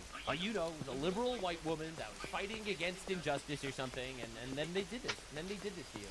Right? Elon Musk says the report is the tip of the enormous iceberg of evil. And the truth is, big announcement from Asmongold, he said he would stream the entire UK rape gang report. He apparently just did this. Now, the truth of the matter is, it's citizen journalists that are saving the world. Right? Every single person, every single retard that's sitting there and preaching for women's rights and stuff like that, my misogynistic ass that says that a woman actually would be best off if she was married to a husband that loves her and wants to take care of her and has a lot of children, I am the one actually defending women's rights. You know, the right to not get raped by a barbarian in preschool. Asmongold, the guy that everyone's shitting on for saying that women are going to be out of jobs when AI takes over or whatever. He's the one that's fighting for women. Not any of these leftists that are literally covering this up. Not any of these feminists that are afraid to be called racist. It's so bad, dude. It's so bad. It's the most dystopian thing in the world. It really is. Before getting too deep into the chaos, free cash was promised to me 3,000 years ago. One thing I recently added to my daily routine is using free cash for a few minutes here and there. If I'm gonna play games as a time sponge, I might as well make some money out of it. Free cash is a fun and easy way to earn real money by doing simple tasks while already on your phone. Play games. Complete surveys, do simple tasks, and turn your bathroom break into an investment. I've been enjoying playing Call of Dragons on free cash, a high payout strategy-based building game. You get instant payouts with a really easy process through PayPal, Amazon, or Visa. There's already over $250 million paid out to over 60 million users worldwide. It's a win-win. They get someone to test out their games and fill out their surveys, and you get paid. Use the QR code on the screen or click the link in the description to sign up and get a $10 bonus today. Now, back to the chaos. Every individual sign up literally supports the channel, so if you could click the link in the description and do the thing, that would be very appreciated. Hello, dear European and American patriots. Tomorrow, I may be sentenced to It's a nightmare. Wait, actually, I'm going to show this to you in a few minutes, just so you have context. But you have to understand the response that the rape gang inquiry was getting from people. Because the response should radicalize the fuck out of you. It really should. County lines are phone lines, not border demarcations. You can't traffic people over them. The rape... And it's many such cases. Rape gang inquiry report is junk. All right, so this video has 4 million views. The rape gang inquiry report. 4 million views, 600 likes. Report is out. Yeah. How the fuck could you even have that reaction? When, like, again, in the rape gang inquiry, which I covered briefly before, you know, some of the more viral excerpts, it's Pakistani Muslims, like 4 of them, taking a Jack Daniels bottle and shattering it inside of the vagina of a 13-year-old girl as they rape her from every angle. Okay, I don't think you can possibly understand the levels of brutality that was seen. It is women getting their tongues nailed down to wooden boards while they get branded M for Mohammed as they get raped over the course of years. Right? I don't think you understand the level of depravity we're witnessing. So when you see a leftoid doing this is a woke Jewish lady for sure, by the way. All right, listen, I'm allowed to be a little anti-Semitic over here. But again, you have to understand what we're dealing with. Mrs. Libtard Believe All Victims over here giggling as her response to 250,000 girls getting raped. I'm gonna try not to laugh because it feels mean. How do you fucking say this? What the fuck? I haven't read the whole thing. It's 219 pages. It's only just come out a couple of hours ago. They also haven't done their research either. Because on page 11, for example, we find the following. In each of these areas, the same tactics were used were trafficked across county lines. County lines are phone lines, and you don't even have to do a lot of digging to find that out, right? Literally, all you have to do is Google what is a county line, and it will tell you. Yeah, so 250,000 girls were raped by Pakistani Muslims, but actually they weren't trafficked to Pakistan, so it's not so bad. That county lines are the way that urban drug dealers get their drugs out into more rural areas. They have phone lines that people can call. Those are county lines. So you cannot traffic somebody over a county line unless you're trafficking them over a phone line. Well, they're talking about being trafficked from like one area to another area, right? That's obviously what's being discussed. You have a problem with the term? They're literally taking girls and shipping them around the country. Some of them actually were shipped out of the country. That's what's being said. Which I guess is technically possible if you're also selling them on a phone line or via that phone. So if they haven't understood the basics of how the drug network works in this country, then they have absolutely no hope of understanding grooming gangs, because grooming gangs are criminal cartel enterprises. That is the cartels. Grooming gang, right? It's a criminal gang. None of that, I'm going to assume from that line in the Rape Gang Inquiry Report, has made it into the Rape Gang Inquiry Report. Because if it had... They didn't even read it! We would know that county lines are phone lines and not county demarcation lines, and therefore you don't get trafficked across them. I'm going to leave this video here because I will start banging my head against the desk. But I hope this gives you some idea of how little research these guys have done. They've also put a whole load of of stuff in there about the Muslims and how awful the Muslims are. You know, it's because Muslims are raping 250,000 British girls. That probably is what signified it, yeah. Really, really vague terms. Everywhere there are Muslims, you get these problems. Yeah. Yeah, that happens everywhere, actually. It's not even remotely controversial to say. Oh, it's controversial because people are retarded and don't like truth. But it's true. It's literally true. There are 2 billion Muslims on the planet. Yeah, and thank God most of them are not here. Thank God most of them are in whatever the fuck retard world they're in. All right, listen, man. What do you want me to say? I don't think it's literally everywhere. But anyway, that's a story for another day. See you later. Dude, the United Arab Emirates has placed a ban on Muslims going from England to the UAE because they say that the Muslims that are in England are too radical. Are you retarded? Well, yeah, you're right. It's because in the Muslim countries, they'd just be killed. That's right. Because under Sharia law, you sleep with a woman that you're not married to, you get 100 lashes in public. All right, and that could kill you. All right, that could actually kill you. 100 lashes is not a joke. And you know, that happens to your friend, and you will not rape anyone anymore, actually. Sharia law is draconian because it is developed to enforce laws on savages. So yeah, you're right. I think that the Muslim issue in the UK is worse than in like the United Arab Emirates, for example. Reason why. That's why they come to Britain to rape people. It's because if they did in Pakistan, they'd be given the death penalty. I don't even know. This is shit you're smugly and glibly debunking by nitpicking semantics, fucking evil freak. Exactly. People have no idea how bad the report is. To give you an idea of scale, during the rape of Nanking, Japanese soldiers were estimated to have raped 20 to 80,000 Chinese women. The report estimates at least 250,000 women were victimized by these Muslim rape gangs. When Fiona's mother called the police to report her daughter missing and mentioned a history of abuse by Asian men, the call handler told her, "You can't describe them as Asian men because that's racist. You should just be glad you're being taught into a different culture." On one occasion, a police officer returned Fiona to the house where the abuse was occurring, and they told the men to have fun with her. Even the UK Reddit covered this more than mainstream media. It's a hard read, unfathomable. I think you read this, you actually read what's being allowed to happen to avoid bad optics. I'm disgusted in this country. It'll be interesting watching people put more effort into debunking this video than actually solving the problem. Absolutely horrific. That's what you see everywhere. By the way, Piers Morgan said the same thing. Piers Morgan said the same exact thing. Actual monkeys in suits, these people. It's insane. Many thousands of young girls raped. Doesn't mention the fact that there were Muslim grooming gangs, obviously. But the 250,000 is invented because of a different independent report said it's not true, actually. Perpetrators and their families who stood by them need deporting. Even Reddit, dude. Even Reddit. Yeah, this breached containment big time, but not on the mainstream media. They're still covering it up. I don't want to laugh because it'll come off as too mean. My reaction when 250,000 white girls get raped by Muslims. These are monsters, demons. Demons that have learned human speech, but yet can never properly be one of us.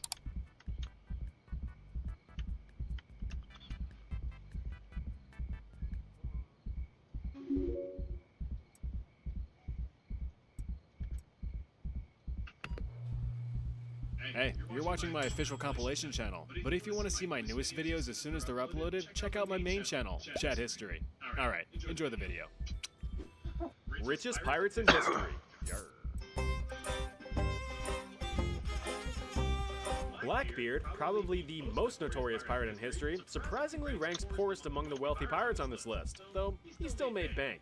Before the beard, he was known as Edward Teach, a small English chap born around the 1600s. History's forgotten the exact year, so we'll just go with it. In the same sense, not much is known about Little Eddie before he got his first facial pube, so let's fast forward a bit. In the early 1700s, the Caribbean was really going through it as the English, the French, and the Spanish duked it out for territorial control and dominance over trade routes in and around the Americas. One side effect of this conflict was the hiring of privately owned ships to attack and capture other ships. It was like a big game of rock, paper, scissors, but it was just guns, guns, guns. These private guns for hire were called privateers and were given written permission from their respective crowns to plunder and pillage any and all enemy ships to their liking.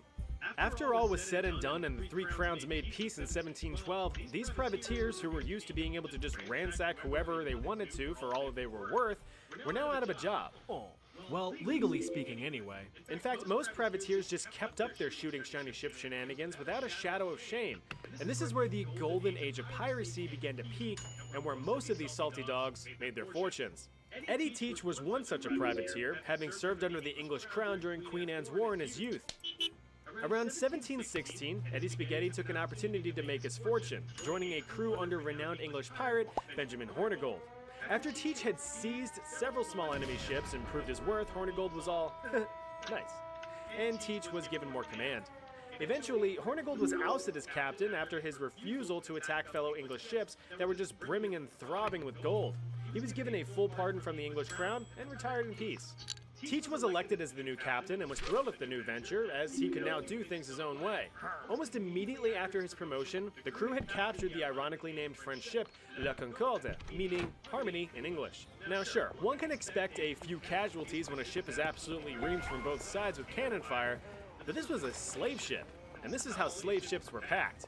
Surrendering immediately, the ship was taken and any surviving slaves were set free on a nearby island, to be recaptured later. The brand spanking new vessel was given a makeover, having 40 cannons slapped right on that thing. The ship was repurposed as Teach's flagship and renamed to the Queen Anne's Revenge. Now an absolute powerhouse, Teach took to the seas to seek his fortune. His most prominent tactic, of course, was intimidation. Not only did he have a brand new ship well equipped to rip any opposing vessel 40 new assholes, but his menacing appearance alone would surely make you pucker your own in fear. As his nickname implies, Blackbeard had a long, jet black beard entwined with various lit fuses. This gave him a terrifying demonic look, which was quickly offset by the smell of burning hair. But if you were sailing your sloop and saw this coming up in your rearview mirror, you just about shit a brick. For a couple years, Blackbeard terrorized the Carolinas, seizing ships and taking hostages. But across the Atlantic, English King Gentleman Dude George I was kind of getting sick of pirates. He offered free pardons to anyone willing to throw in the smelly towel and a free rope necklace to anyone that didn't. Blackbeard took the offer, but fell right back into piracy when the opportunity presented itself, which was immediately. Well, the governor of Virginia took matters into his own hands and assembled a team of pirate hunters to cut down the callous captain. In the wee hours of the morning on November 22nd, 1718, Blackbeard was ambushed by the Royal Navy, and his crew was slaughtered. Blackbeard himself sustained 20 stab wounds and 5 gunshot wounds. Although short-lived, Blackbeard's notorious pirate career amassed a pretty penny.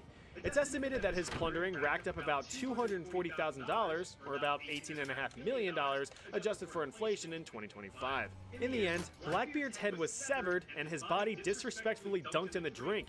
His melon was mounted as a warning to any and all future pirates, but an invitation to some.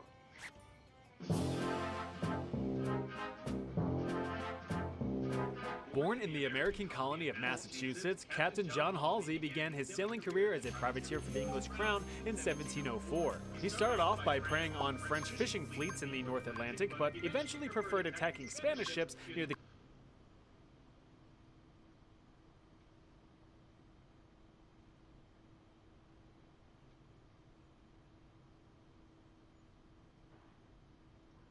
Well, anyway, the Obama Center ceremony begins with a stolen land acknowledgement. Oh my God, let me see this. We'd also like to take a moment to recognize the original inhabitants of the land upon which we are gathered today. We honor the Anishinaabe, the Council of Three Fires, the Ojibwe, the Odawa, and the Potawatomi nations. I don't even know what to say. As a Cherokee Indian, half of it, the stolen land shit's so obnoxious, it's like pandering. Remember what happened to your ancestors? Yeah, exactly. Like, do you really need to remind them that they lost all their shit every fucking time that you're gonna build a building? This is in memory of whenever you guys got your ass beat. Here's the new Walmart. Hillary Clinton cracks up after Michelle Obama. What is this here? You were doing the people's work, rescuing our economy, expanding healthcare, ending a war, ordering the Bin Laden raid, winning a peace prize.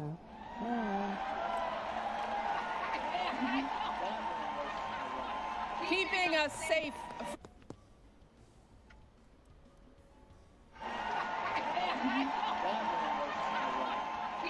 The cackling, you can hear it, it's so loud. Can you imagine that? She's nuts, dude. Bizarre moment as Biden is left on stage at the Obama Center asking for his granddaughter.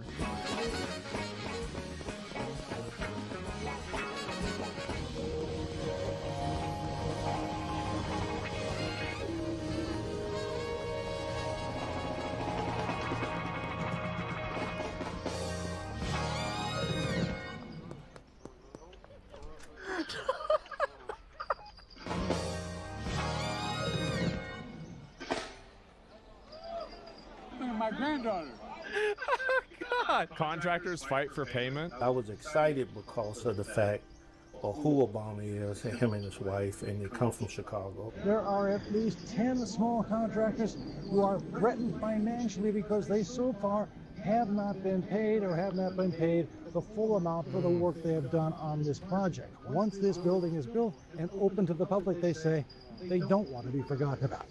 I'm sure they're going to get paid, guys. I'm sure they're going to get paid for sure. This is the vision. This is why it looks the way it does. There's been some debate among Chicagoans about the shape of the building. The color of the granite that's on, it reads gray, big building, it's husky, tall, and I think that takes some getting used to. It needs to stand out. It needs to be iconic. The form comes from, if you imagine, if people were to take four hands and put them together, you sort of have the bend of your hand makes the bend of the tower shape. The architects, Todd Williams and Billy Chen, worked with a massive team to make the president's dream come to life.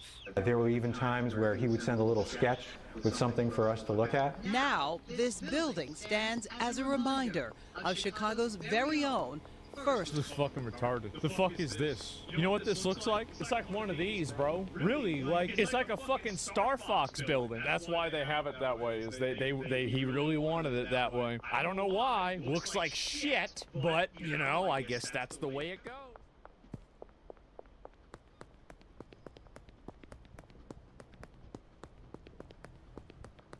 The deadliest gang raid ever. A police operation in the suburbs of Rio de Janeiro has left at least 132 people dead in what has become the largest and deadliest gang raid in Rio's history.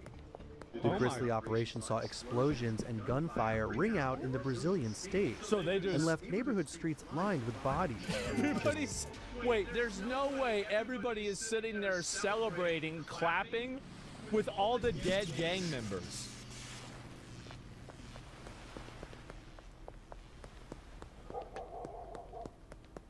Damn, that says a lot, doesn't it?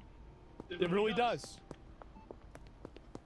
Just days Who's a before white dude? There's plenty of people that are in Brazil that got white skin. Same as Argentina. There's plenty of people in South America that got white skin. Brazil is set to host a major upcoming world event. So what prompted the brutal bloodbath? Here's everything you need to know. In the dark of Tuesday morning, October 28th, 2,500 Brazilian civil and military police entered the Alemão and Penha complexes of Rio de Janeiro, accompanied by helicopters, armored vehicles, So and what you're drones. saying is you can just bring in the military and the police and you just deal with this. The state of Rio de Janeiro launched the raid, which it labeled Operation Containment, aiming to combat Operation Containment. at the territorial expansion of the Comando Vermelho, or Red Command. Got him. And which is one of the country's largest and oldest criminal groups, according to think tank Insight Crime. The Red Command is notoriously involved in the drug trade in Brazil and I South would have America. never guessed. And has a strong foothold in the poorer neighborhoods of Rio de Janeiro. I bet that's why they're clapping, bro, because the people that are living here, bro, these places are shitholes. They are. They're shitholes. And they get run over by these fucking assholes that I bet probably terrorize them. Right? They do. They terrorize them. And I really hope that, you know, after what happened with El Salvador and, you know, the pressure that Trump is putting on Venezuela, you know, we can finally, I mean, America, right, it's not really our job, but, like, it does affect us because the drugs come to the United States. I really hope that, like, by a second order effect, we can really help these countries. Because, like, it's not fair that they have to live being oppressed by these, like, marauders, basically, like drug marauders.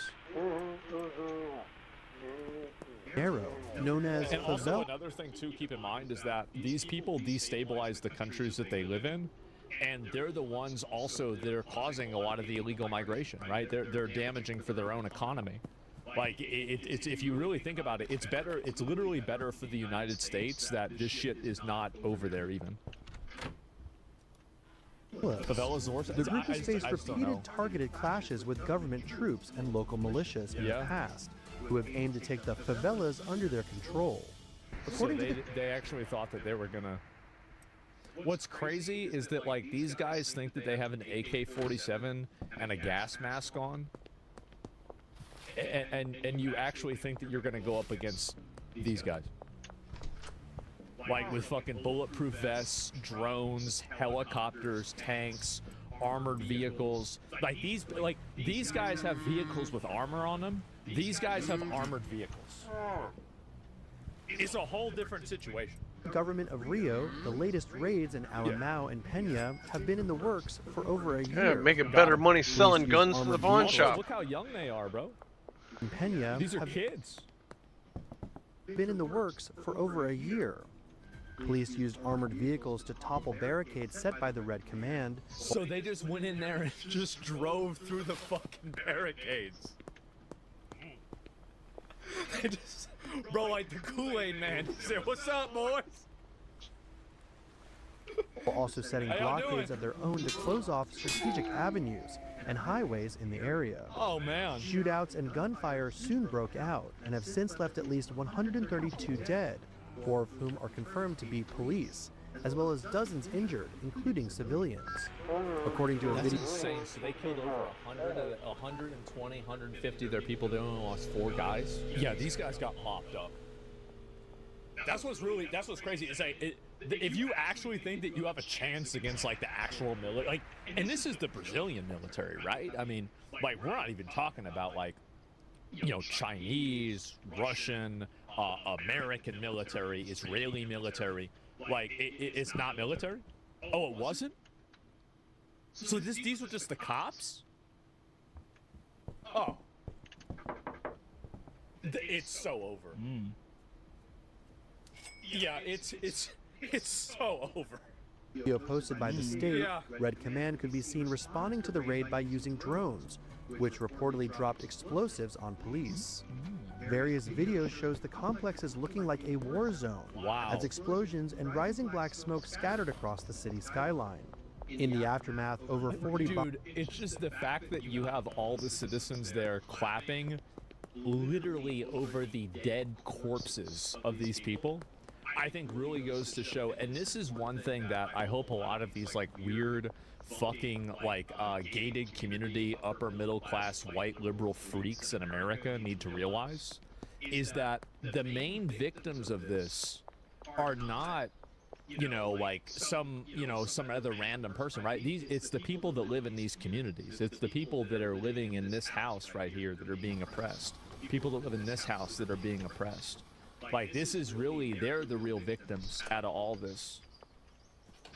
Bodies could be seen lining the streets of the Peña favela on Thank Wednesday, a witness told Reuters. The UN Human Rights Watch chimed in on the deadly assault, saying, "We are horrified by the ongoing police operation in favelas in Rio de Janeiro. We remind authorities of their obligations under international The UN, there's a bunch of fucking retards. Fuck them. They don't know what they're talking about. The UN? Fuck them. Absolutely not. Human rights? What about everybody else's right to exist? Who's paying for the UN? Who's paying for these retards? Fuck the UN.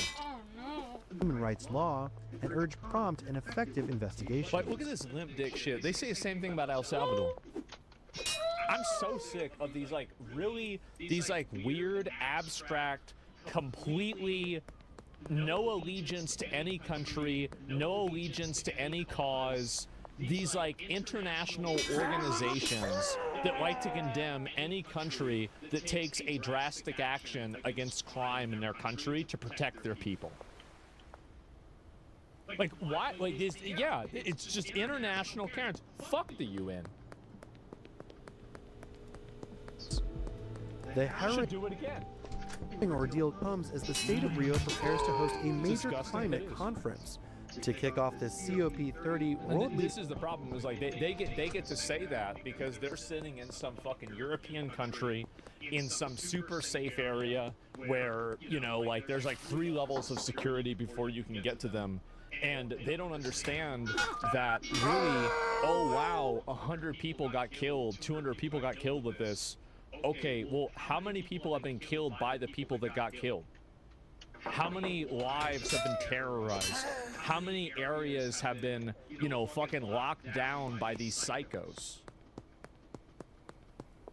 Yeah, the ICC got Duarte. Yeah. Let my boy go. Like the thing is, like, yeah, he probably killed some people unintentionally, but there's a reason why they voted him back to mayor.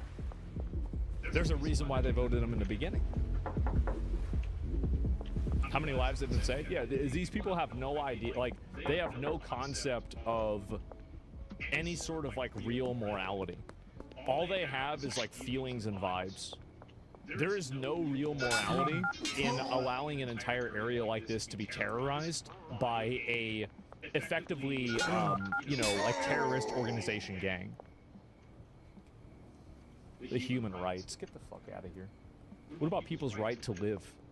People's right to live without being terrorized, without being attacked, without being bullied, without being, you know, intimidated, having their money stolen. Summit They in care Brazil. more about the rights of violent criminals than the rights of the actual citizens. I hate them. I hate them, bro. Next week. The government has been known to conduct similar operations ahead of hosting major world events. In April of 2014, over 2,000 troops entered the favelas of Rio to conduct a series of, quote, pacification efforts ahead of the country's hosting of the FIFA World Cup. Yep. The state of Rio announced that following its raid on October 28th, over 80 criminals have been apprehended, along with over 400 pounds of drugs and dozens of firearms. Man, absolutely, unfathomably, incredibly, amazingly fucking based. Wow. I didn't know anything about this. Yeah, this is insane. UN is calling for a comprehensive reform of policing methods in Brazil after at least 132 people were killed in an unprecedented raid targeting a notorious drug gang in Rio. There were scenes of chaos as 2,500 heavily armed officers, backed by armored vehicles, helicopters and drones, entered two favelas to execute judicial warrants for suspected gang members. Residents who spent the night collecting bodies and laying them in a central square The game is going good. accusing the police of I am making lots of money. Well, They did. Thank God. It's about time. Holy shit. Yeah, duh. Good. The very latest. Let's cross live now to our correspondent in Rio. Tim Vickery joins us now. Tim, police are being accused of using excessive force. Just how exactly did this death toll end up being so high? What happened? Well, the governor of Rio... Let me guess what happened. They tried to shoot back, run away, and fight the police, and they lost. That's what happened. That's the reason why the death toll was really high, is because the police probably didn't come in there and shoot them before they talked to them. How do you think the police officers got killed? Castro, right-wing governor... Yeah, they thought they lost. It's not excessive at all. So many innocents caught between the wars. Give it a whirl. Yeah, exactly. And behind the operation, he and his staff are claiming that this... I'm really sorry to tell you this, but they were applauding the criminals, not the police. The police did not collect the bodies, and the population and their families were grieving them. I hate that. But those people are praising the dead thieves. I don't know if that's true or not. I got no idea. Maybe it is. It doesn't matter. You still got to get rid of them. Even if the population there doesn't like them, you still got to get rid of them. It was a complete success. Yep. They had a strategy which they've been working on for a year, whereby they would force members of this drug gang to flee into the woods between two of the favelas. It's a traditional hiding place, but they'd set up an ambush there. Now, the official toll from the Brazilian government now, from the Rio authorities, is 121 dead, 4 of whom are police. And the Rio authorities are saying that the other 117 Man, I gotta were start a all meth lab. I didn't want to members start a of meth this lab. drug gang. That's right. And that everything was done Ain't to no limit problem. collateral That's right. damage. So they are claiming success, and this will play well with many in Brazil. It's a society traumatized by the reality of urban crime. And many will think, well, the only good bandit is a dead bandit. Yeah, I haven't played in a On the while. other I could play that side in the of morning. line, You have 2 criticisms. One, was the objective of this operation to assassinate rather than to arrest? Should have been. was excessive force used? And Brazil's Supreme Court will look into that. Another line of criticism will say, well, how effective is this really going to be? They're dead. What do you mean, how effective is it? They're dead. You just look at them. Rio's governor is claiming, and his security forces are claiming, that this is the most successful, it's the biggest blow ever to the drug gang, the Comando Vermelho, the Red All these women crying, these moms crying, sure, raise your kid better where he's not selling drugs, trying to shoot the fucking police. It's embarrassing. It's embarrassing. The emotional manipulation for this is crazy. It is crazy. You raise your kid to be a hood rat that turns into a gangbanger, selling drugs, shooting the police, and then your kid dies and you want to act about how the police is bad? No, you are bad. You raised a demon. You raised a demon and he got put down. That's what happened. In the organization's history. But critics will say, all right, over 100 of them have been killed. 90 rifles have been apprehended along with drugs, and 113 90 rifles. Totally, totally innocent, right, guys? Arrests have been made. But the drug gang will have the resources to replace all of those rather quickly. You're so insensitive, they're doing what they can to make a living? Of course I'm insensitive. Why would I allow people like this to control my emotions whenever I know that obviously a drug gang that uses guns and terrorizes people is bad? Like, we already know this is bad. I know that there are some people that commit crime and they feel like they have to commit crime. I understand that, but whenever you do it, it's still a problem. Like, I can understand it. But whenever you tell me that I'm insensitive, I could also say that you are also insensitive to the people that are victims of this behavior. It's always easy for you to think about the direct result because it's being portrayed by a media organization here. And this is France here. You've got to keep in mind, France is busy selling out their own country to migrants that go into their country and rape their own citizens, okay?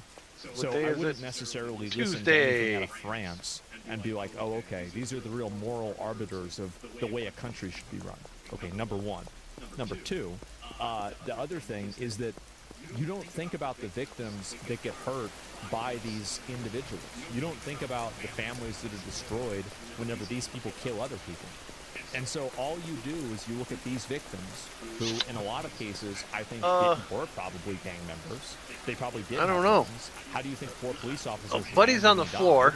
Right, there you go.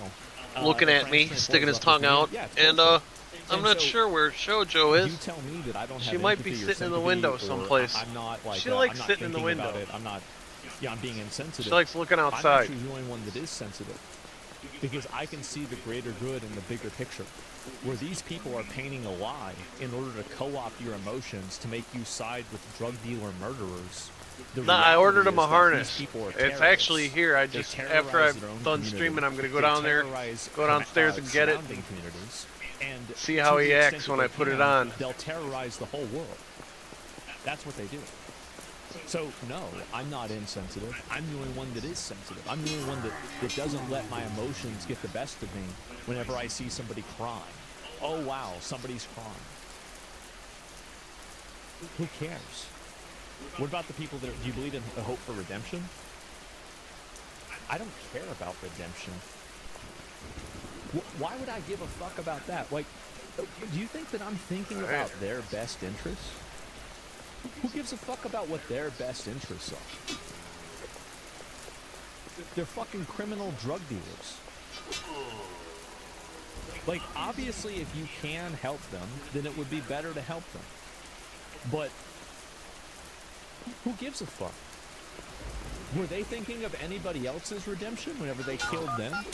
Were they thinking about other people's redemption when they sold them drugs that were probably laced with worse drugs that could have killed them? No. You have to stop letting yourself pick the side of evil. That's what you're doing. You're letting your emotions allow you to side with evil. How much damage has really been done? And the problem, surely, far, far bigger. What a This weird is way to not die. so much a problem of public security. It's a problem of sovereignty. Alright, let's with see if I could the drug gang being able to take effective command find some of a number Benzies. of areas in Rio and increasingly throughout Brazil as well, especially in these favela areas. Now, getting rid of this drug gang, who gave an impressive display of force with their reprisals yesterday, effectively.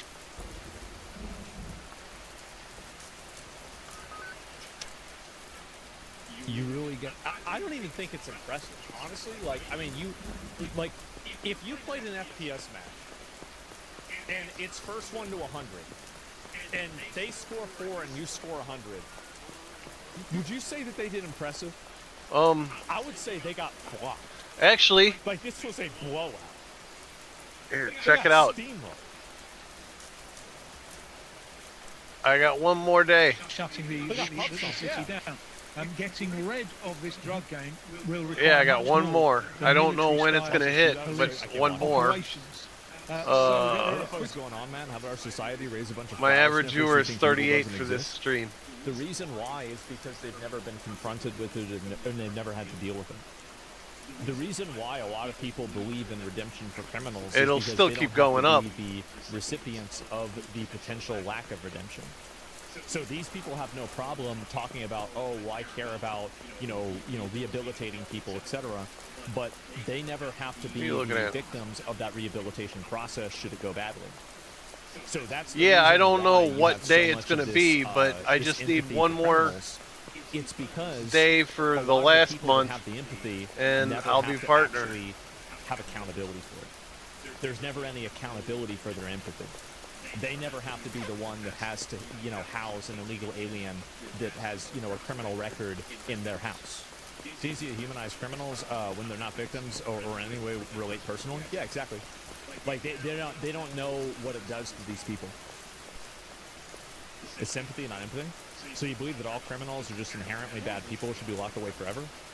I think that if you're working in you're in a drug gang and you have the police raid you and you get shot, I think this is a Rip Bozo situation. You shouldn't have been there. It has you to have put be. yourself in that situation. You knew what you were doing. You knew what you were getting into. Hang on. And that's what happened. I'm going to explain this again. You put words in your mouth? Yeah, just go back perm, Ben. Yeah, I didn't even say that. Criticisms here on there are those who see this as a huge success, of course, and there are criticisms that this Last isn't 31 particularly days. effective, that we're dealing with 31 to organised 60 crime. days. It's far This more is effective to get a handle on the finances rather than This build is foot from soldiers. You can't get a handle on the finances. March They're doing everything 18th through crypto, to they're doing May it through 18th. international banks. It's harder to do. All right. And also, who's going to use the And finances? this is the last 30 days. This People is the are gonna month use we're the in. This is finances, from right? May So if you kill the 19th person to that has the today, account, to yesterday, well, then actually. nobody can use the fucking account. And All you kill right, enough so people I with the have accounts, these. then there's no Now, more accounts. tomorrow, this will be March easy to 4 do. or April 19th to May What do you 19th. mean? You go And after it'll the keep going up and keep going up, Going and after the eventually I'll get finances is this only gonna one. make these people I don't know when. oppress their own communities It even just harder. will. It's I gotta just wait for that day to hit. That he's horrified by the I could death probably- toll, saying as well that the police in Rio launched this operation without notifying the federal government. Yeah, based, because federal government could have been compromised. You realize that some of the gangs get their members are often lured in with the promise of legit work, only to be held at gunpoint to join a gang that they were not aware of? Yeah, it sucks. I guess we should just let them go out and kill people and sell drugs and terrorize the community then. I understand that from your perspective it might seem unfair or scary, but there are a lot of choices and things like this in life where there isn't really a good choice. There isn't It a doesn't. choice that See, I can't has, go like, all the way no back. The negative farthest I can side go back effects. is June 9th. It's just that's not the way the world works. People are. This is like. I don't know These if are I have people the that, requirement it's like already. the trolley I might problem. have to wait These are until people who are like too the afraid to 9th pull or the 10th lever of next because month. they don't want to kill one Because person, and they end up killing 100. But they tell themselves that because they didn't pull the lever, Like, they're a good here's person. one That's what it is. Yes, that's he has said higher that than at that. the time of the operation, he was flying back from Malaysia. So I know- So he took knowledge of this early this morning. 10th, and, 9. he is perturbed by the death toll. Should've raised your kid Lula better. always a consensualist, an attempt to build consensus. So he had emergency meetings with some of his ministers today. Yeah, I just have to wait for the time to pass by. And you can see all the clips. I have to wait are any until of the clips of the actual people that were this the moves killers? down to here. Did it show any of the drugs they had? Or the But guns I they still had? have to Did keep it making have the firefight at all? Did it show the drone 75 footage, average, because dropping once this firebombs moves on the down police here, officers? this No. is going to need the All they're 6, I showing is a think. bunch I of don't know. crying women. It might only need one more. That's it. Because I they're don't trying know. to manipulate your All I emotions need and to make do, you act all against I your know best is interests. my Because this, just until like I a make lot of other partner, types my of media, average is viewers not out has for to your be best above interests. 75. It has some sort It can of and my being weird partner can happen global any agenda day. that they don't give a fuck about the best interest of Brazilian citizens or French citizens. They give a fuck about pushing their agenda. That's it.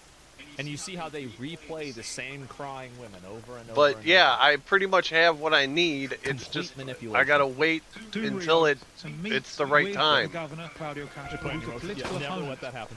And at the moment, Who is that? They are working hard. Somebody to just try shot and at me. Are present they cops? a Yeah, they united are front cops. To try and say all levels of the government need to be together in the fight against organised crime. Yeah, they're not holding it back. It's just I gotta wait.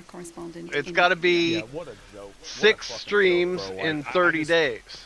When criminal gangs get caught, they turn I into got whiny it for babies. Congratulations to Brazil's current police. month. Poverty I is just an excuse to do crime. Zero tolerance. Good job. Yeah. There are criminals denying human rights to others. Their own human rights got denied. I have no bro. Based YouTube comments, bro. And See, my YouTube's evening one of the only streams, I'm platforms that's, like, probably not really gonna censored start all. at 6 And o'clock so, like, instead of you 5 actually have o'clock. people that give everybody Because in I'm the having the comments same is problem I had totally the on morning board with this. is nobody Yeah, like, shows they're up for the first hour. Totally fucking on board with this. I'm so happy to see this. It's amazing, isn't it? And I So, have yeah, been YouTube comments going reporting in. it Yeah, on and Discord, this is just so the common sense, right? And it is. You're making a difference. I will, and I'll keep doing it until all of this misplaced empathy is put in a box. Where after I make partner, the more viewers I have, the more money I make. Because the amount of people right here. So look at this I here. obviously This is want to somebody, be thank you to civil consistent. police and I military want, police, in everybody's fact, actions I towards want the country, growth. Brazil. And this is obviously just some. I think this is Portuguese. Once I I'm not make really partner, sure. my Could be next goal Spanish. is to I try can't to really tell the average difference, 100 to be viewers honest, per but yeah, stream. you have actual citizens there that are saying that. YouTube's a good baseline of what normies think. Well, any platform that isn't biased is a good baseline. Platforms that are, that isn't censored. So like Reddit, you can never listen to but what I people mean, say on Reddit and try to get a fair that's what shake I'm going on to be that, fighting for. because any conservative viewpoints are banned. So like you can't ever do that. You can't do it on TikTok either, because also TikTok is massively, what is this here? May there be no shortage of ammunition. Amen. But if you, I mean, I am pretty consistent. I do have random bad days. Sure. But again, if we look there at, used to be 50 other conservative subreddits, they all also got banned. And yeah, there it is.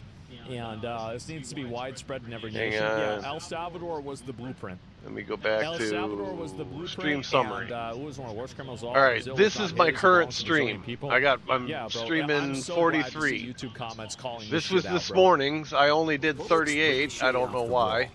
This morning was so bad. I figured this morning would have been a good stream. This could be the end for him. This is yesterday's 63. Allowing him to fire around any corner, but the weapon jams. Next, he pulls out his heat ray to fry the enemy, but with a little sunscreen, it's rendered 61. It's time to get the hell I out mean, of I'm consistently above 50. And switches on the propeller system to fly off into the sunset. Well, there's a 43. That wasn't a good day. There's 64. I mean, I got pretty high numbers. Sound like something out of a bad spy movie, At 48, but each one that's was not so constructed great. and tested for But combat. However, due I'm to doing a design lot flaws, that are none of them over. still in use. Let's find out which weird You know what I weapon was mean? the worst of See the here, worst. this Since one humans could walk, is there's an been evening conflict. one. In the early days I'm of only war, at elephants were 31. the tanks of the But army. I think it's These because massive from creatures 5 posed a o'clock huge until problem 6, for generals there that was needed nobody to in my overcome. stream. So in the 2nd century BC, the Romans came up with what they thought was an ingenious plan to stop enemy elephants in their tracks. In order to do this, So I'll be adjusting my schedule. Probably starting Monday. And I'll probably spend tomorrow actually changing my schedule on the website.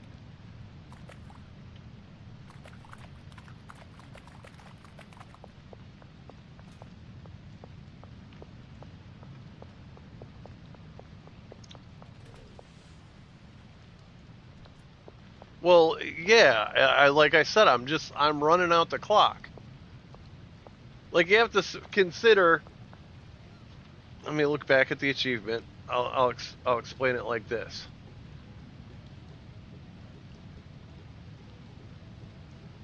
Hang on, buddy. All right, when you start streaming, okay, this is the last 1 to 30 days. All right, my first month, it'll be here. Here will be 0-0 because I've only done it in less than 30 days. This is more than 30 days. So in my first 30 days, let's say I'm really good at streaming. So the first 30 days of streaming ever, I get my 6 streams on 6 unique days with an average of 75 viewers. Bink, I get this check mark, but this will still be 0-0. My second month, I do the same thing, then these 6 will move to this month. Which means if I do my 6 in my first month, but I don't do any in my second month, this check mark will move down here, and then this will be 0-0. Which means the next month, even if I get 6, I still won't make partner because the 0-0 will move down here. You understand what I'm saying? Is every day I look at this just to see if this number goes up, and it's gone up twice in the last week. So I'm hoping that, I don't know, maybe by Monday it'll.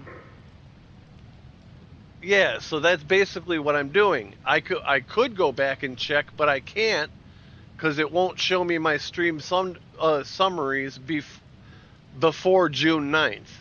It got rid of that information. I mean, I could probably go to my overview, average viewers, and look through it like this. This would be 75. So this is, wait, that's April.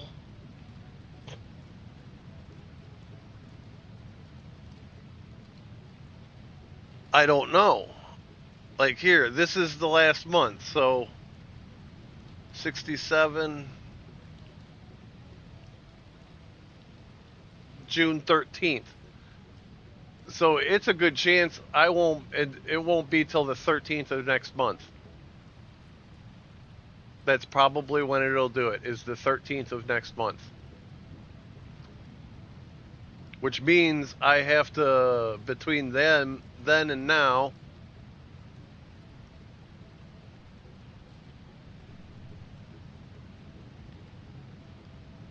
yeah, between then and now. Oh wait, that's May 17th.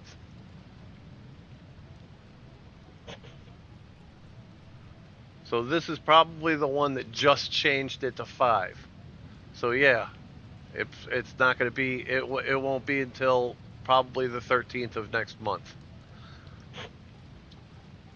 So yeah, I got almost a month to wait.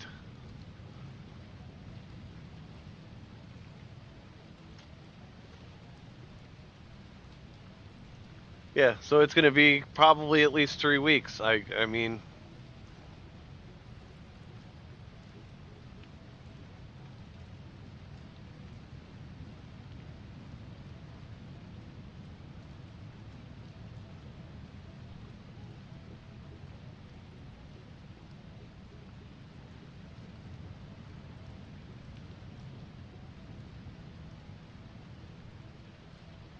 As far as the mob movies are concerned, there's different kind of actors. Joe Pesci plays the crazy mob guy. Great. He's terrific, Yeah. right? But there are a couple of actors that just add so much dignity to their roles. Obviously, Marlon Brando. Yes. Unbelievable. Don Corleone. Al Pacino, he played Michael Corleone, amazing. Sonny in The Bronx Tale.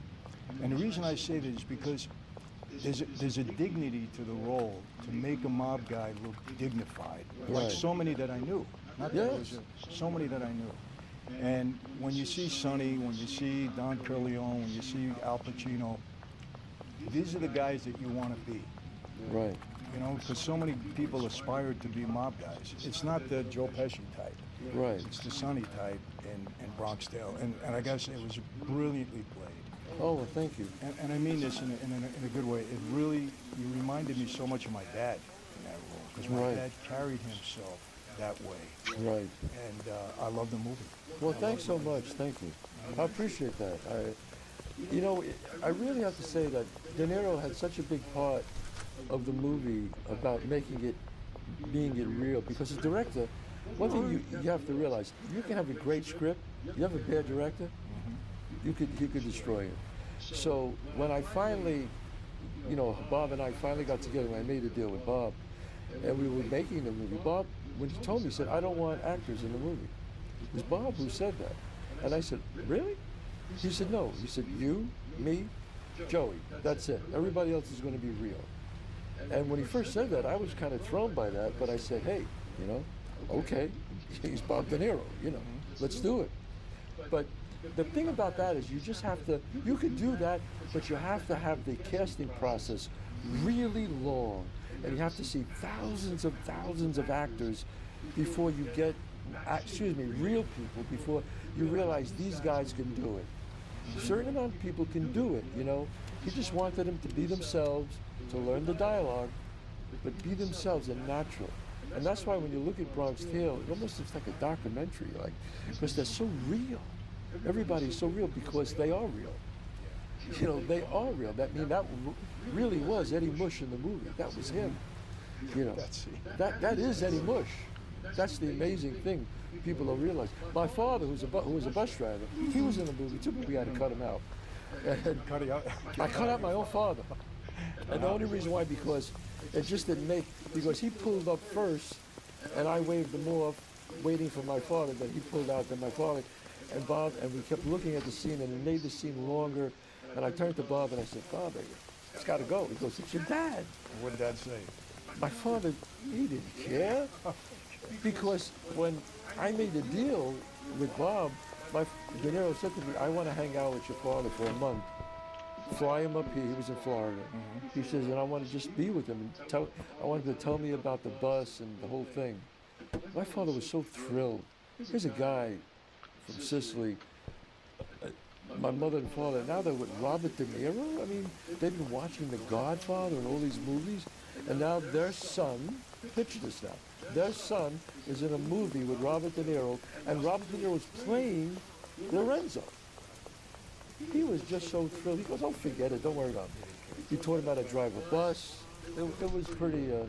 Well, you know, even that role I related to because my grandfather, my mother's father, drove a bus in Brooklyn for 44 years. And I used to go on the bus with him. He used to take me. This is amazing. My father drove a bus for 30 years. You know, 44 years, my grandfather, and every year he got the Good Drivers Award, except for 1 year. Oh, come on. And he was sick over it. My father got the award all the time. My father, when he left, he turned to my mother and said, you will never see anyone like your husband ever again. He goes, he was the best, never late in 30 years. Never late, ever. You know, I got to tell you this too because it comes to mind. My grandfather, I love the guy. His name was Rocky. Right. And we used to watch baseball together. He didn't like any of the black players. Willie Mays wasn't as good as Mickey Mantle. This way.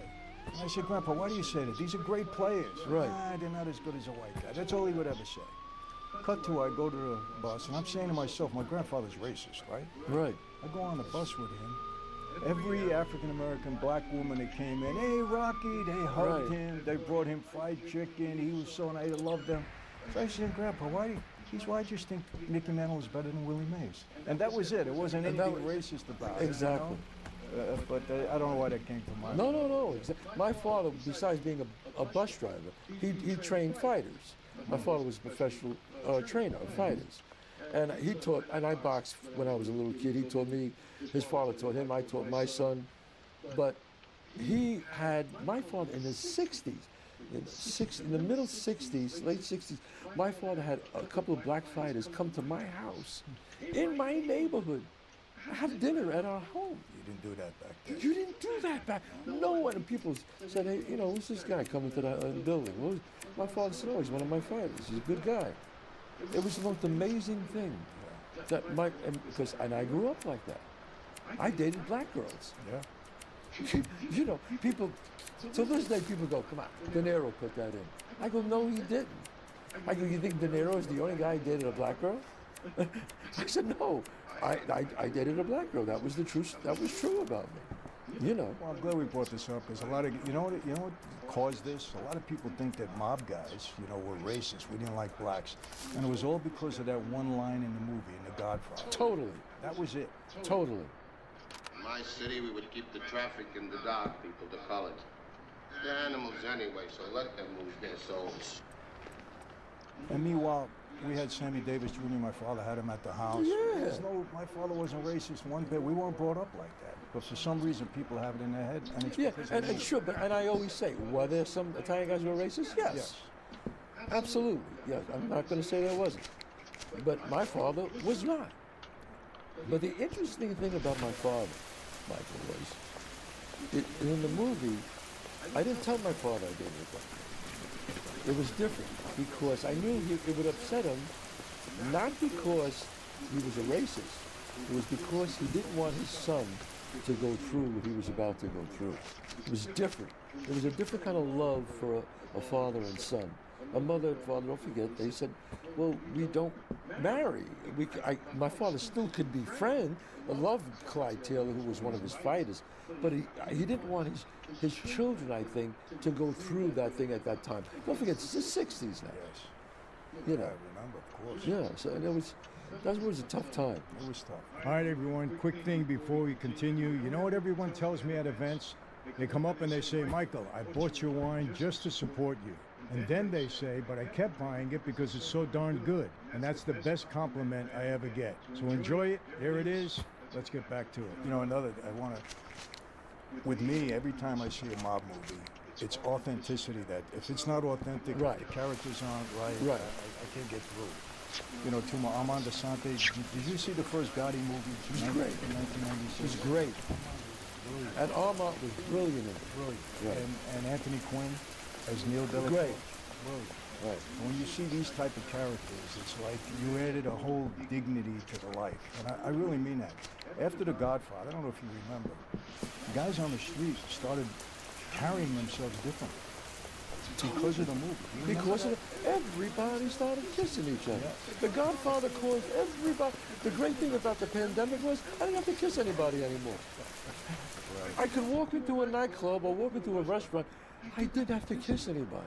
Because you get some people, they got to kiss you. I mean, they're disappointed wise guys, I call them. You know what I mean?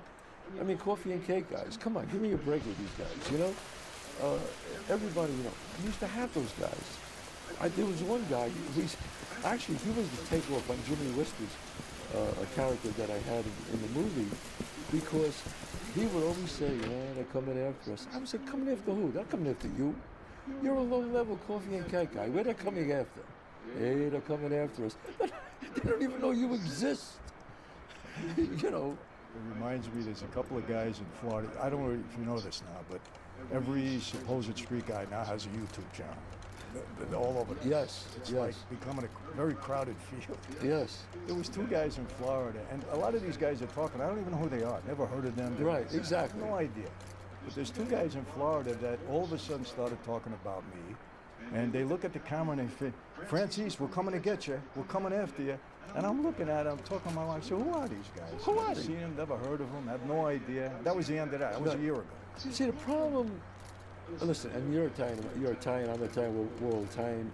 The problem with Italian Americans sometimes, and I have always said this, is that they don't stick together enough. They get that jealousy thing.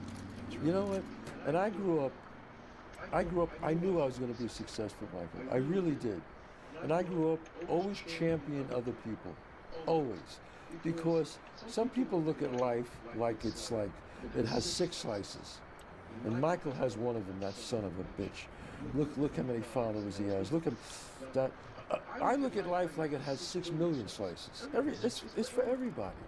And the more you champion other people, the more life comes to you.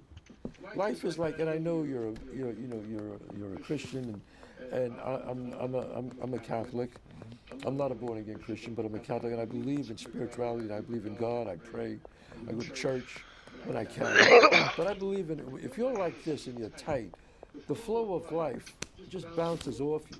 But if you're open and free, life comes through you and with you, and you enjoy life with everyone. I'm not threatened by anyone. It's a great attitude. You know, it's funny you say that, because I always said one of the problems that I notice with my culture with Italians is that it's normal to be jealous sometimes. Yes. Gosh, I wish I had that. Right. Geez, I love the way that Right. guy's living. Problem with so many Italians that I've noticed is that they say, I wish I had that, and I wish you didn't have that. Exactly. That's the bad part. That's the bad part. That's the bad part. Like, I saw one of your episodes, it was great. We were talking about the guy who just had to collect the stuff for and he got like, I don't know, $3,000 or something. And then he finds out he's counting and seeing that you're making all this money, and it's like, well, I deserve a raise. Actually, another $4,000. I should be able to afford it tomorrow. I gave you a shot just to do this, and all of a sudden, he wants to be my partner. They start counting your money. I said to him, you think you're worth $3,000 a week? It was a gift. I could get somebody, it was a gift. I could get somebody else to do this for less. Exactly. And when he said that, I was like, oh my God, he knows. He knows. I said, this guy knows, man. You know, that's why I actually told you, I said, go to his channel. I said, you want to see the real deal, go to him. Thank you. You know, I said, no, but you're the real deal, and I admire somebody who's the real deal. I get it. Did you ever meet my father? No, I don't think so. Because I don't know if I saw something, I Yeah. heard something one time that maybe he's met, you know, at a restaurant or something. I don't know. I might have, you know what? I might have ran into him, met him. But I don't want to say I did if I don't remember. I don't want to come off as a liar. I don't remember. I might have, because I remember being around a lot of people, meeting people. Yeah, I think you might have, because I think he even mentioned something to me a couple Yes. years back. Yeah, that he ran into you. So it was great in the Bronx Tale, you know. But he may not have met you, but he wanted to let me think he met you. I definitely met people that you know. I mean, I definitely know people that you. That is definite. Growing up in the Bronx, because it was a different family, but when I hear you tell stories, I go, oh yeah, he knows him. Oh, he knows him. Mm-hmm. When I hear you tell stories, I always, oh yeah, he must know him. Definitely knows him. Well, you know, in that life you bumped into so many people, especially when you were active. You know, Yeah. I was a pretty active guy. I mean, I know Joe Pistone very well. Do you? Yes. Oh yeah, he told me you did. Yes, Yeah. I know Joe very well. You know what, Chaz? I got to tell you, we had such. I mean, I've known him now 20 years. Yeah. Because we were on some things together with pro sports, but he's really a nice guy. Joe is the best. Best guy. Best guy. You know, you'll laugh. I had a discussion with Sammy the Bull. There was Right. a disagreement over this. And I mentioned Joe Pistole's name, and he got all mad. He said, you know what that guy did? I said, Sammy, what are you mad at him? He did his job better than we did our job. Right. This is 6 years he was on the cover. He did a great job, but that was his job. How do you get mad at him? Why would you get mad at him? I know, but, you know, he's got a different mentality, Sammy. Yeah, I mean, yeah. I mean, what did he do that was so wrong that you didn't do? I mean, you know what I mean? I mean, come on. Exactly. But Joe's a great guy. I always tease him. I say, Joe, thank God I only met you once on the street. One time. That's good. Yes. He said, I know, Michael. You know, the only movie, Michael, people always ask me, did you ever turn down a part and you regretted it? The only movie, and I, till this day, was in Donnie Brasco. You turned it down, really? I turned down Sonny Black. Did you? Yes. I was directing a movie that I'd written, and it was going, and I couldn't do both. I should have shut my mouth and took that and pushed my movie. And the reason why, and Michael Madsen, who did it, was great. He was great. I mean, I love Michael. Michael and I, we worked together. So I'm not saying anything. Michael was absolutely great. But I am upset because I love that movie so much. I love that movie so much. And I told Al, and I'm good friends with Al, we did a play together, that's one of his greatest performances. Playing this broken down wise guy. You know, he played this broken kind of guy. And the way he did it, I just thought it was great. You know, I've said so many times on my channel, that was his best role. Yes, because I knew Lefty. And I didn't know Lefty. The way he carried himself. Pacino was brilliant. He was brilliant in that role. To me, I go, and I'm so mad because I love that movie so much, and I could have been, but it's okay. I let it go. But I got to tell you, I don't know who they had to have a consultant, a guy from the street or something, because so many of the lines in that movie, just like in Bronx Tale. Yeah. You know, I laughed. The one when Pacino's in the car with Johnny Depp. Right. And he said, you know, you're killing me with that draft. Shut the window. I busted. She didn't even know. I was with my wife and watched that movie. I'm laughing throughout parts that nobody else understood. Well, it's the little things like. It's the little things those wise guys said that just made you laugh. You know. You know, a lot of guys were comical in their life. They didn't even know they were funny. They didn't know they were funny. See, that's the thing. Eddie Mush didn't know he was funny. No. I mean, the guy, all those guys, I mean, they would say things and do things. Where did that scene put him in the bathroom? Where did that come from? Okay. Eddie Mush was a jinx. So when he got on a roll, Sonny, which wasn't his name, when he got on a roll and Eddie Mush would try to get involved, he would say, Mush, get him out of here, stick him in the bathroom. And it was a goof, like, it was fun. So when I wrote that bit, I said, gee, you know what, I'm going to put everybody in the bathroom.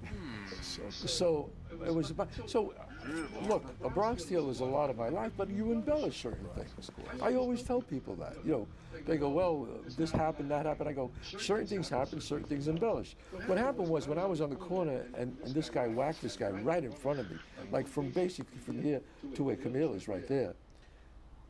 Well, the cops, I saw it. My father dragged me upstairs. Exactly. I mean, the killing was exactly the way you saw it in the movie. And when he dragged me upstairs, the cops came up. I never went down and saw a lineup. There was never a lineup. I put that in as a writer to really cement me and Sonny. What happened was the cops came up and they said, "Who did you see?" And I said, "I didn't see nothing." And my father kept saying, "You're not taking him down there. He's not going down there." And he said, "What?" And the guy actually said, "You think we picked his name out of a hat?" We know he was right there. People told us he was sitting right. My father didn't let me do that, and I said, I didn't see anything. And how old were you? I was 10. Wow. I was 10. And I said, and my father said, he's not going down. The cop, they were tying cops. He said, all right, you know. They didn't give a shit, you know. Like they were going to follow up on the investigation. They knew it was a hit, whatever. And it was. See, I never knew what it was about. Never. That's why it was a big thing. Like, was it over money? Was it over a girl? Till this day, my father died at 90 years old. And I used to say to him when he was like in his 80s, "Hey, Dad, that thing that happened when that guy got whacked, what was that about?" And he knew. And he would say, "What do you want to know for? Things happen. You know, they speak in non sequiturs. Women, money, things." Right. Wouldn't tell me. Because he would say, "You don't need to know. You don't need to know." It's a line we deliver quite a bit. You don't need to know. You don't need to know. You know? And I always tell people, I really don't know. What was it about? Was it a parking space? I don't know. And that's the truth. I really don't know. Every scene in that movie, a great movie is every scene you're just involved in. Yeah. Really, and that was the Bronx Tale. I remember too another line. I don't want that face, Coffee Cake, looking at those dice, put them in the bathroom. Put them in the bathroom. Well, there was a guy, Frankie Coffee Cake, and he had all these like pimples. He had acne. I mean, you know, in the neighborhood, if you have any deformity, that's your name. And the worst thing you could say to a guy is, if you call me this, I'm never going to turn around. That's it. That's your name. Forever. Forever. We had one guy said, yeah, you know, he used to wear, what do you call it? His pants were Frankie Pants. They call him Frankie to this day. We're in the late 60s. I go, Pants. His pants on the phone. Oh, it's Pants. You know how that is. That's it. That's your name. That was it. I know. I tell people, we're never original with the names. It just, that's it. Whatever you had, whatever deformity you had. You had a big nose, you were Joey Nose. Your son was Joey Little Nose. Exactly. You like eggs, you're Benny Eggs. You know, that's you're Benny Eggs. That's it, Benny Eggs. Yeah. Now, Benny Eggs, funny story about Benny Eggs. When he was on the stand, Benny Eggs, now this is a story that they brought back to me at the time. The DA said to Benny Eggs, or was it the judge? Somebody said to him when he was on the stand, and he was in the audience, sitting there. I still can't say his name, but I guess I can, right? Yeah. Well, Chin was in the thing. I think I stole every gun in the game. Said, if you could identify who the Godfather is, you will go home today, And Benny Eggs said to him, "Sonny boy, you could sing, you could dance, I don't know nothing." And they sent him right back to the joint. And in the front page of the newspapers, on the Daily News, it said, "Eggs don't break." I remember that. Remember that? That's a true story. They told me that. And I was like, wow. I remember that. And the Chin said, "That's a man." Now that you say that, there's one thing that we may have a little disagreement on. Go ahead. And this is the line from the movie.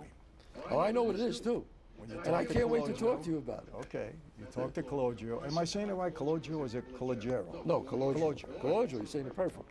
You talk to Cologio. Yeah. It was a love or fear. Exactly. And you said it's better to be feared. Yes. And I understood what you're saying. But here's where I differ with you. Okay.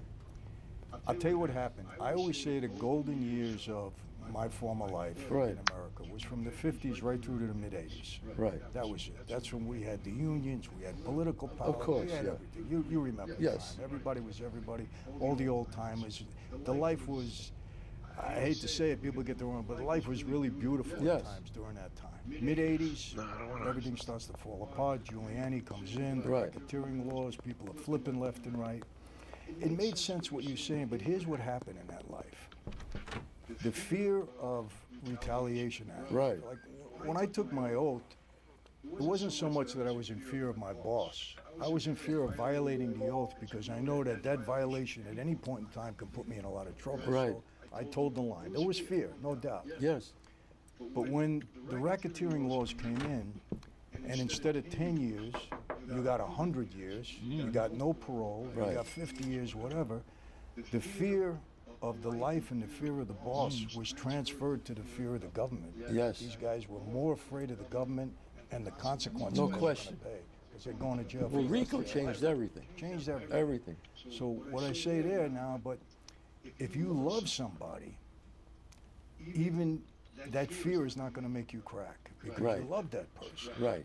You know, look, Chaz, I'll be honest with you. When I went, they offered me so much stuff. And, you know, when I left the life, I wasn't interested in hurting anybody. Right. I wasn't mad at anybody. Right. I just wanted to, you know, I married a young girl. Right. My family, my father, my mother, my brother, my sisters, the life, they were destroyed. I don't know if you know this. I had a sister that died of an overdose. That I know, yeah. My brother, you know, drug addict all those years. My mother, 33 years without a husband. You know I what? said, I'm going to turn in what do for I the wanna do night. this for this young I'll be girl? back I'm on marrying her. tomorrow I'm gonna playing go through this with her. Windrose. What's the sense? So I will see you guys in that's the why I morning. walked away. I wasn't You walking- have I a didn't walk wonderful away 'cause I was evening. mad at anybody or I wanted to hurt anybody. The government offered me a lot of stuff. Right. I wasn't